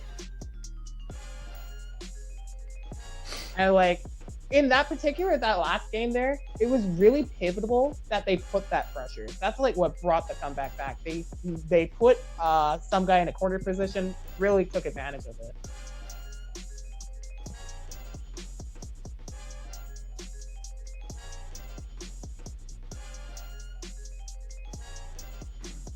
So if you guys are wondering, we have to wait for one of these losers matches to go ahead and provide you guys with a match. Sam and Zapta are 1-1, so they'll be done soon. Or Gabe and Lagrimus will be up, possibly. They are currently 0-1. So we'll see how that goes. We'll have here a match for you guys shortly.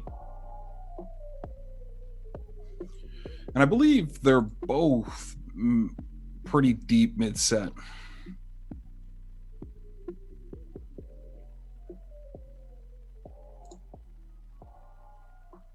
Yes, Gabe and Lagrimus are 1-1. So we'll have to wait for Sam and Zapta.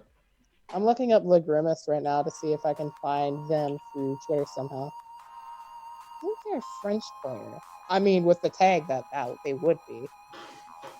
But, I can let you know. I got everybody's information. oh yeah, you do. That's right. I definitely heard that name. Oh, wait, no. They are a French player. They're a Canadian player. They're an Inkling player. I remember them.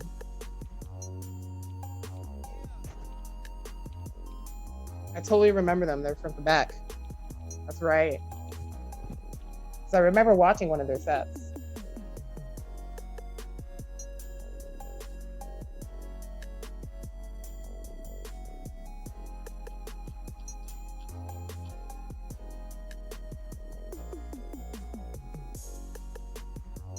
Maybe I can't tell you. Is it in all caps, by the way? Yes. Okay, then it's them. That's the Inkling player. That's cool. Another player that I know from my nationality. Lagrimus is actually playing Pokemon Trainer in this match, though. Right?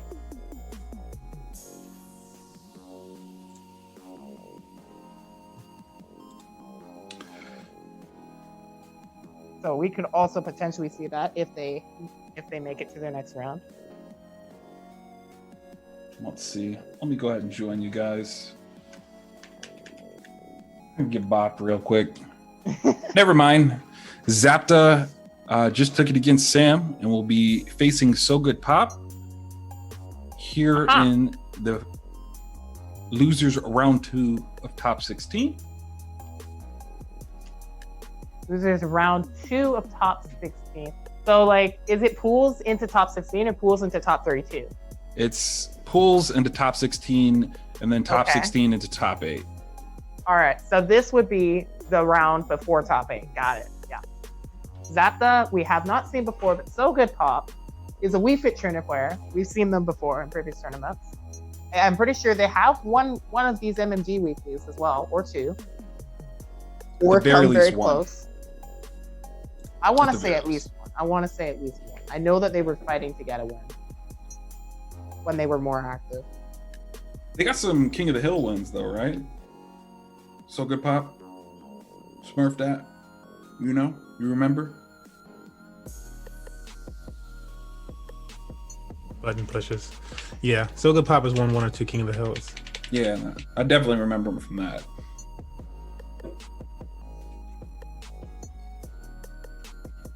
Also, was one of the TOs of whatchamacallit? Big Battle Tuesday.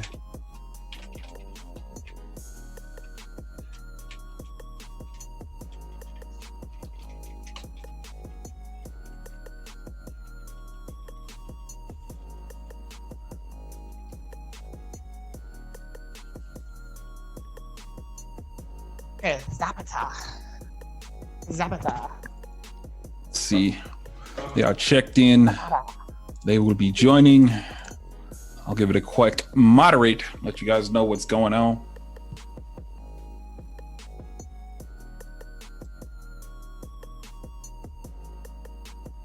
Got the Wii Fit. Zapda is a cloud.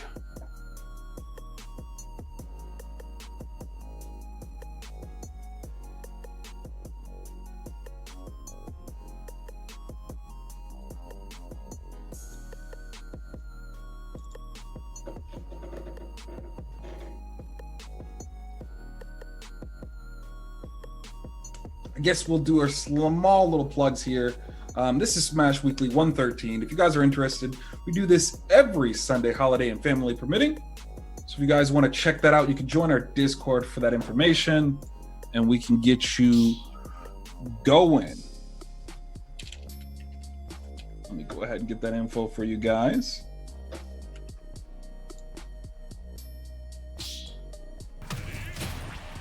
Yep, there we go. Wii Fit versus Cloud. Yeah.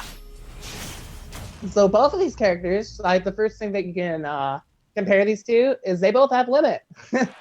So this is the like one of those matches that could really showcase who has the better source of limit. And I think Wii Fit definitely has the better accessibility of getting limit or limit. You call it deep breathing with Wii Fit. You would call it. Because Wii Fit just has to charge it up. They just have to get the space to charge it up and they will get it. And then once it goes away after like about, I think it's 20 seconds, they can get another one with about the same timing of deep breathing. Or they can try to do it again in less time if they have enough time to do it. Oh my, yeah, I love that pressure from Zapata there. That was a good idea. They tried to cover low, but So Good Pop just barely air dodging through.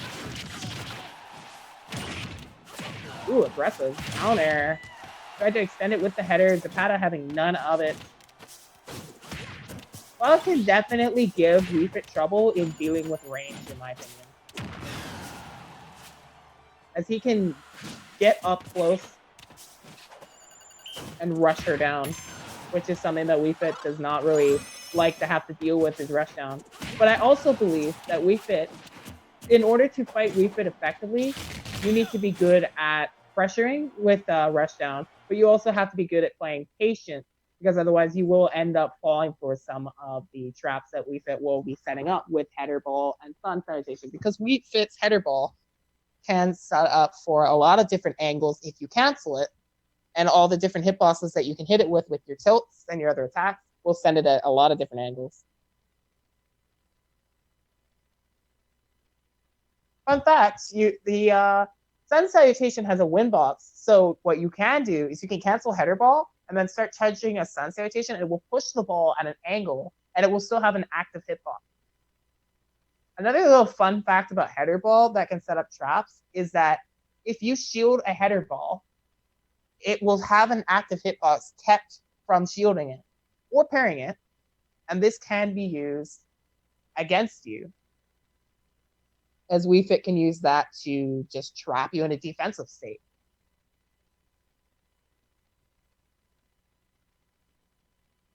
There are two effective ways with dealing with that move that I can think of off of the top of my head. There is that you can hit it back with attacks. It's kind of like Gordo, except it's a way smaller hitbox that can be hard to hit back for some characters because of that. But you can hit it back and it multiplies damage on Wii Fit, as Wii Fit cannot reflect it back. And you can also just run underneath it, because some of the angles that header will go will mostly be to cover jump. But once it bounces off of the ground, it goes high enough that most characters can just dash underneath it, which will give you space, or which will close space versus Wii Fit, because you do not want Wii Fit to be comfortable with keeping space. But as I said, you want to kind of mix it back. You want to kind of mix that up. You want to be able to pressure them, but you also want to be able to be patient to not run into some of their traps.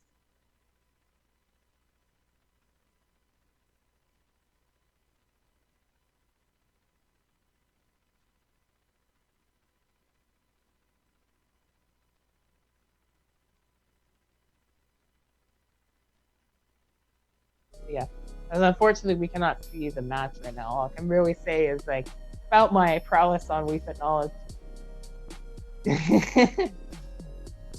Refit Oh, be that. can you see it? You can still see No, it. I yeah? cannot. I cannot see Okay. it. I got disconnected. To Okay, we got. Yeah, I was about to say. Must have been a rough connection there, which is a bit unfortunate. But yeah, like the most intricate tool in Wii Fit's kit to me is header ball because of everything that I've mentioned there. There's another thing about header ball too, is that header itself and the ball both have hitboxes. There are places where you can space it to land both of those. This does a lot of shield pressure, which makes it very unsafe to shield directly at the ledge right in front of the ledge to try to cover a get-up attack. You can't do that. You have to be more at a roll distance to avoid that initial hitbox. But even shielding that, Wii Fit might still have enough time to escape. So ledge trapping Wii Fit and edge guarding her can be difficult. This is where exerting patience is really important. You make the wrong mistake edge guarding Wii Fit, you will die really early. She has very effective reversals, header being one of them. As we see, Zabata took game number 1.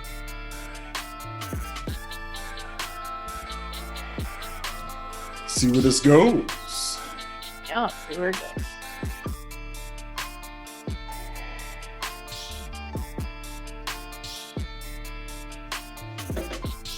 We all just fight and don't know why everyone joined the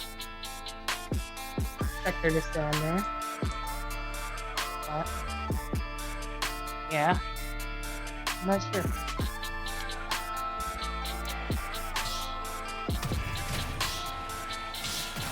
I'm assuming it's a leg test, right? Yes. Looks Okay. like it.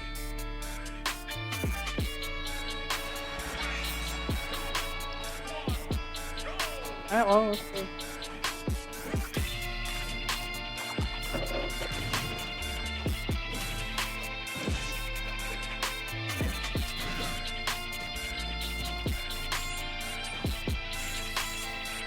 I doubt they're watching stream, especially if they're playing. There's a specific way that lag test works. I'm going to go ahead and give you guys that information in the chat.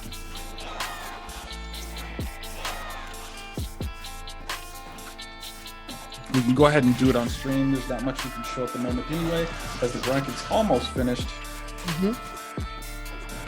Essentially, this is how it works. We'll test you guys' lag separately for 30 seconds to check for spikes. After that, I'll test your input lag together. If it's playable, we'll restart the round and proceed there. If you've played any rounds till the end, the score stands. So if you finished one round of your set and it's a little laggy, unfortunately, it does count. You have to stop right then and there if you're having any real issues. If none of this works and we can't tell who's lagging, what we'll essentially do is run a speed test for your internet, and the person with the higher speed takes the dub. And if you guys are curious, I'm just in the background answering their questions. Hopefully now that they've done that, they can tell us what it is they feel and so on and so forth, and we'll go from there.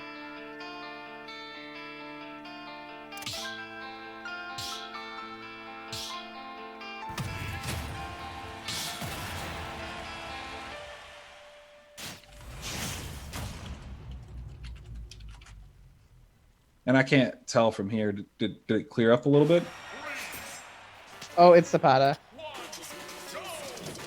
Oh, It's King the Mulatto's Fata. in it. Okay. Yep. Mulatto's doing the leg testing. And I can tell immediately there's a lot of spikes at the beginning when Zapata was testing.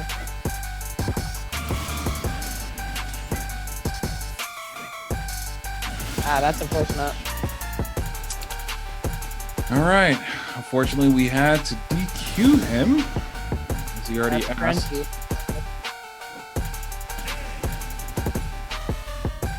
They did seem like they were a good player. Like, from what I saw. It's unfortunate that they had this kind of connection though.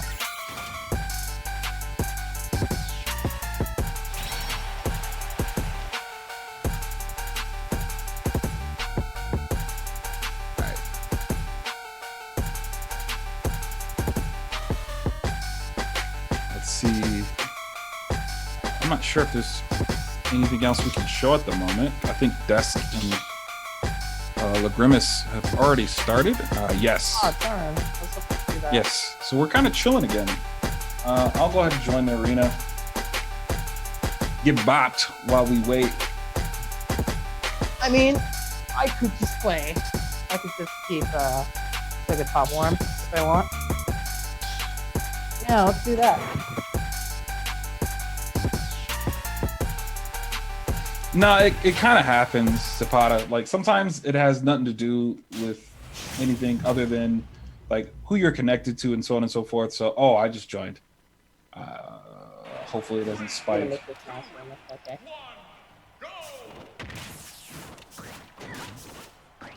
Yeah, but like I said in the chat in the background, thanks for being so reasonable about it, man. And a lot of people were like, no! Angry, and it just is the way it is. And with net play, that's kind of what you can expect. Sometimes you can have a LAN, you can have good internet, it just don't connect well with the person you're fighting with, which is why we kind of like to do connections together. Why we kind of let people play on their own and so on and so forth. Because sometimes it'll happen like that. And thanks for the follow, man. We appreciate it. Every bit helps.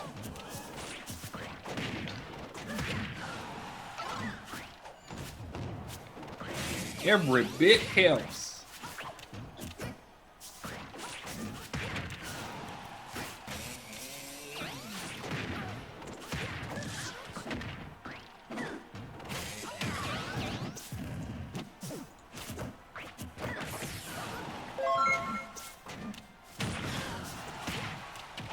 The Hawker's Ball. I was playing against a recent player, Junko, the other day, and I was just like observing how like that talk about just covers angles really well, even if you don't like see it. There's an example that you can hit headed that, but like it wasn't a good one. So.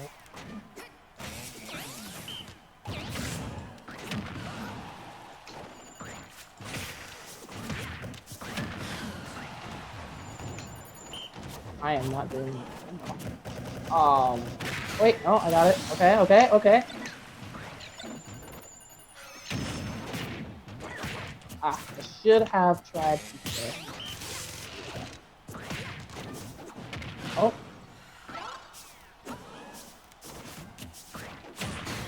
Gee, outranged, outspaced me. Good.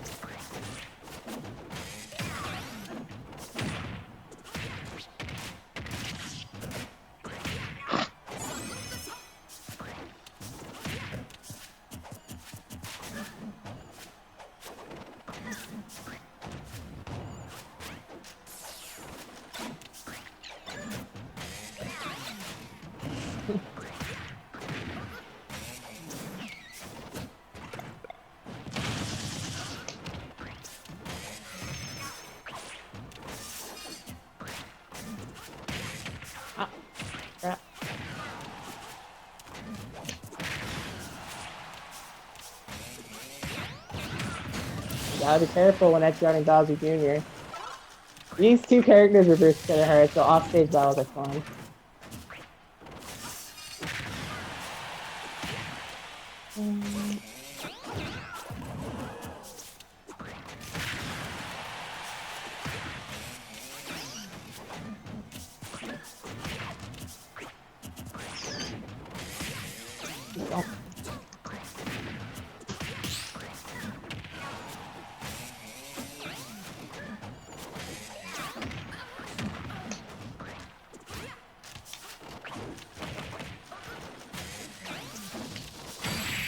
Good day. Don't forget to exhale when exerting yourself.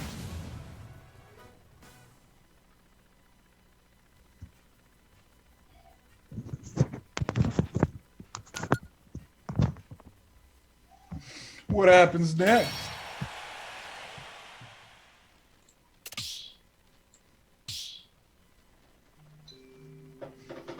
Oh, we getting to rotate. What? I'll not take you on. I'm expecting any challenger today. let's play another one.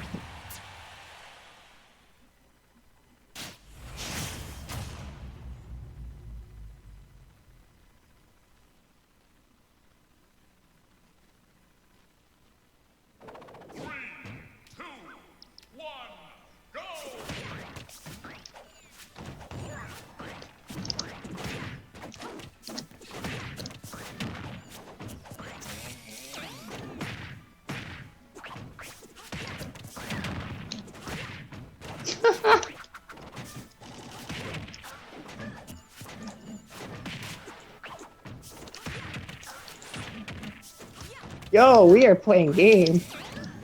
Never mind, Gordo is in effect. You can't do that. I was wrong. That's cool. I really had no idea it looked like that. But you could constantly just keep deflecting it.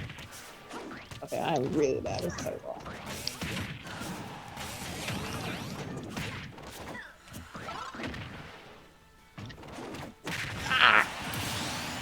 That's not gonna be it.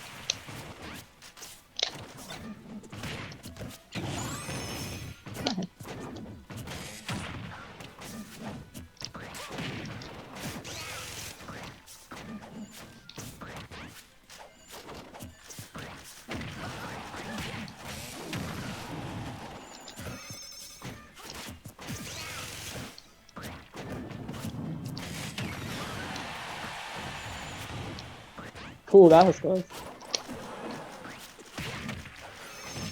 No. I messed up my spacing.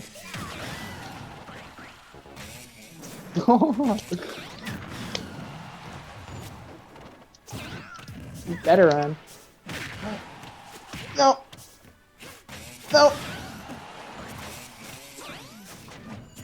The Grimace went ahead and won against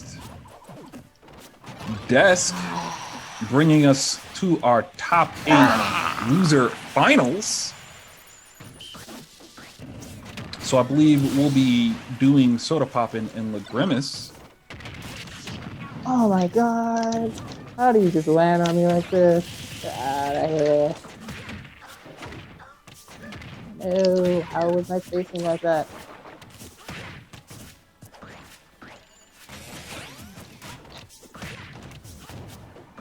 Wait, if you're not a person yet, I can shut up.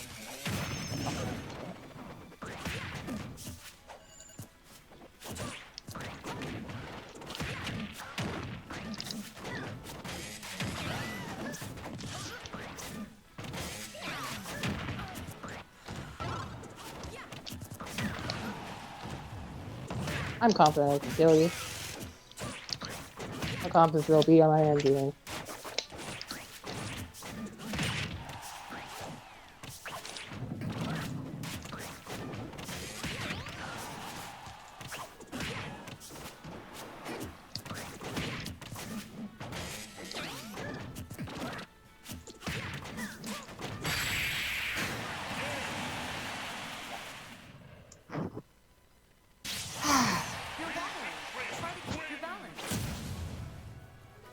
Super Ethan took it over Roberto and will be heading into losers quarterfinals against Neri.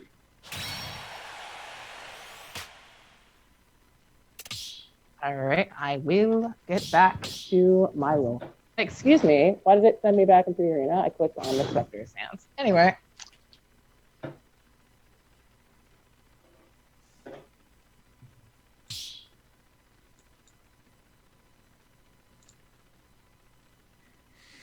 We will be able to see the Duck Hunt.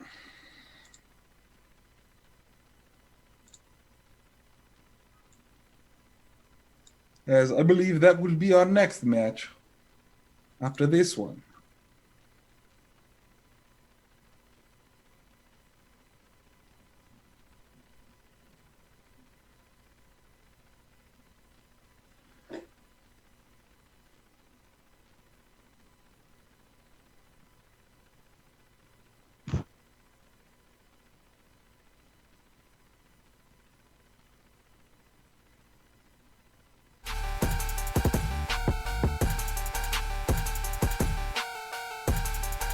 We're just chilling, waiting on that next match.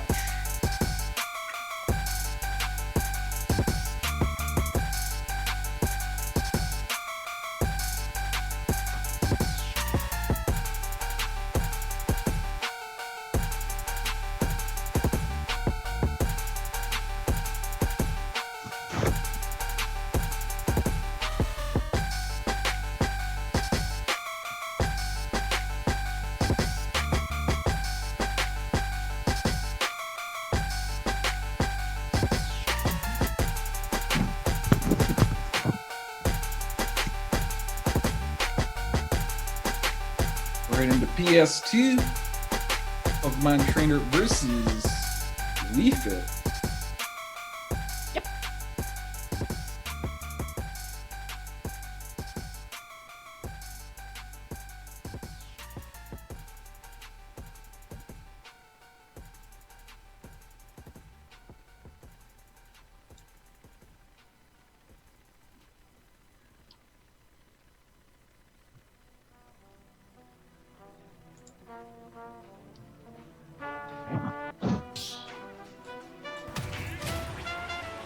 Well, also put some slaps.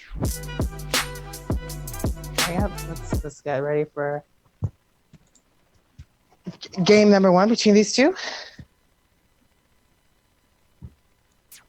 There we go. Wii Fit Trainer versus Pokemon Trainer. I was like silent for a moment there because I was like trying to think of like how there's 3 different matchups here.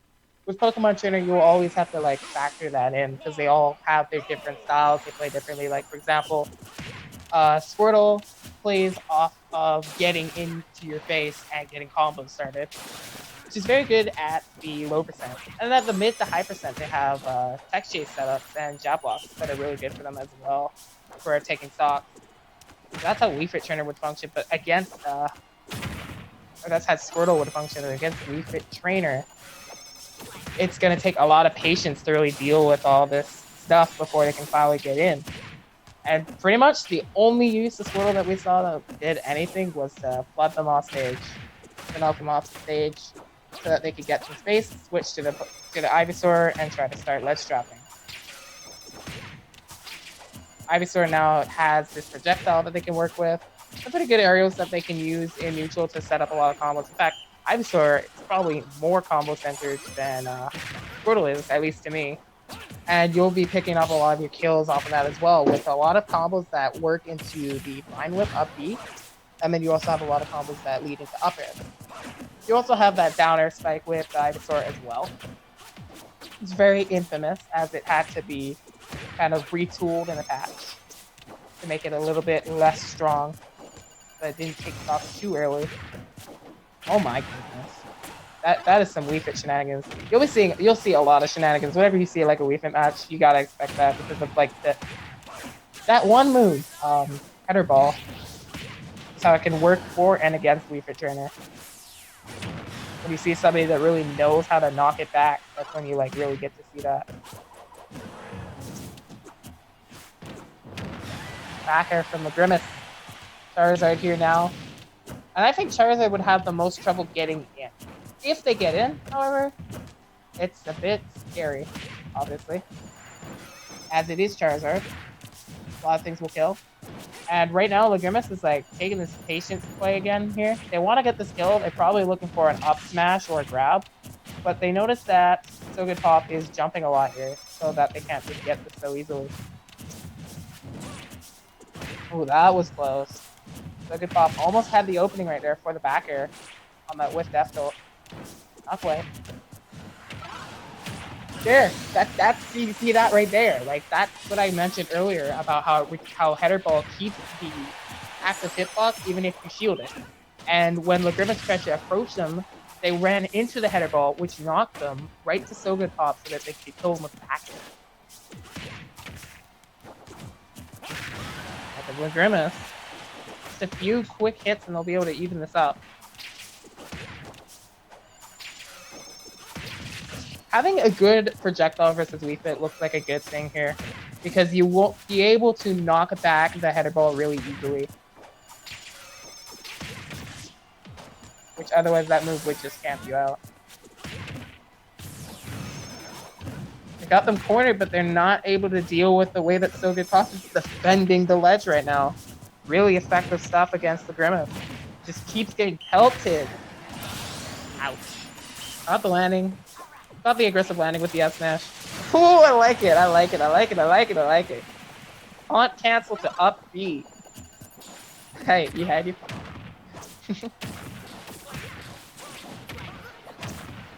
So this deep breathing is gonna last a while. So like, it's a good thing what the Grimace is doing right now of like putting them into a juggle state, because that's less time that they can use that effectively. And it's all gone already. There is no real threat to the deep breathing because they neutralized it in that last manner. So good pop. Oh my god. Yeah, you can mash out weak pitch jab pretty quickly.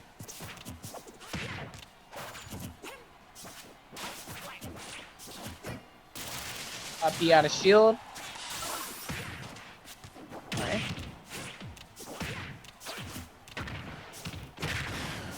Ooh. That tech chase set up right there. Into the header ball. Ouch. Yep, effective punish. Because if you flare blitz on somebody's shield, that is a massive risk. You are going down to the ground with a lot of lag. Take pop gonna take game number 1. Poor child.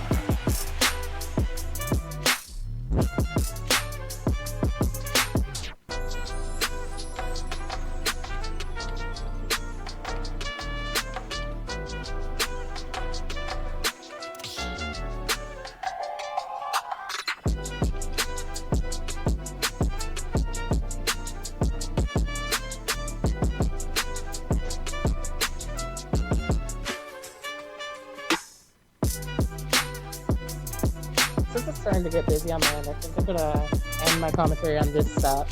Then after that, the rest will just play out. Alrighty. Been some good matches though. I do wish I was in a bit more of a better mindset at the beginning so I could commentate more. But I only missed like 3 sets, so it's okay. Right. It's actually been a really relaxed day. Good. I feel like that's Yeah. what's quarantine done for me. I'm just more relaxed. And Once I got past that angry early part, I think the rest of this journey I've just been feeling really mellow, especially when playing, which is like when I'm practicing, that's what I need to do to really practice the best I can. I was recently told about some very weak points in my play, in particular my disadvantage and how I play my last stock. So those are like the 2 main focuses that I have in my gameplay right now.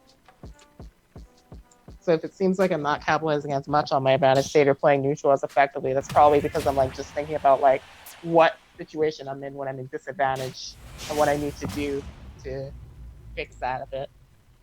Mr. Game & Watch.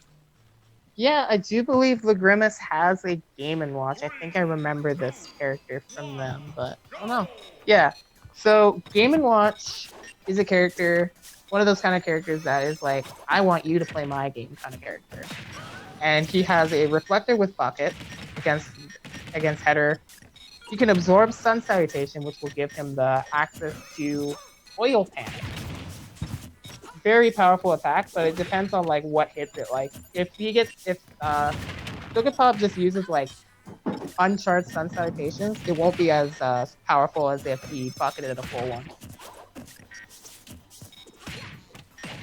But yeah, that's a lot of like anti-zoning stuff that Game & Watch has right out the gate. But like also to punish your approach options, frame 2 invincibility on up B. Yeah, it comes out. The invincibility on Game & Watch's up B out of shield is frame 2. Meaning you have a single frame to punish it. And you have to punish it before that invincibility comes out. Beat it out. Otherwise, an alternative way to deal with Game & Watch's up B is you want to bait it out. And then Game & Watch is forced to land. And at that point, it's much easier to anti-air him than it is to try to challenge his shield. So Good Pop is picking up on some questionable landing options that Lagrimas is making, like being a little bit too aggressive. They died the same way that they died in the second stock of that first game, 2-F smash. Alright, but nice relentless pressure right there with the backers. Oh, get that grab. Uh-oh. Okay. Not gonna be too bad, actually. This is another thing that's good for Game & Watch is that their juggles are pretty good. So that helps out with dealing with the deep breathing. That was a scary thing to do, in my opinion, to shield that. Up the boingy boing. Man, I hate Game & Watch. They just spam attacks non-stop. Game & Watch mains. We up the go boing. I love that. I love that. Alright, so good pop here. Kind of playing it with the back foot right now. The Grimace. Tries to catch that jump, does not succeed, but just knocks him down again. That up B has a big hitbox, both on the side and above it as well. Sure, that move just does a lot. I like the use of the border that the Grimace is starting to mix in here. They're not really doing it too predictably that it can get hit out. But like the few times that I see them use it kind of seldomly. Oh my god, it happened again. They air dodged into it. That's actually what happened. Okay. Alright, so what I noticed with the Grimace's play, their neutral and advantage state look kind of crisp against So Good Pop. But their disadvantage state, that's where So Good Pop just makes these comebacks. The Grimace can have a 90% lead and still lose the stock first. That's like how bad that disadvantage kind of looks here. Alright, So Good Pop mixing up that approach, slides in with the up tilt, has a very generous hitbox on that move. Oh, tried to follow up, but not successful. Let's do answer to this riddle here. There's this new fit trainer. The Game & Watch definitely looking like a great counter pick in my opinion. Was really able to force So Good Pop to play more aggressive and not let them really feel a lot of comfort, but also light as paper. Yeah. Finished this perfectly. The Lord of the Dance. That takes 2 games. So Good Pop picking up the set and moving on. Looking pretty clean. Moving on to face Lamson here in the losers quarterfinals. I think the first time we're seeing Lamson out. Not to the event, but seeing his duck hunt. Good luck to them. I am going to head out and just get ready for other stuff. All right. But it's been fun. So take care, everyone. This has been Rainbow Star. Thanks for coming out, man. We really appreciate it. Rainbow! Thank you. Take care, everyone. Okay. Good night, good night. Good night.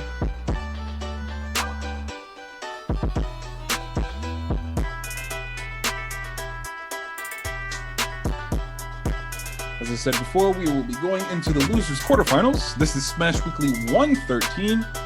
Welcome, welcome, welcome. Thanks everybody coming out, making today's event rather smooth from TL perspective. We're almost coming to a close. We have approximately 4 to 3 matches left for tonight. Well, 4 or 5, I should say.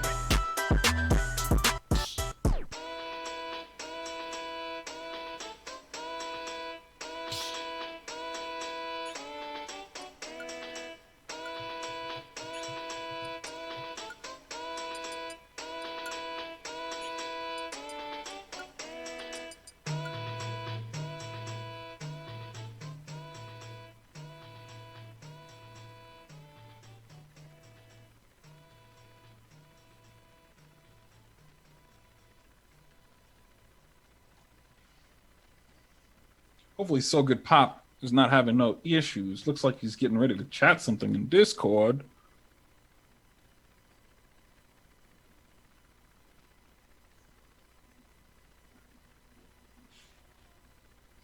Maybe not.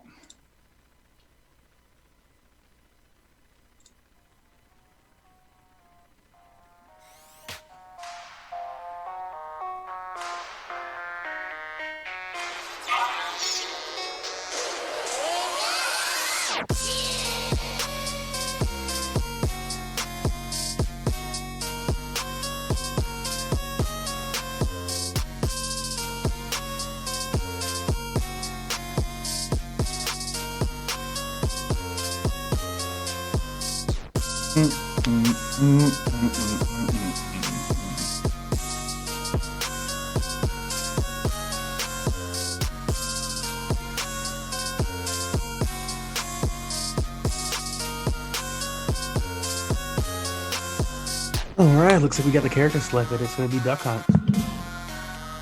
almost feel bad that Rainbow doesn't get to see it. And then they're telling me just like Rainbow's probably happy in ways like I get to eat though. Food! Food, glorious food, wonderful food.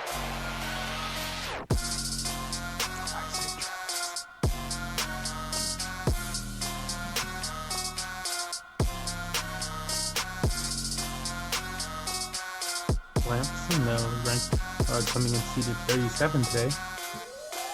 Going up against the number 3 seed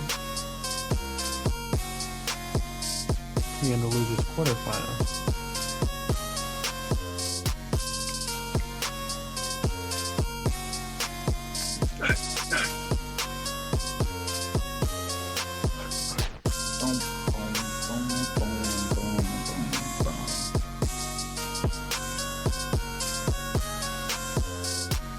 So where we going? We're going to Pokemon Stadium 2. PS2, son. Can we just start PS2?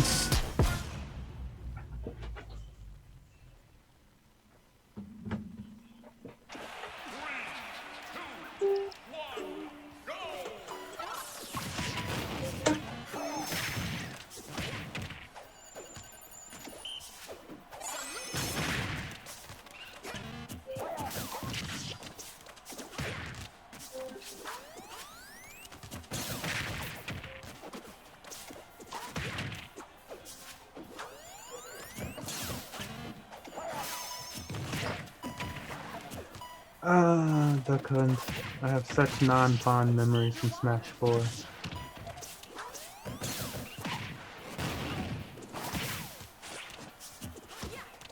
feel like for people that entered Ultimate, you don't really have a period of time where you truly hated Duck Hunt. But for those of us that played Smash 4, there was a time before Diddy where you hated Duck Hunt.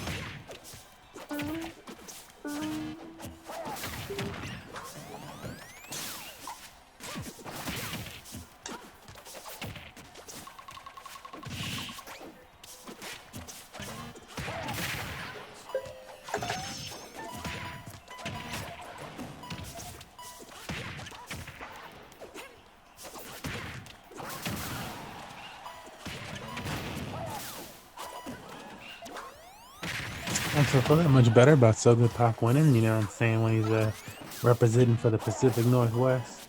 Get it, get it.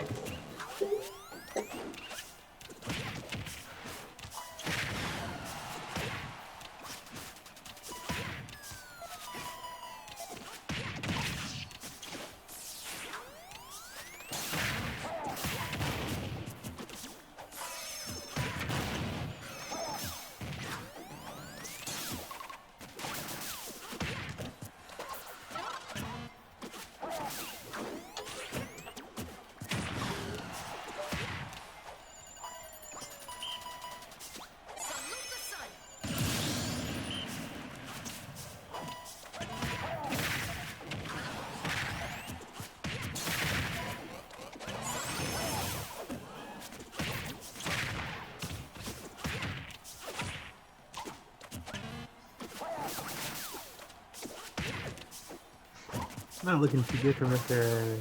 Lapstone. It's like kind of to that point where you're like, is he gonna come out second round with the Duck Hunt? Because if you don't take this stock at least, then it's like there's no way you feel comfortable enough. It's totally the type of situation where you're like, you gotta be thinking maybe one of my pockets is better off in this matchup. You don't even get that stock. And it's looking really hard.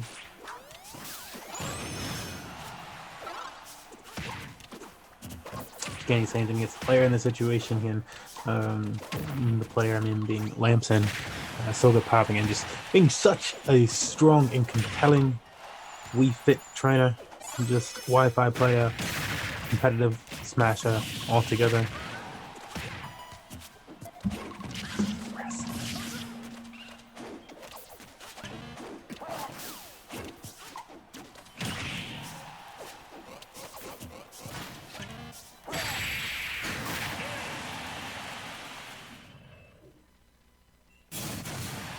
Posture begins with a strong base. Oh my goodness. So Good Pop. So Good Pop. I wasn't like two crazy things. Number one, So Good Pop is crazy. Crazy doodle, crazy good. Also, Crypto is just volatile today. Woo! Love it.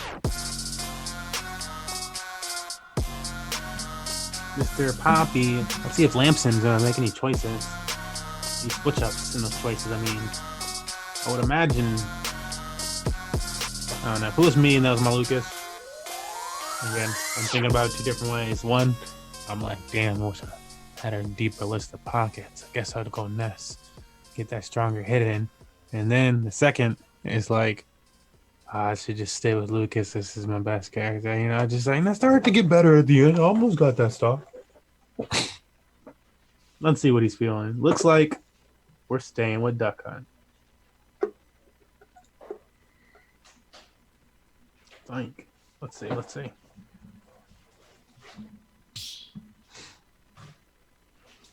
Imagine it'll stay Duck Hunt. Duck Hunt it is. But we're headed to Town and City. TC. That's one of my favorite maps to play on. I'm gonna be doing some of these. It's TC. It's Kalos. It's FD. I don't really fuck with that PS2 stuff. Y'all be cheating too much. I want to take a big character that slams somebody into a platform all the time. We know what you do. It was the end of the second round of this matchup, of this set. Excuse me. Second match of this set. That would be the correct.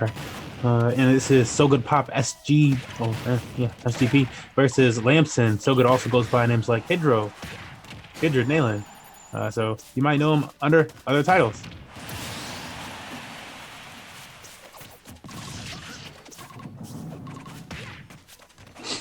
Ooh, that was a lovely start. Wow. Okay, that was kind of sexy.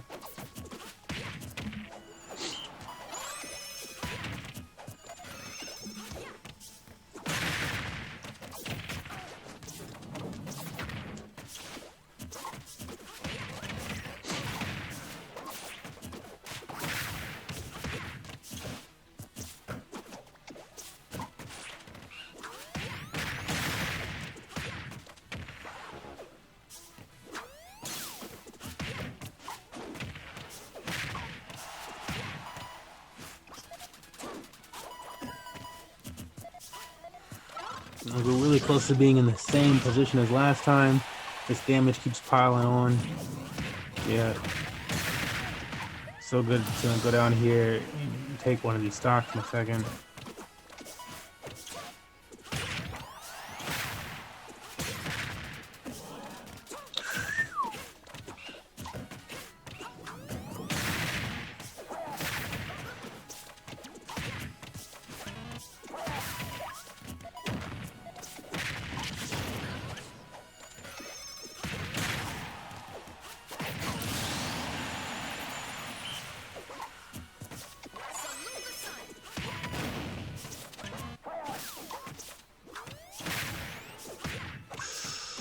Chase him down. That's what happens when they get a stock from you. You gotta chase them down. You're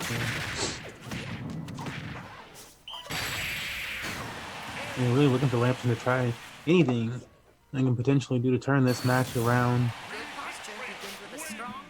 Actually get some projectiles out without taking damage.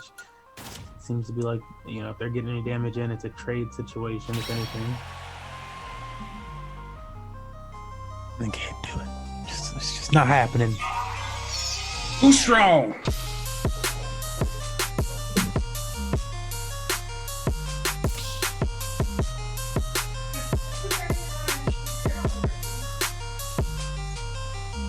Up next, we will be having So Good Pop versus Nervy. Neri. I don't know why I say Nervy.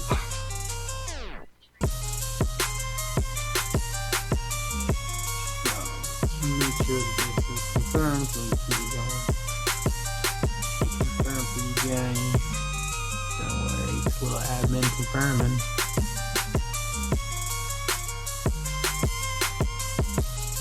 On the paper, boy. Bring me the good news. Right, we push that match forward. It is nearly a so good pop, as the Infinite said. This will be our second to last match of this loser side.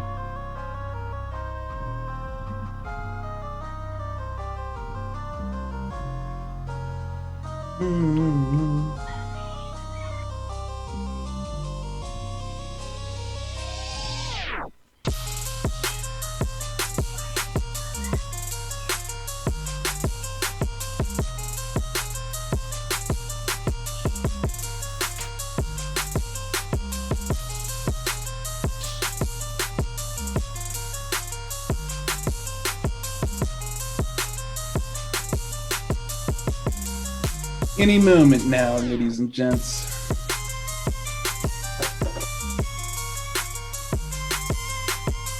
Oh no, he greened up. Okay, we good. Oh, we good.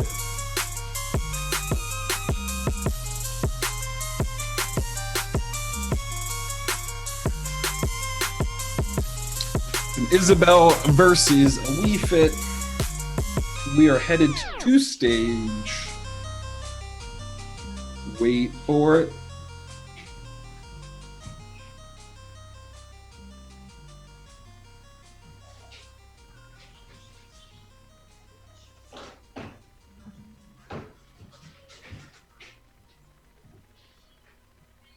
Wait for it.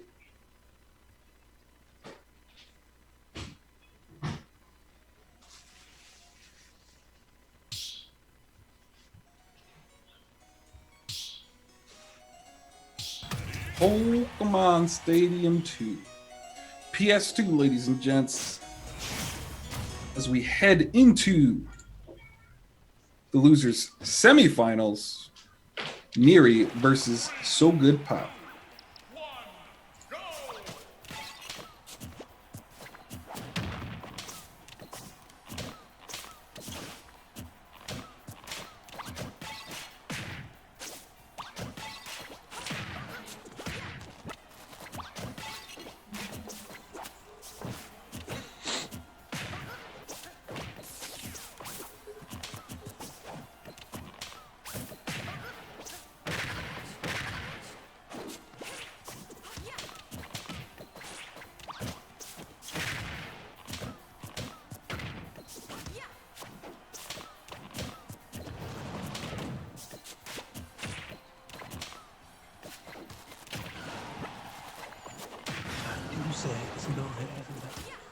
Neri's doing a great job versus So Good Pop right now. His spacing.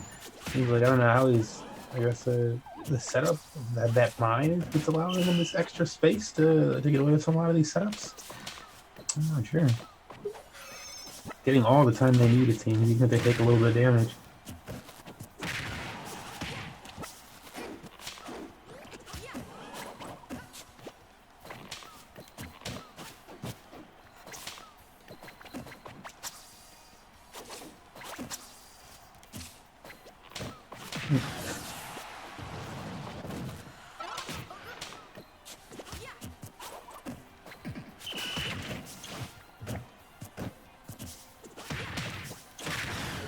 Also, I would say after finally playing some Animal Crossing, I love that about Smash. That like whenever you play the game, you just get the references from those characters that much stronger, and it's like, it's so well put together for a fighting game to incorporate all these different people.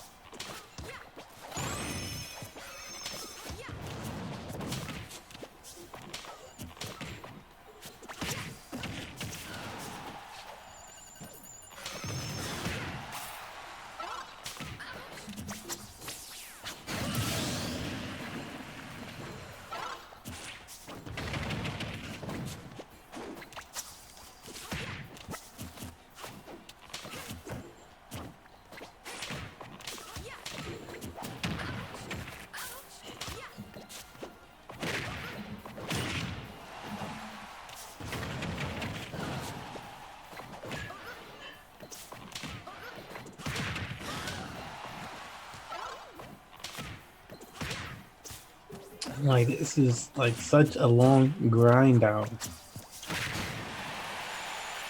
feel like it's just that Isabel's not putting out hella damage. It's just like stay off me.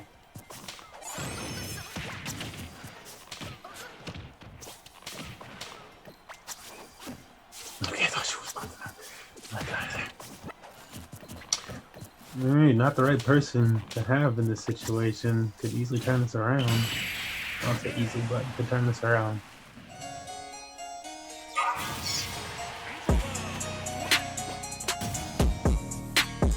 Theory getting that done. Can he do it again? You like stop signs? You want to plow pass? Cause no. Neri said no. No, no.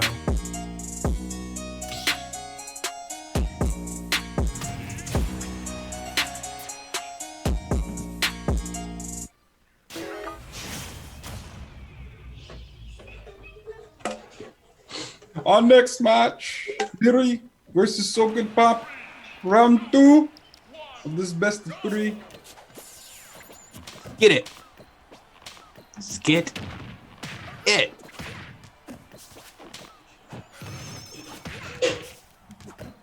It's gonna get skit. Skid and scat.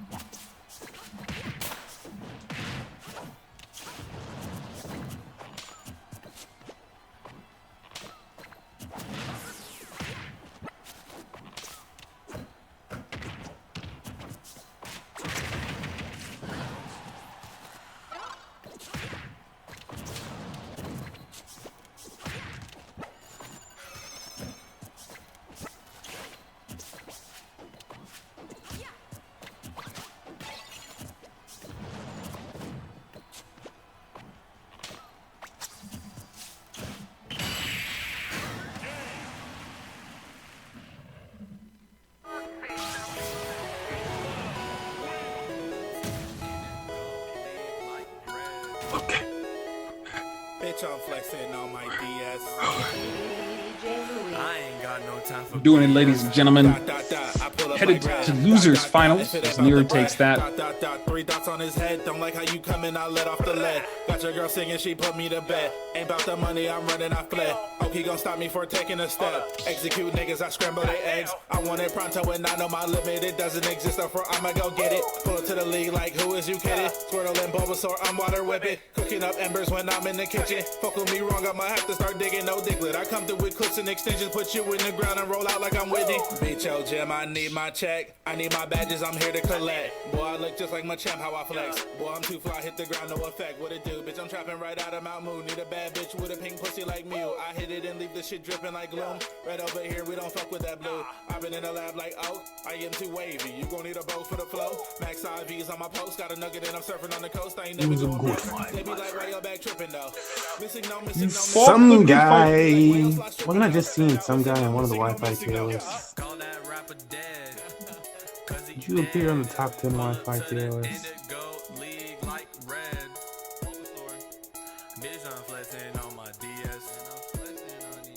I ain't got no time for BS. Hey, DJ Louie.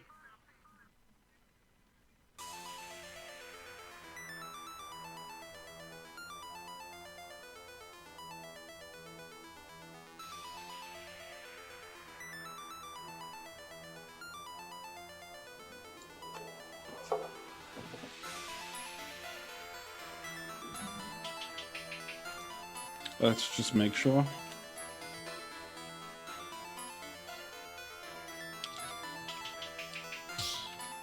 Oh, no, they're good, they're good. Took a while to go green, but we there. This is our last match of the losers. This will determine who gets the cash prize versus the gift card. Third place gets a gift card, either $5 eShop and or $5 Amazon. We go through this almost every time.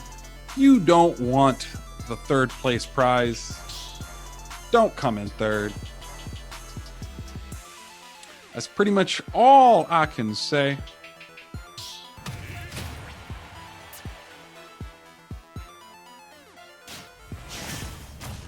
But here we go, ladies and gents. Some guy versus Neri.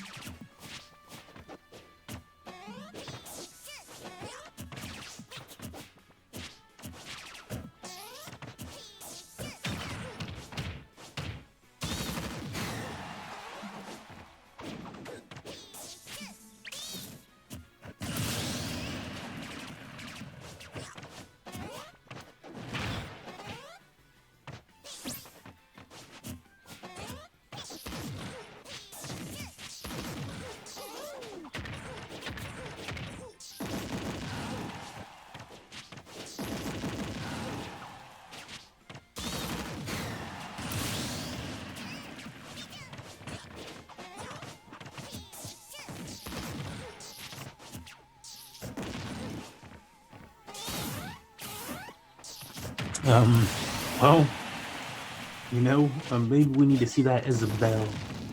They facing like winter sign? I'm just confused. Like, what the hell? How did that happen? Yes, they did face winter side. Okay. I was like, did I forget? Yeah. Okay. So the Isabel lost twice on winter side, which is why it's not coming out right now against this Pichu. Goodness, again, like I said, when you see the Pichus come out, Isabel's cool because you know they're going to be good, but Pichu actually does the damage and wins the set. They're kind of just ridiculous.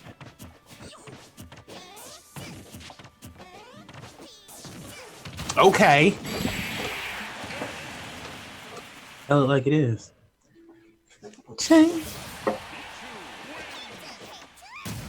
We'll see if he stays with the doc or not. Like it is. Then come along.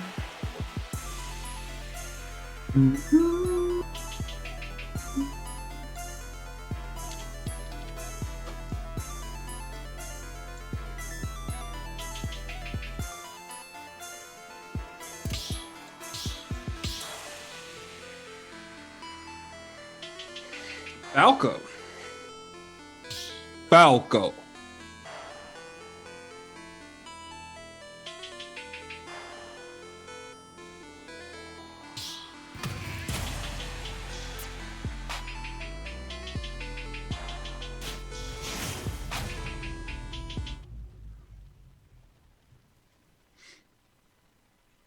All right, let's see if this is our final rounds of losers.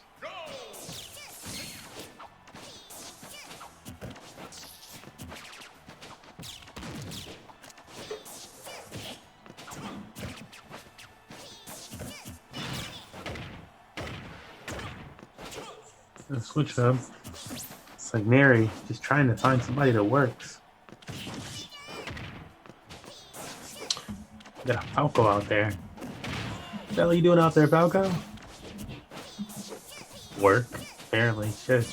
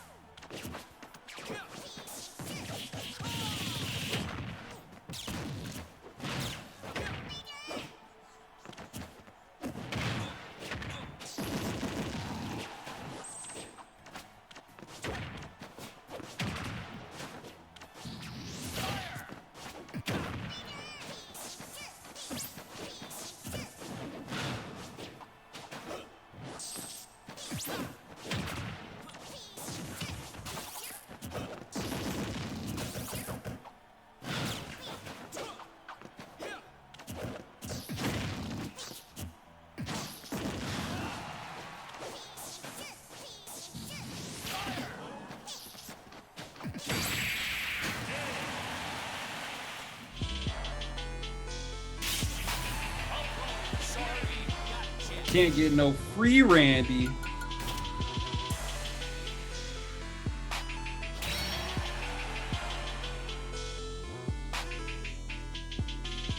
Why he had to do it, had to make it 1-1. Found the Falcon play, and the Falcon play wasn't too much fun for others.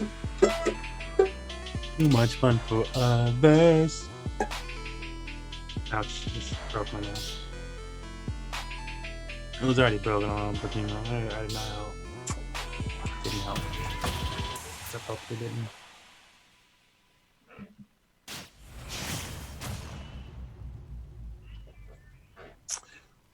Will the Falco do it?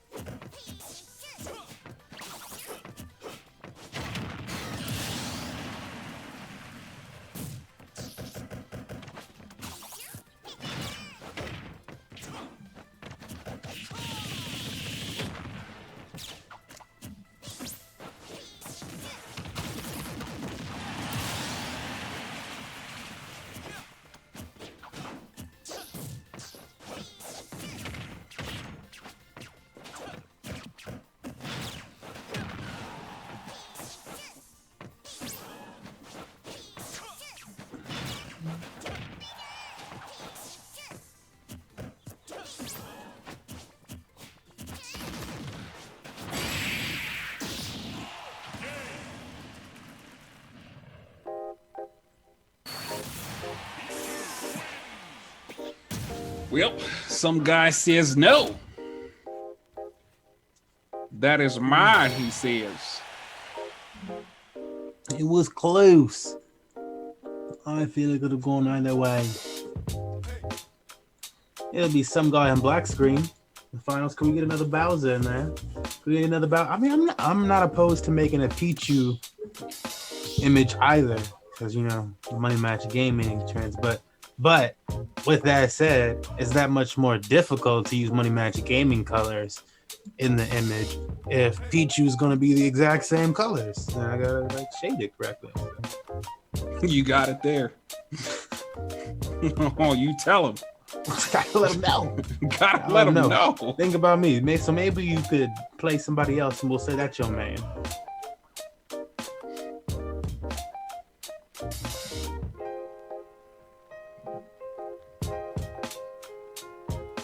Oh, yes, he did.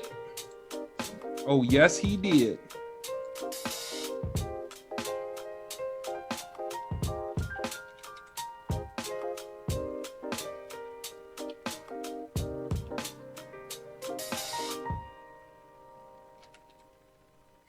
Neri, if you're out there watching, you did come in third, so you did win a prize. Although it is not first or second, it won't be a cash prize, but you did win at least $5 eShop points or a $5 Amazon gift card.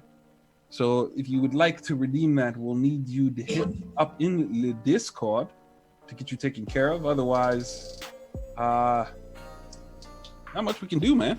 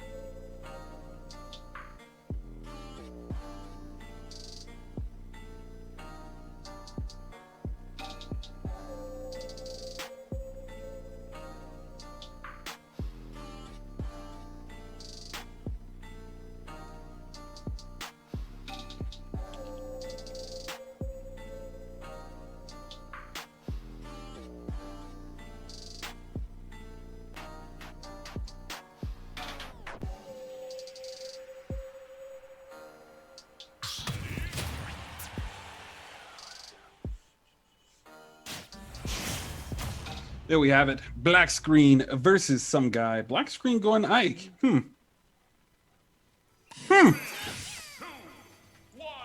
Do we there have it?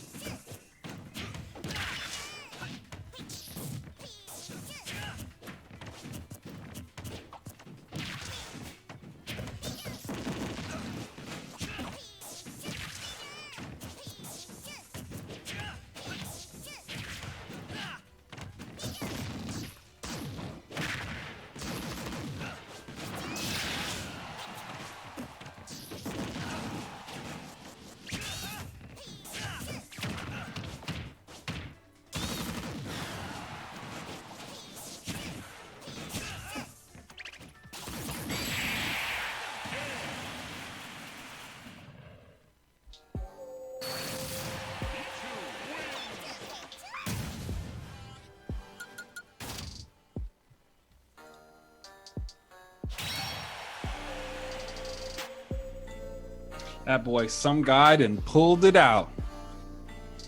Said, play a secondary on me, will you? I'll give you a little bam bam.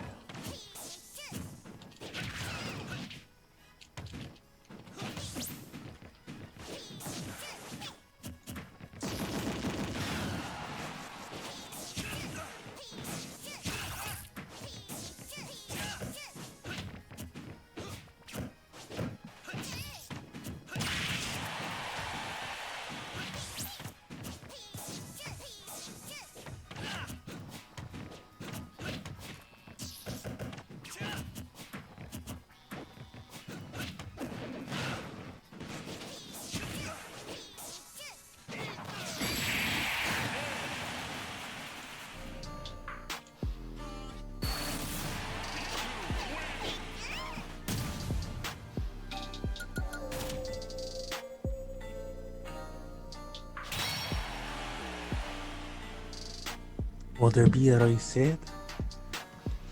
Reset. I muted myself and then said that. That's the second time me saying that. But hey, you there?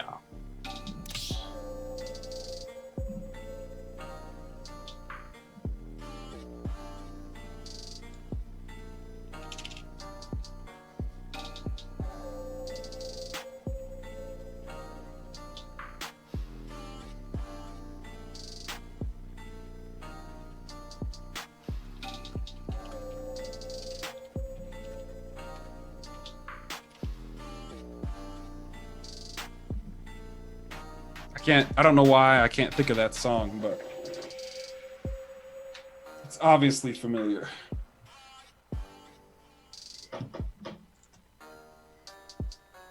Are you gonna give me the knowledge?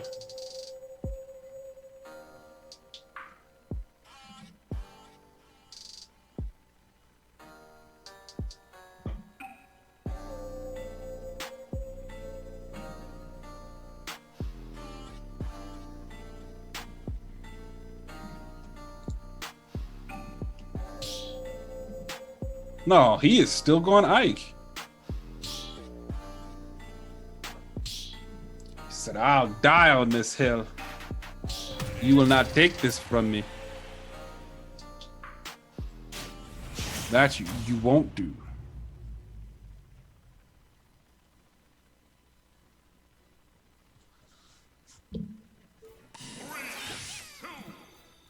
And I said, like, no, you can go Ike. Remember, somebody else went Ike on you.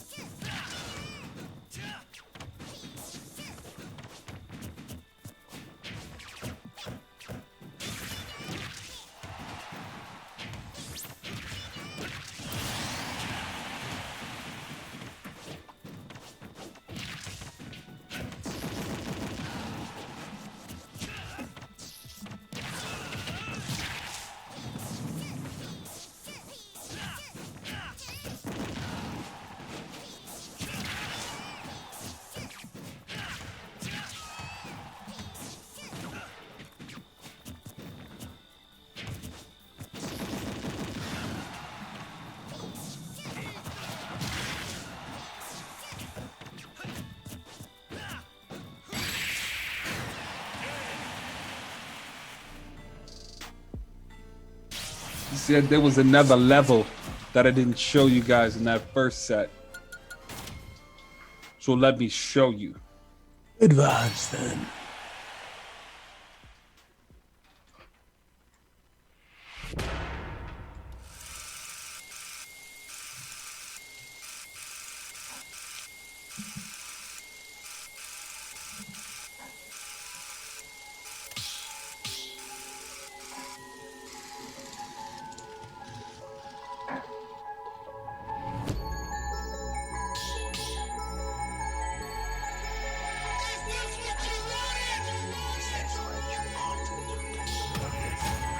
Now you want this.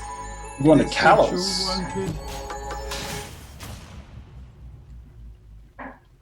Kalos, the stage you go if you want to survive. Hell yeah. You want to survive? Can't survive.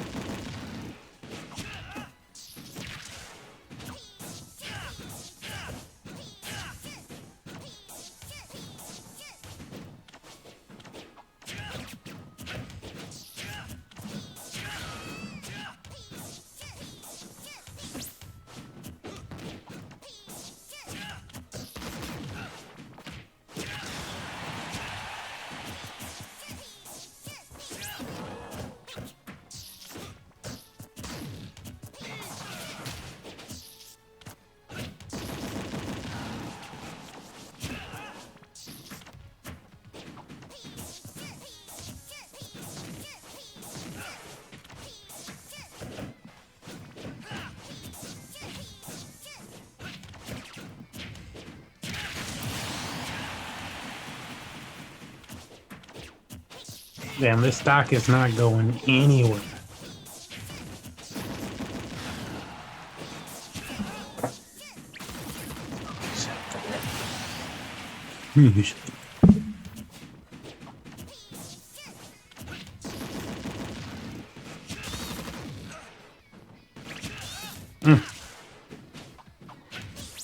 Yeah, just not where he wants to be.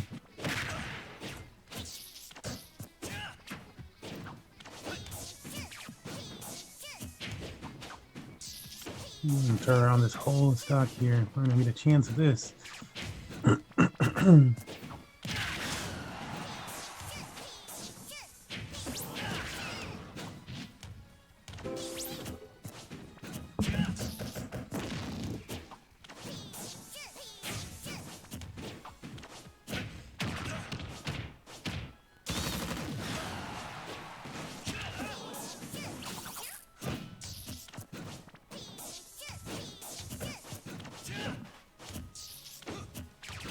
Oh man, the jab blocks.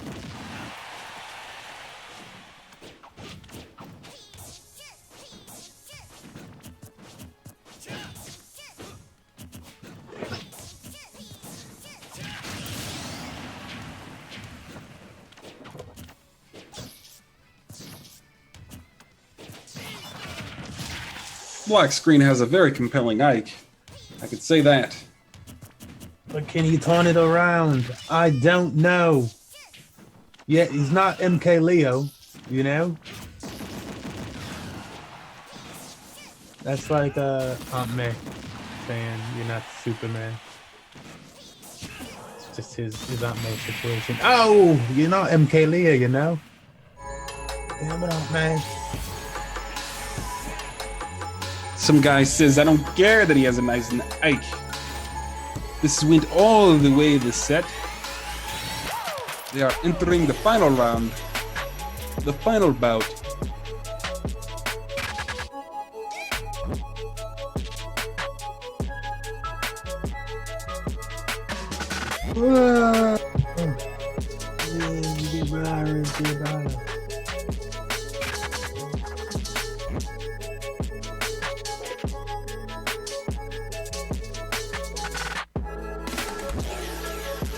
Back to PS2.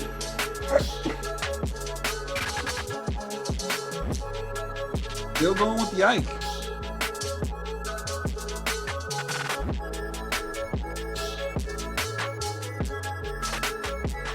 Letting the world know. Consistent. Kind of wondering if that's his actual name. But here we are, the final match of Smash Weekly 113. Will it be some guy and or Black Screen? Let's get it on, y'all. They said, let's get it on. Oh, baby. Let's get it on. Let's go.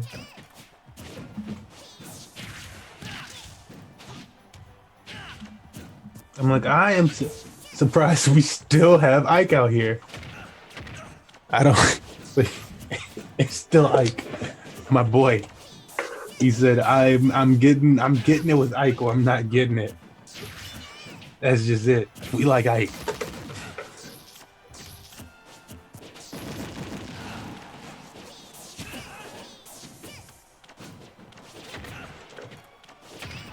I do respect keeping it in the big spool, though. You could have gone something else, but it seems like you've gone, you know, I don't know about only Ike this last two sets, but the bigs all day is pretty cool. Could have got some Donkey Kong in there. I think you would have, like, and Ganon, like, rounded it out. That would pretty cool. Some big boy.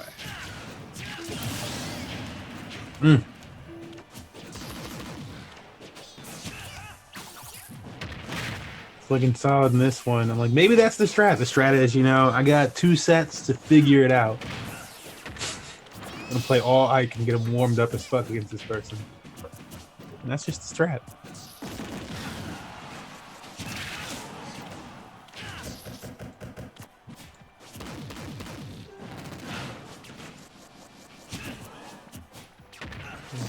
Fight some heavy damage here. Otherwise, yeah, gonna be a lot way too close with this Pichu battle.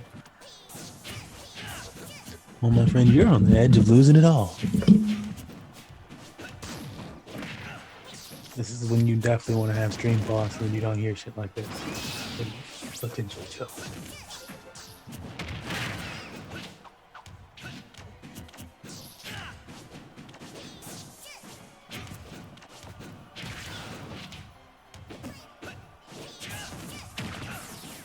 Oh, yeah.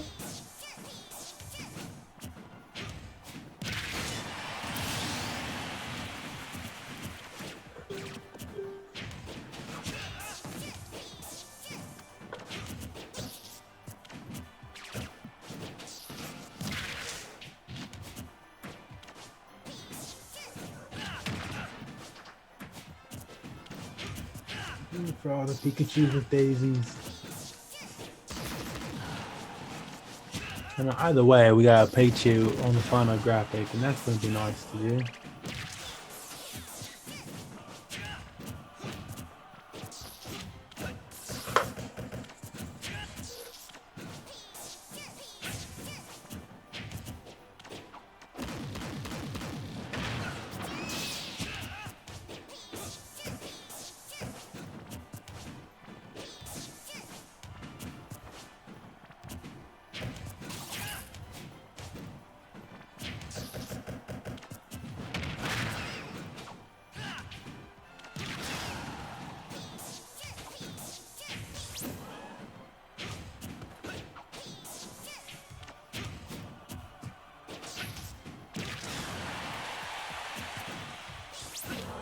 Some guy searching for a way to survive this final hit, this final smash.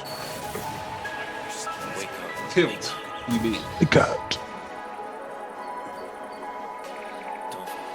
And black screen gets it done. Yep. Winning Smash Weekly 113. Congratulations, black screen. With that said, you will need to do one of the following ways to win today's prizes, which would be 1, follow us on DLive. 2, retweet today's event. If you have 50 followers or more on Twitter, you can also mention us on Instagram with the same qualifications. And finally, sub to us on Twitch. Any of those will work for today's minis. Congratulations for taking 113. Hats off to you. I'll go ahead and DM you guys in Discord as well. But that's it for Smash Weekly 113. As always, thank you guys for coming out. We appreciate it a lot. If you want another chance to earn a little bit of money, check us out on Wednesdays at 6 p.m. Eastern time. You can win $5 by winning 10 times on stream, not consecutively, not in order, none of that stuff. Just 10 times on stream. We'll go ahead and give you that $5 holla. It's a real laid-back event. Me and Smurf hang out, chill, be easy, and that'd be that. Anything from the team, from the squad, from the fellow mods/TOs? No. See you guys in the scene. Reminder to everybody that has DLive, if you have Lino, specifically if you have Lino, so you've been on DLive for a while. If you haven't, don't even worry about this. But if you have Lino and it's locked, so that you could earn some daily and stuff like that, you do need to unlock your Lino. That's 1-day process, and then you need to convert that Lino that's been unlocked into lemons, and just have it in lemon form, all of it on DLive, completely out of your Lino account. So if you don't know what I'm talking about, don't worry about it. But if you know what I'm talking about, if you know what I'm talking about, Lino, and you think, oh, I have some Lino that I locked before, and maybe you're having trouble, well, then you need to get that done. You can feel free to DM me at any time, and I'll help you out through that. But those changes with the DLive blockchain will be happening this week. So this is your last warning to get that situated. That'll do it for us, ladies and gents. Good night.